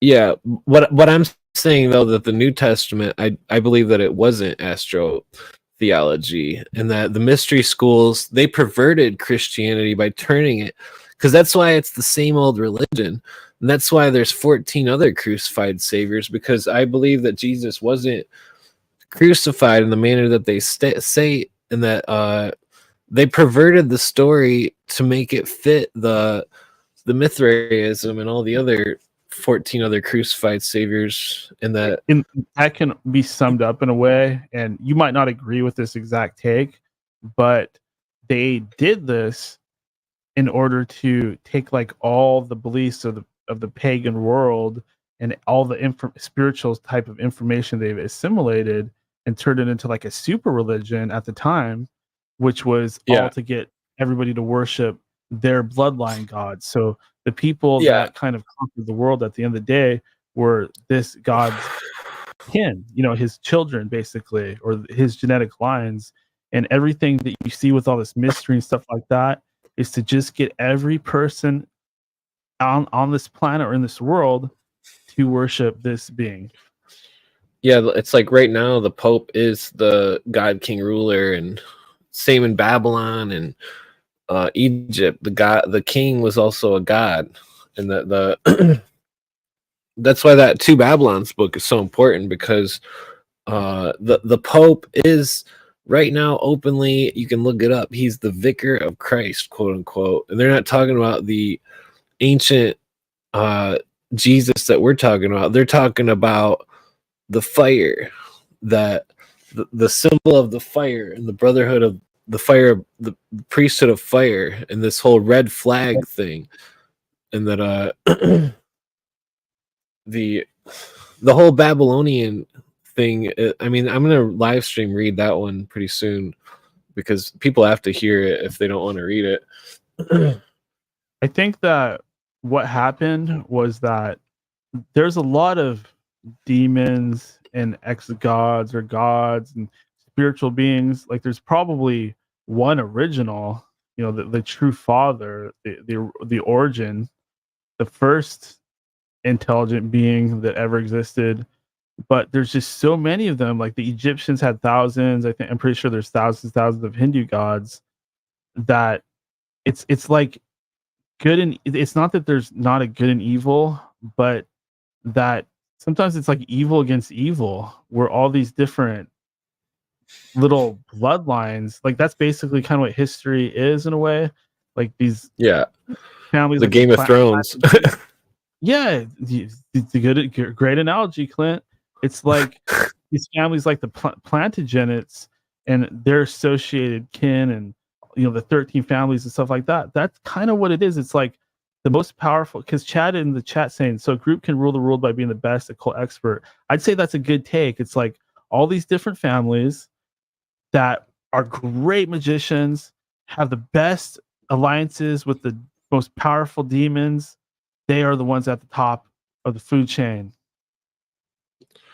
Oh yeah. Well, I think there is at least 8 or 9. I'd say there's 9 main groups, and that each one of these groups venerates a different entity or religion, and that these mainstream religions, I believe, are the 8 Enneads of ancient Egypt, that each have the same chief deity, like how Rome has the female goddess, how modern Christianity has the sun, or the Jewish people worship the father goddess, or El, and that the you know, like it's hard to explain what the other ones are, because I'd have to refresh my memory with some notes. I guess I believe that too. Like one kind of kooky new age belief of mine is that there's not only like original true father, but there's original true mother as well. Like basically creation, like they call it the Big Bang. Yeah, it was literally the first 2 gods banging each other. And that's where all the other beings came from, was this union of opposites, of light and dark. Oh yeah. Well, in the like Gnostic alchemy, basically, like the symbolic version. There were two mothers and that one father, and that the two mothers were mater in Latin, which means mother, and then water. And you notice how the two words are so similar, with the M turned upside down to create the W, and that the father was atom. In Egyptian there was a word for the deity which was atom, which meant concealed one.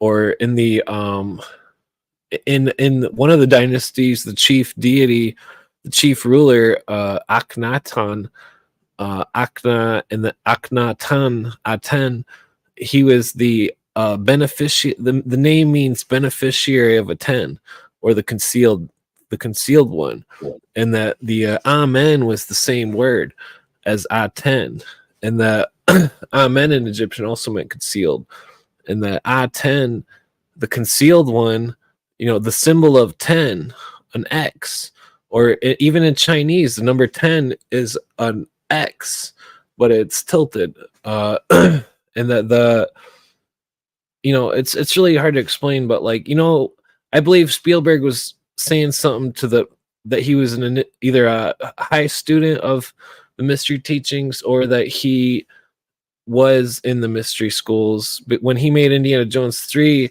Indiana Jones goes to the X on the floor, the 10 or A10, the hidden one, the concealed, and that the Indiana Jones, the first three are so they're written so technically. I think I think they were basing certain stuff on, like what Jordan Maxwell was alluding to, where he's like, why does Indiana Jones start off in Tibet when they're looking for this sacred object? Or you know what I mean? Like Jordan Maxwell just wasn't very good at explaining what he was saying, because everybody calls him a fraud. Another George Lucas movie. George Lucas and Steven Spielberg. Yeah. And Spielberg, Lucifer, and Steven Spielberg, like the guy that people question is a major part of this stuff. William Cooper says that Spielberg in the E.T. movie was a cover-up, and that for EBE, or extraterrestrial biological entity, and that the he says that there's two versions of Blue Book, or the Majestic 12 or Majesty 12, and that's why he says he never knows if it's alien or not, and then if it's real, and because if it is real, then there is a treaty, and the treaty says that the aliens can take people and take their organs and shit, and fucking right now in China, if they'll do anything to take your organs, and in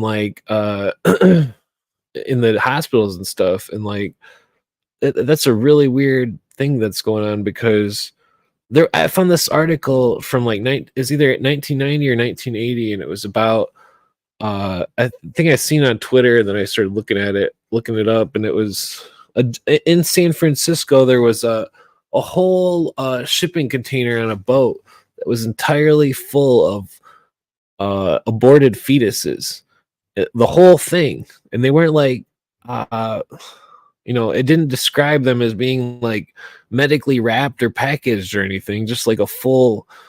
It was just really weird, but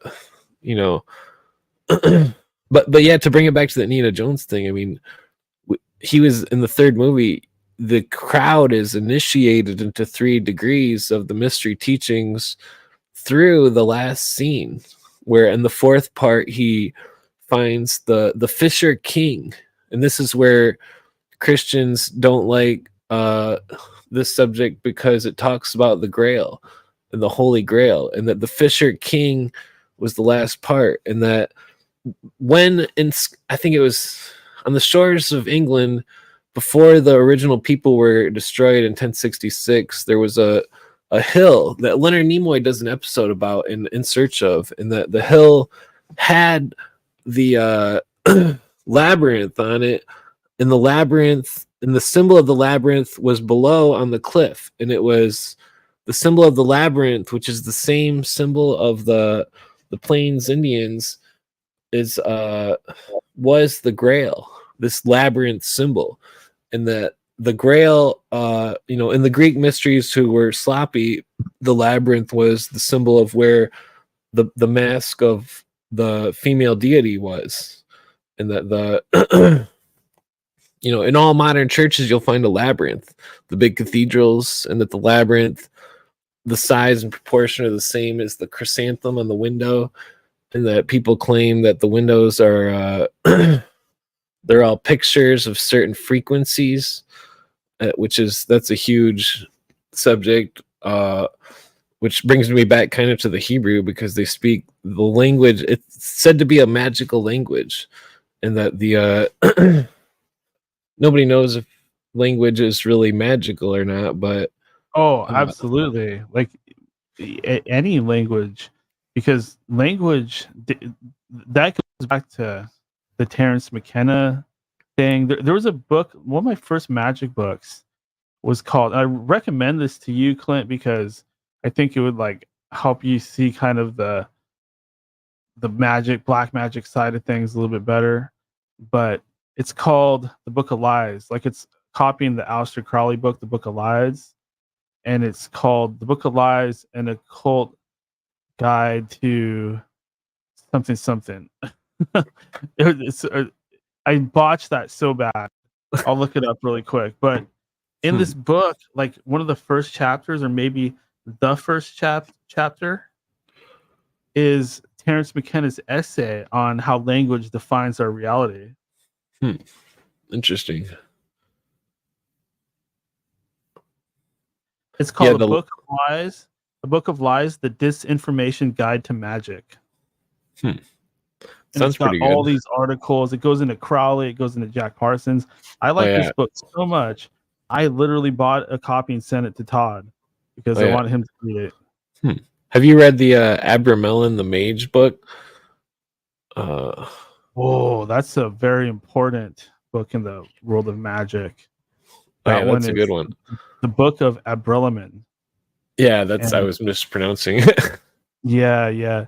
That whole thing is about doing this crazy ritual where you like meditate in a sandbox, and if you do it long enough, you start to see these little footprints in the sand of like this little fucking demon that you conjured. Some creepy stuff. and like what is it called? Enochian magic. It's considered one of the types of magic that actually works and gives you results like every time, and B, it can fuck up your life if you get too interested in it and you have a lot of results. Damn, 1 second.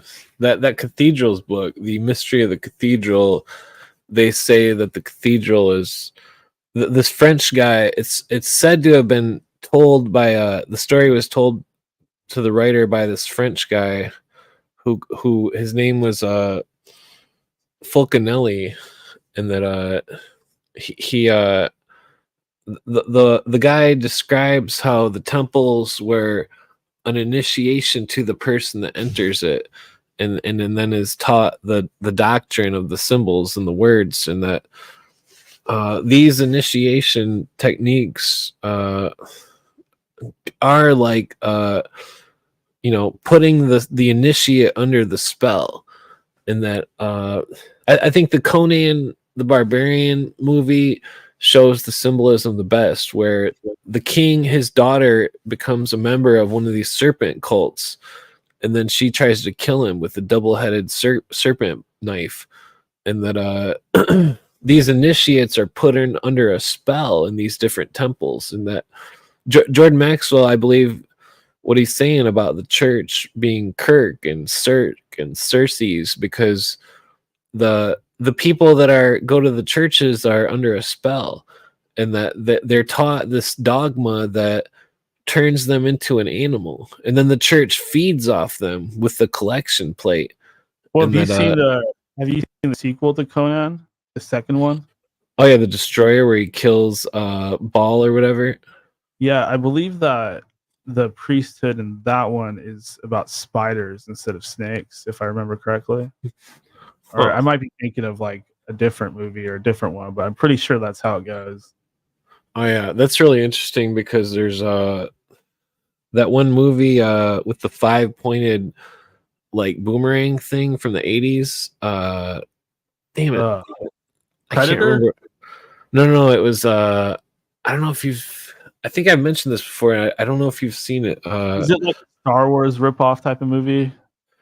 Kind of, but it had a moving castle, and that the castle was a spaceship, and this guy was trying to rescue this chick. But in one of the scenes, this old guy goes to a place where there's a giant a lady that's guarded by a giant spider, and that I'm pretty sure she says that she's a widow's son, or I'm pretty sure that phrase or some kind of terminology that's very similar is used in the movie, and that it was a weird movie. It was all about the budget was huge, but the movie, I believe the movie might have been some kind of a psyop type, some kind of propaganda or some sort. The story is, I don't know, it makes you wonder why are they making certain movies and the producers appear to be like, you know, the industrial military complex, and what are they trying to teach us? Is it all symbolism, or are they trying to teach us about some kind of secret alien war or some shit? Yeah, Krull.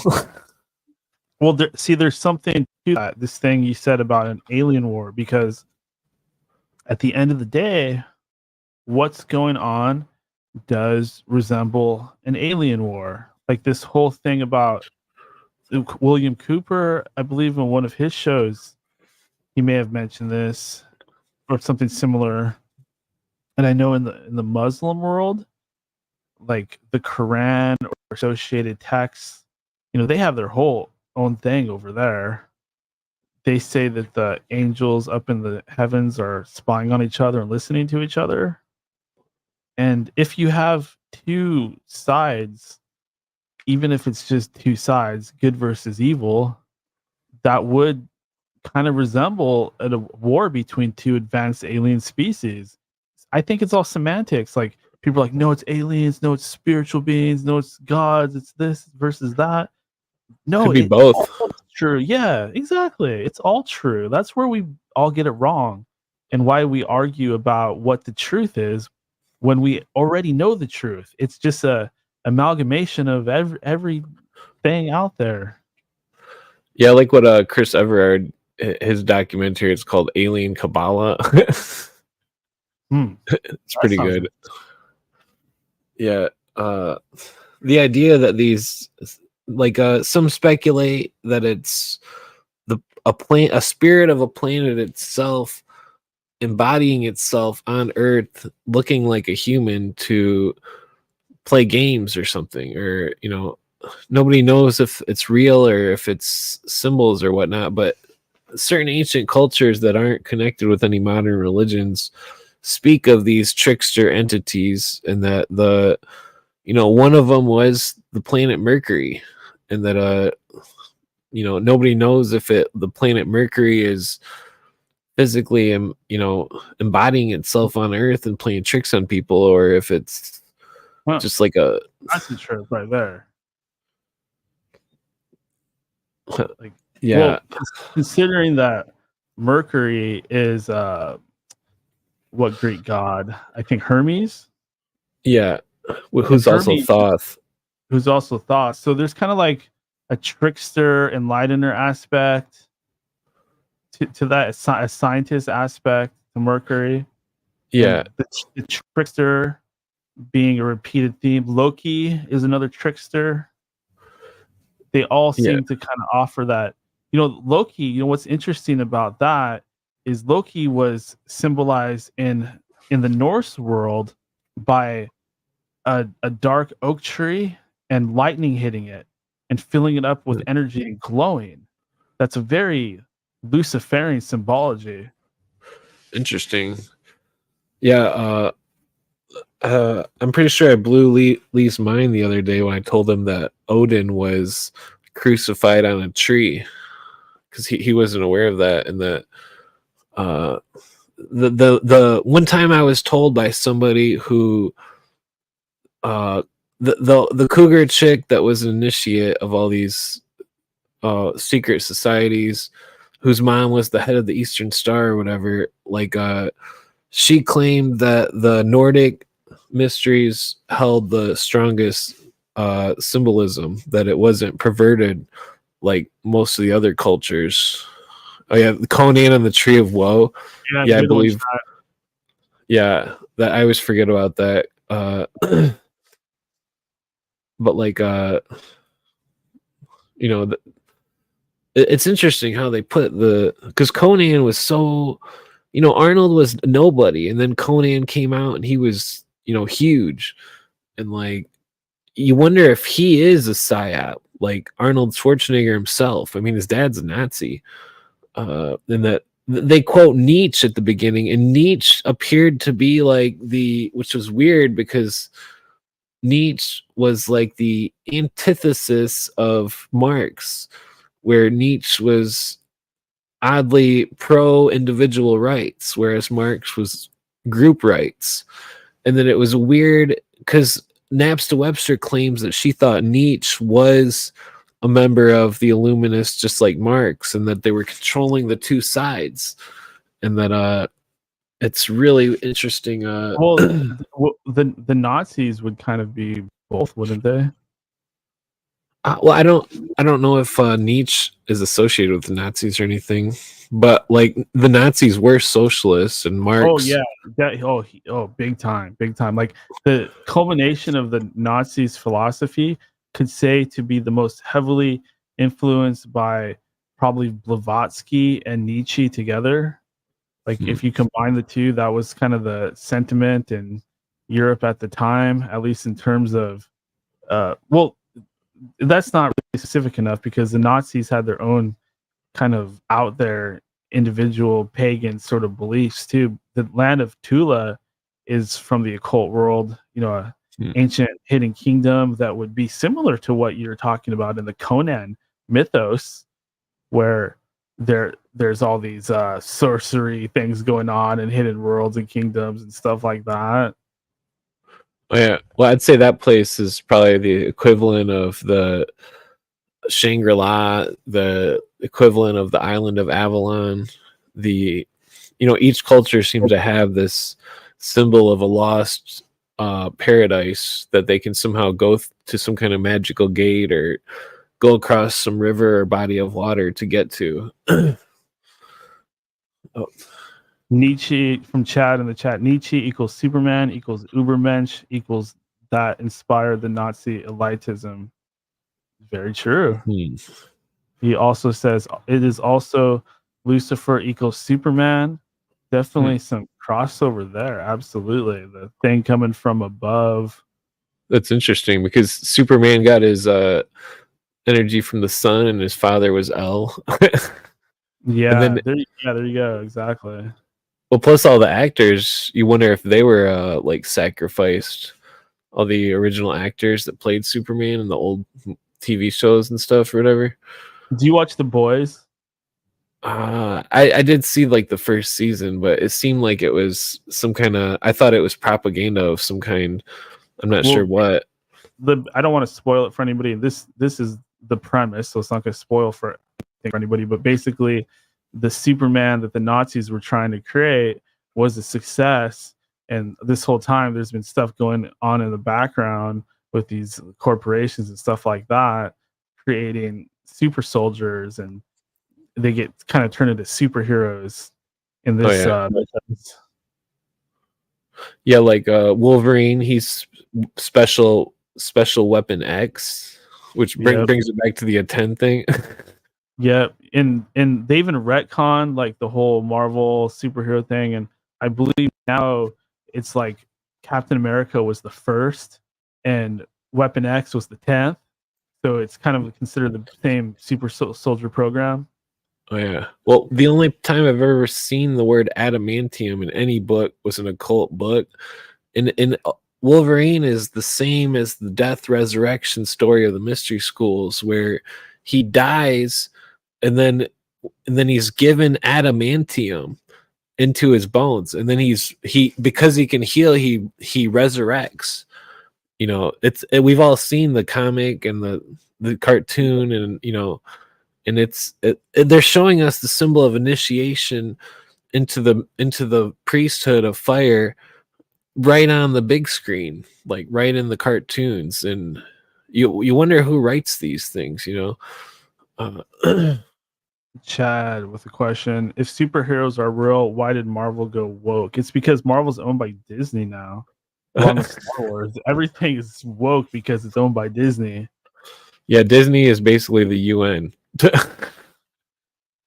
It's all their agendas, like transhumanism, rainbow spectrum stuff. Oh yeah, for all we know, you know that thing about Disney's head being in a cryogenic chamber or whatever. Yeah, that would be awesome. Wait, did you didn't know about that, or?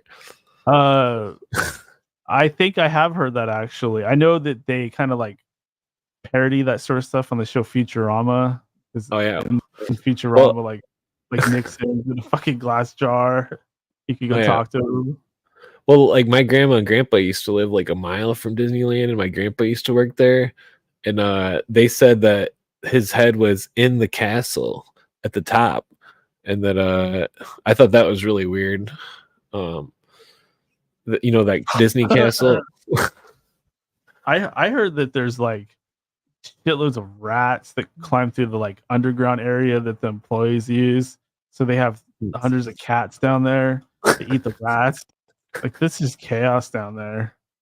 Well, I mean, if we go to crazy lengths with the conspiracy, I mean, it could be possible that they've thought out Disney's head and put his brain into a computer, and they have some kind of Disney algorithm that's writing the fucking garbage. the worst like hypothetical thing would be if they're using the tunnels underneath to like grab kids and sex traffic them and all that.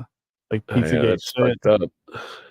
That's that Chris Everard thing called Murdered by the Monarchs. He talks about tunnels under England that were that the elite would steal people and, you know, sacrifice them or eat their organs or some shit. And that in towns in America, there's tunnels under certain Masonic towns. If the town is a heavily Masonic town, there will be you know, if it's like a 33rd degree Mason town, there'll be tunnels underneath. And I'm not sure if it's used for meeting places or if it's, you know, because in the ancient Mithraic temples, remember that brings up the thing that happened in New York where they found the tunnels and they're saying that they're like molesting kids down there and all that. Like, that was the initial suspicion about it. They sort of removed that idea, but that's what people were saying at first.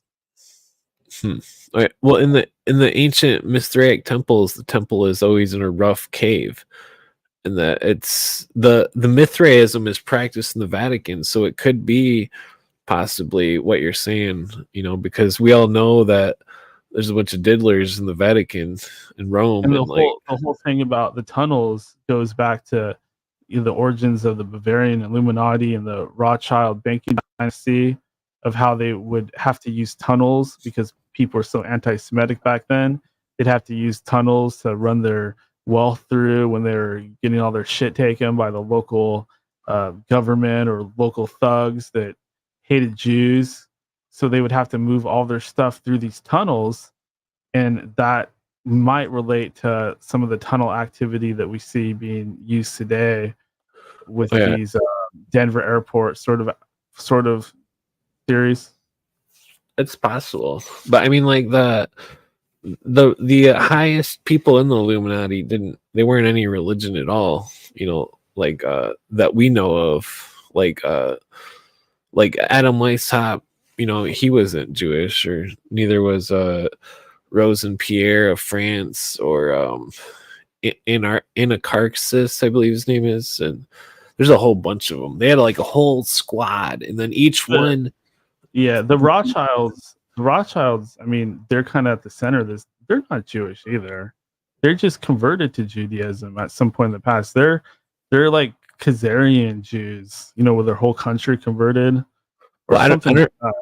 I don't remember their real last name, but I do know that they changed their name to Rothschild, and I believe it was because they became a member of the Order of the Dragon prior to the I don't remember when they changed their name, but it was prior to. You're right, because they come from, you jogged the memory, they come from a very specific line that goes to, I believe, like maybe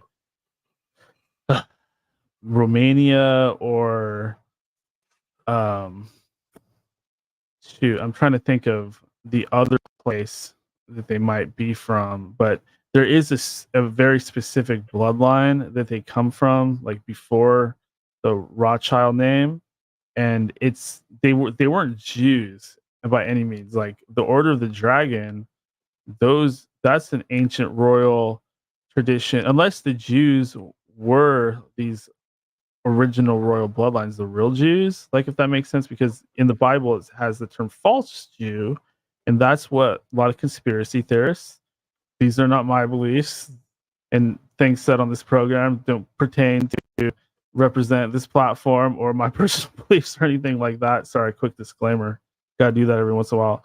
But the idea of false Jew versus real Jew, and that at some point there was a bloodline transfer where the Vatican removed royals and put other bloodlines in their places. And who comes out at the top of all this activity, right?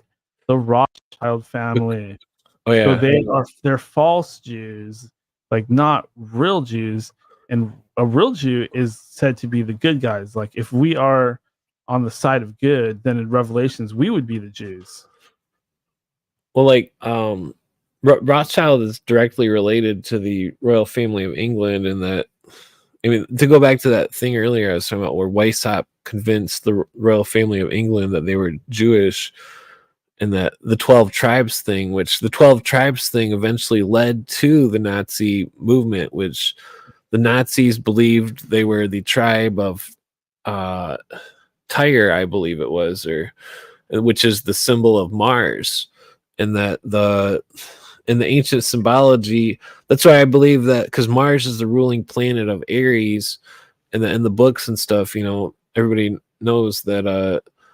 Well, basically, I believe that the term Aryan was a misunderstanding of the mystery teachings, where it was about Aries and Mars and the symbols, and that they believed that they were real.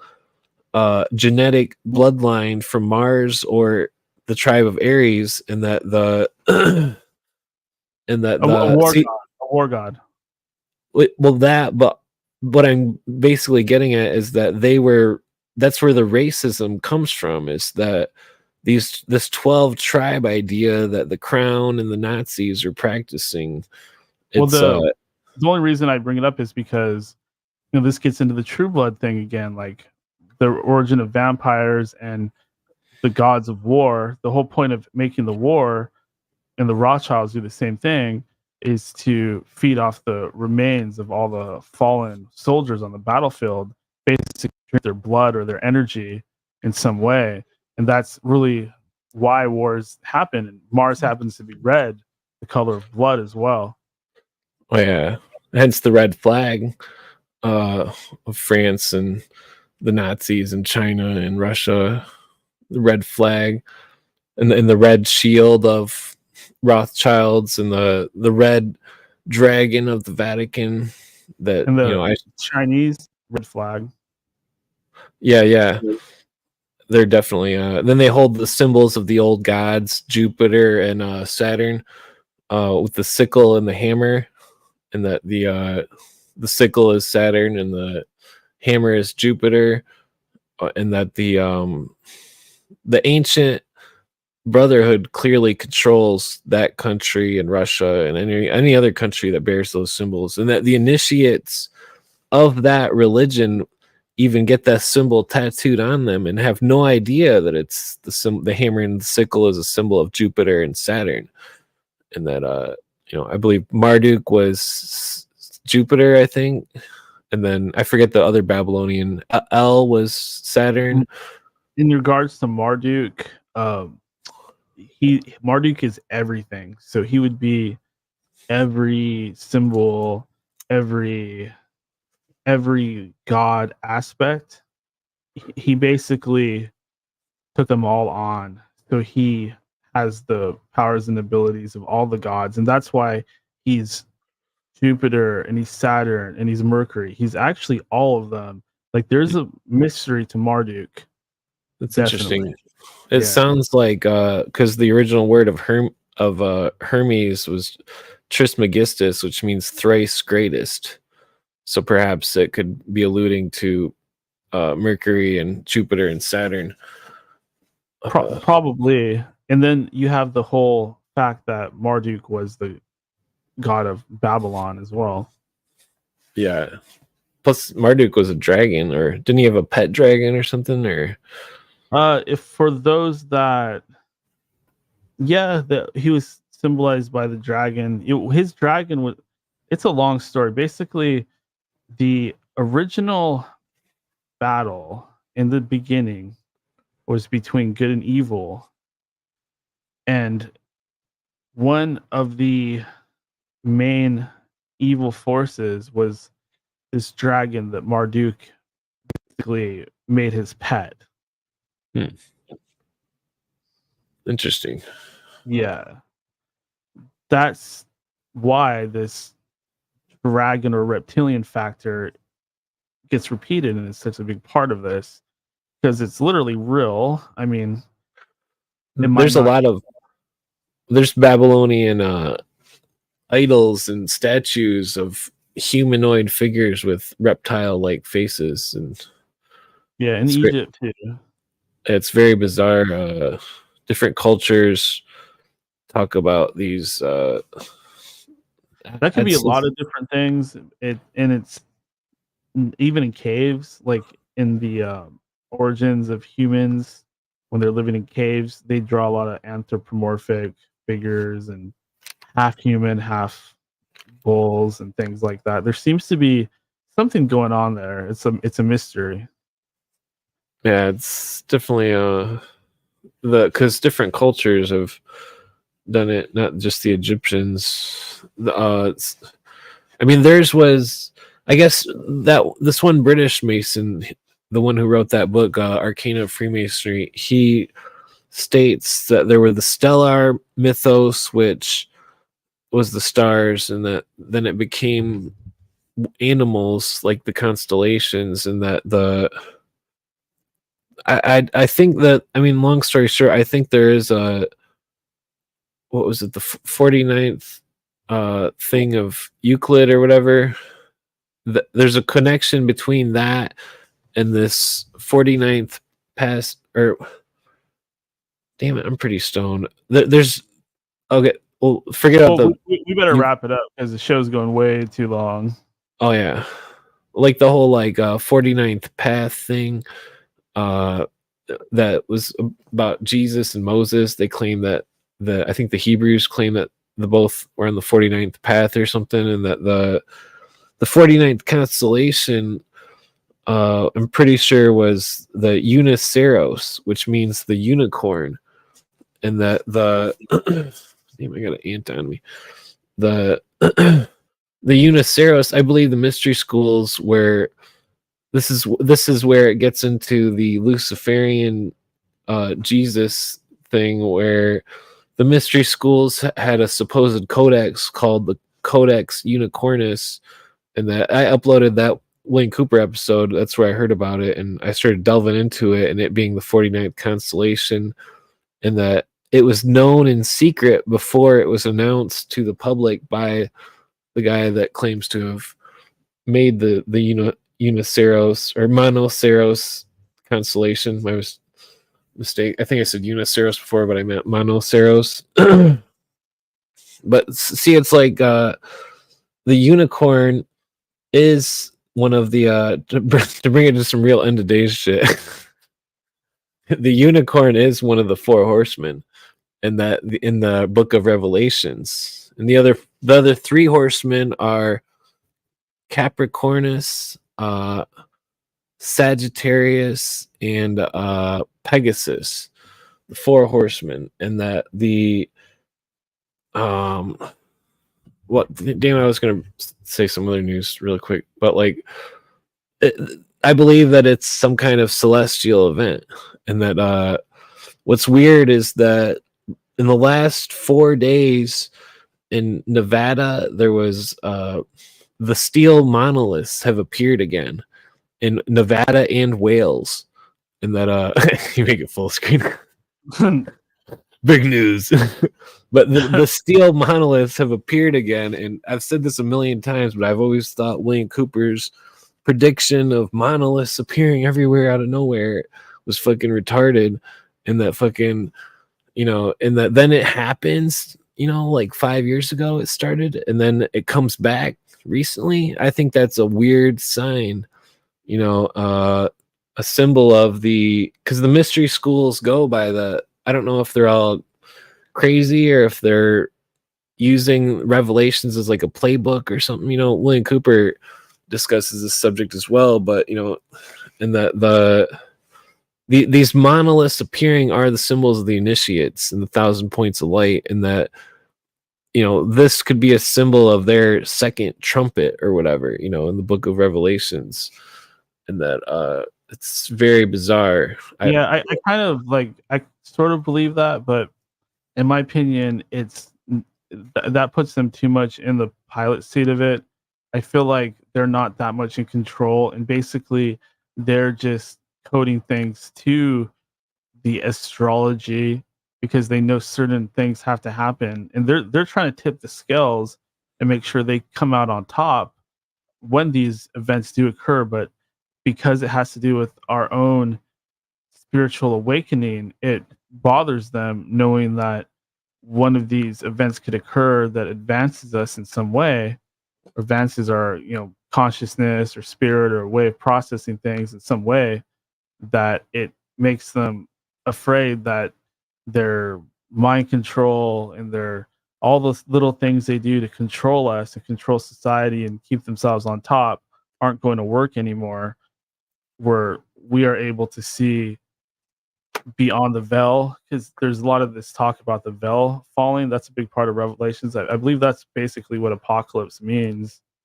So we have to take that into consideration, and that means that whatever's happening probably is something that they can't stop, and it terrifies them because they know that they're going to lose at the end of the day. So they're trying everything they can to control the situation and win, basically. Yeah, it's definitely it seems to be the case. I was going to mention about the 1,000 years of light thing again, where I was looking for a book that I was reading. We better wrap up though. It's going way too long. Oh yeah. Well, I was just going to mention that they believe supernova is going to reappear in between 3 stars, Zeta Pupae, and 2 other ones that I can't remember. But anyways, check out the show, check out my YouTube, and I was gonna say I bought some stuff off Robbie Marks too from his Etsy. We got a sticker pack and stuff, but yeah, check out my YouTube, Third World Assassin, aka Clint Eastwood, and that listen to the William Cooper episodes. I do live streams too, but the Cooper stuff is more potent, I would say. I usually have guests on and stuff, and I don't know, but yeah, check us out. And are you coming to the after show or? Maybe, depends how tired I am. I gotta work on this show and get dinner and everything. We'll see. Oh yeah. But yeah, that's basically it. And follow me on Twitter if you want, and I'll follow you back. But yeah, subscribe to my YouTube. All right. That's about it. Also, all right. Thanks, buy stickers off Robbie.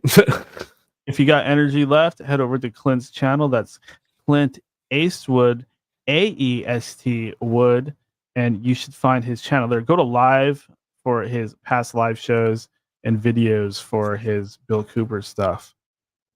Thank you everybody for joining me tonight. We got a couple quick segments we got to run through. Let's do that mind-blowing moment of the day. Got my window open, so no, mind-blowing moment. There's the music.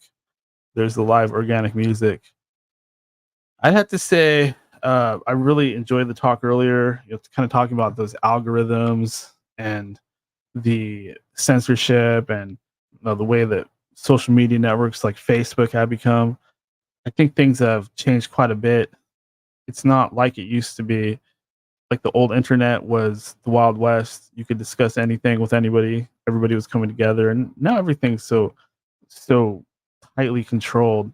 It's really hard to feel the same way or have the same sense of freedom in those conditions, especially when everybody nowadays is parroting the same narrative and they're just going back and forth. I did want to quickly talk about the live show. We tend to go on Fridays, Saturdays. I'm going to try to be more consistent about putting the schedule up. But if you're a listener to End of Days Radio, if you love the show, consider coming on the live show, hopping on panel, or joining us in the chat.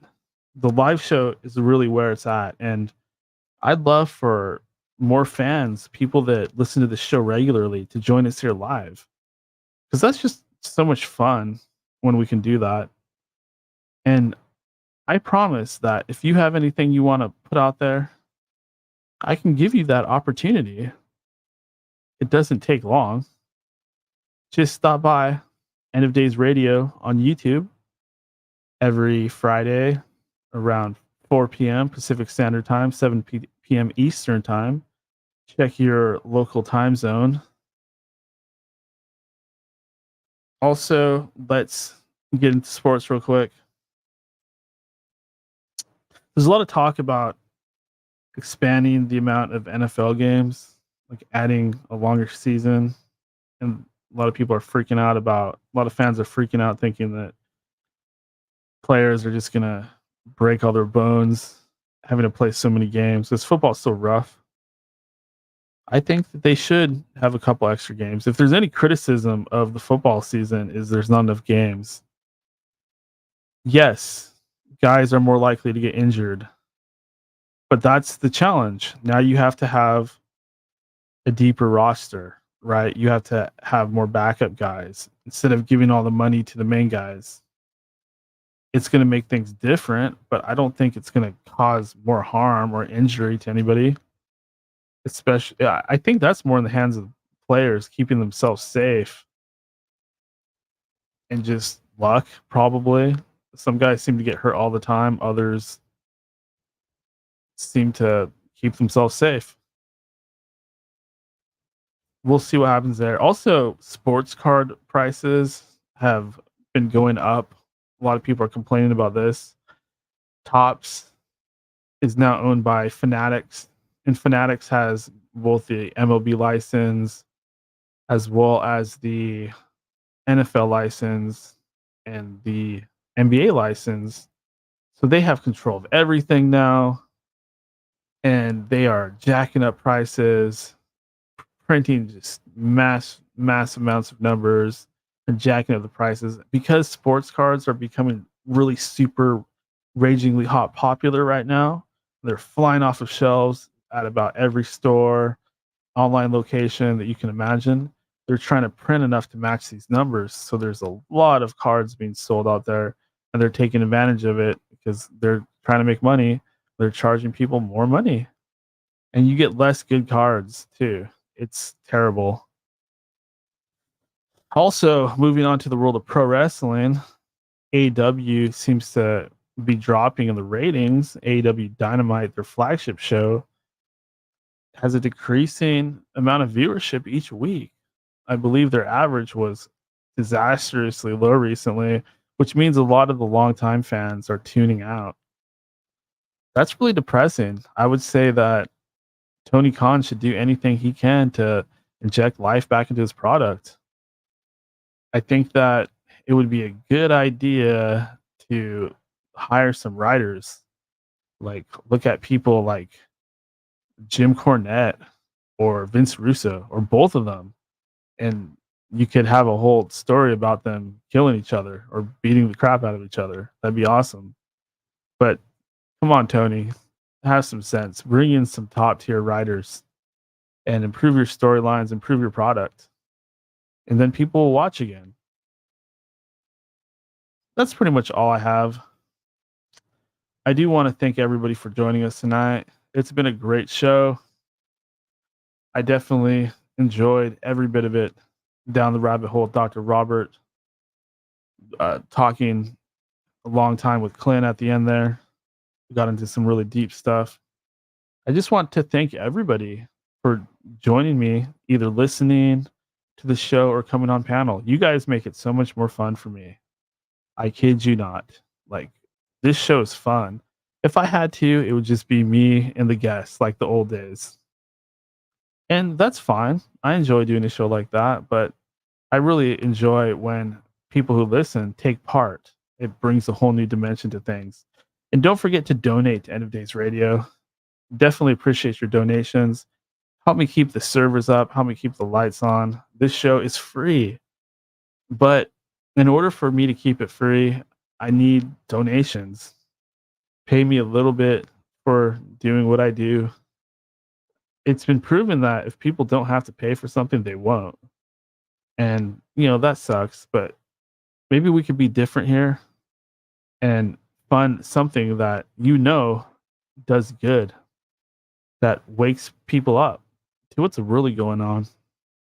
Not that we know exactly, but we're probably the closest out there. If you care about something like that, then donate to the show. $5, $10, $2, 2 cents. Help me keep it all going. Help me keep this show on the road. If you can help me, I can help you. And that's pretty much all I have. I am so grateful and so lucky to be a part of this. I will be back next week with special guest Jamie Henshaw. We'll have a great show. But until then, I'm Daniel. I'm signing off from those crumbling, deteriorating, broken ruins in this nation called Babylon. I'm the only one left, and my fire is slowly going out. So unless Todd can hop back up on the guitar and sing us some rockin' tunes, we're probably all going to die. I thank you all for joining us, for joining me on this very special program called End of Days Radio. May it continue to rage into the night. And good night.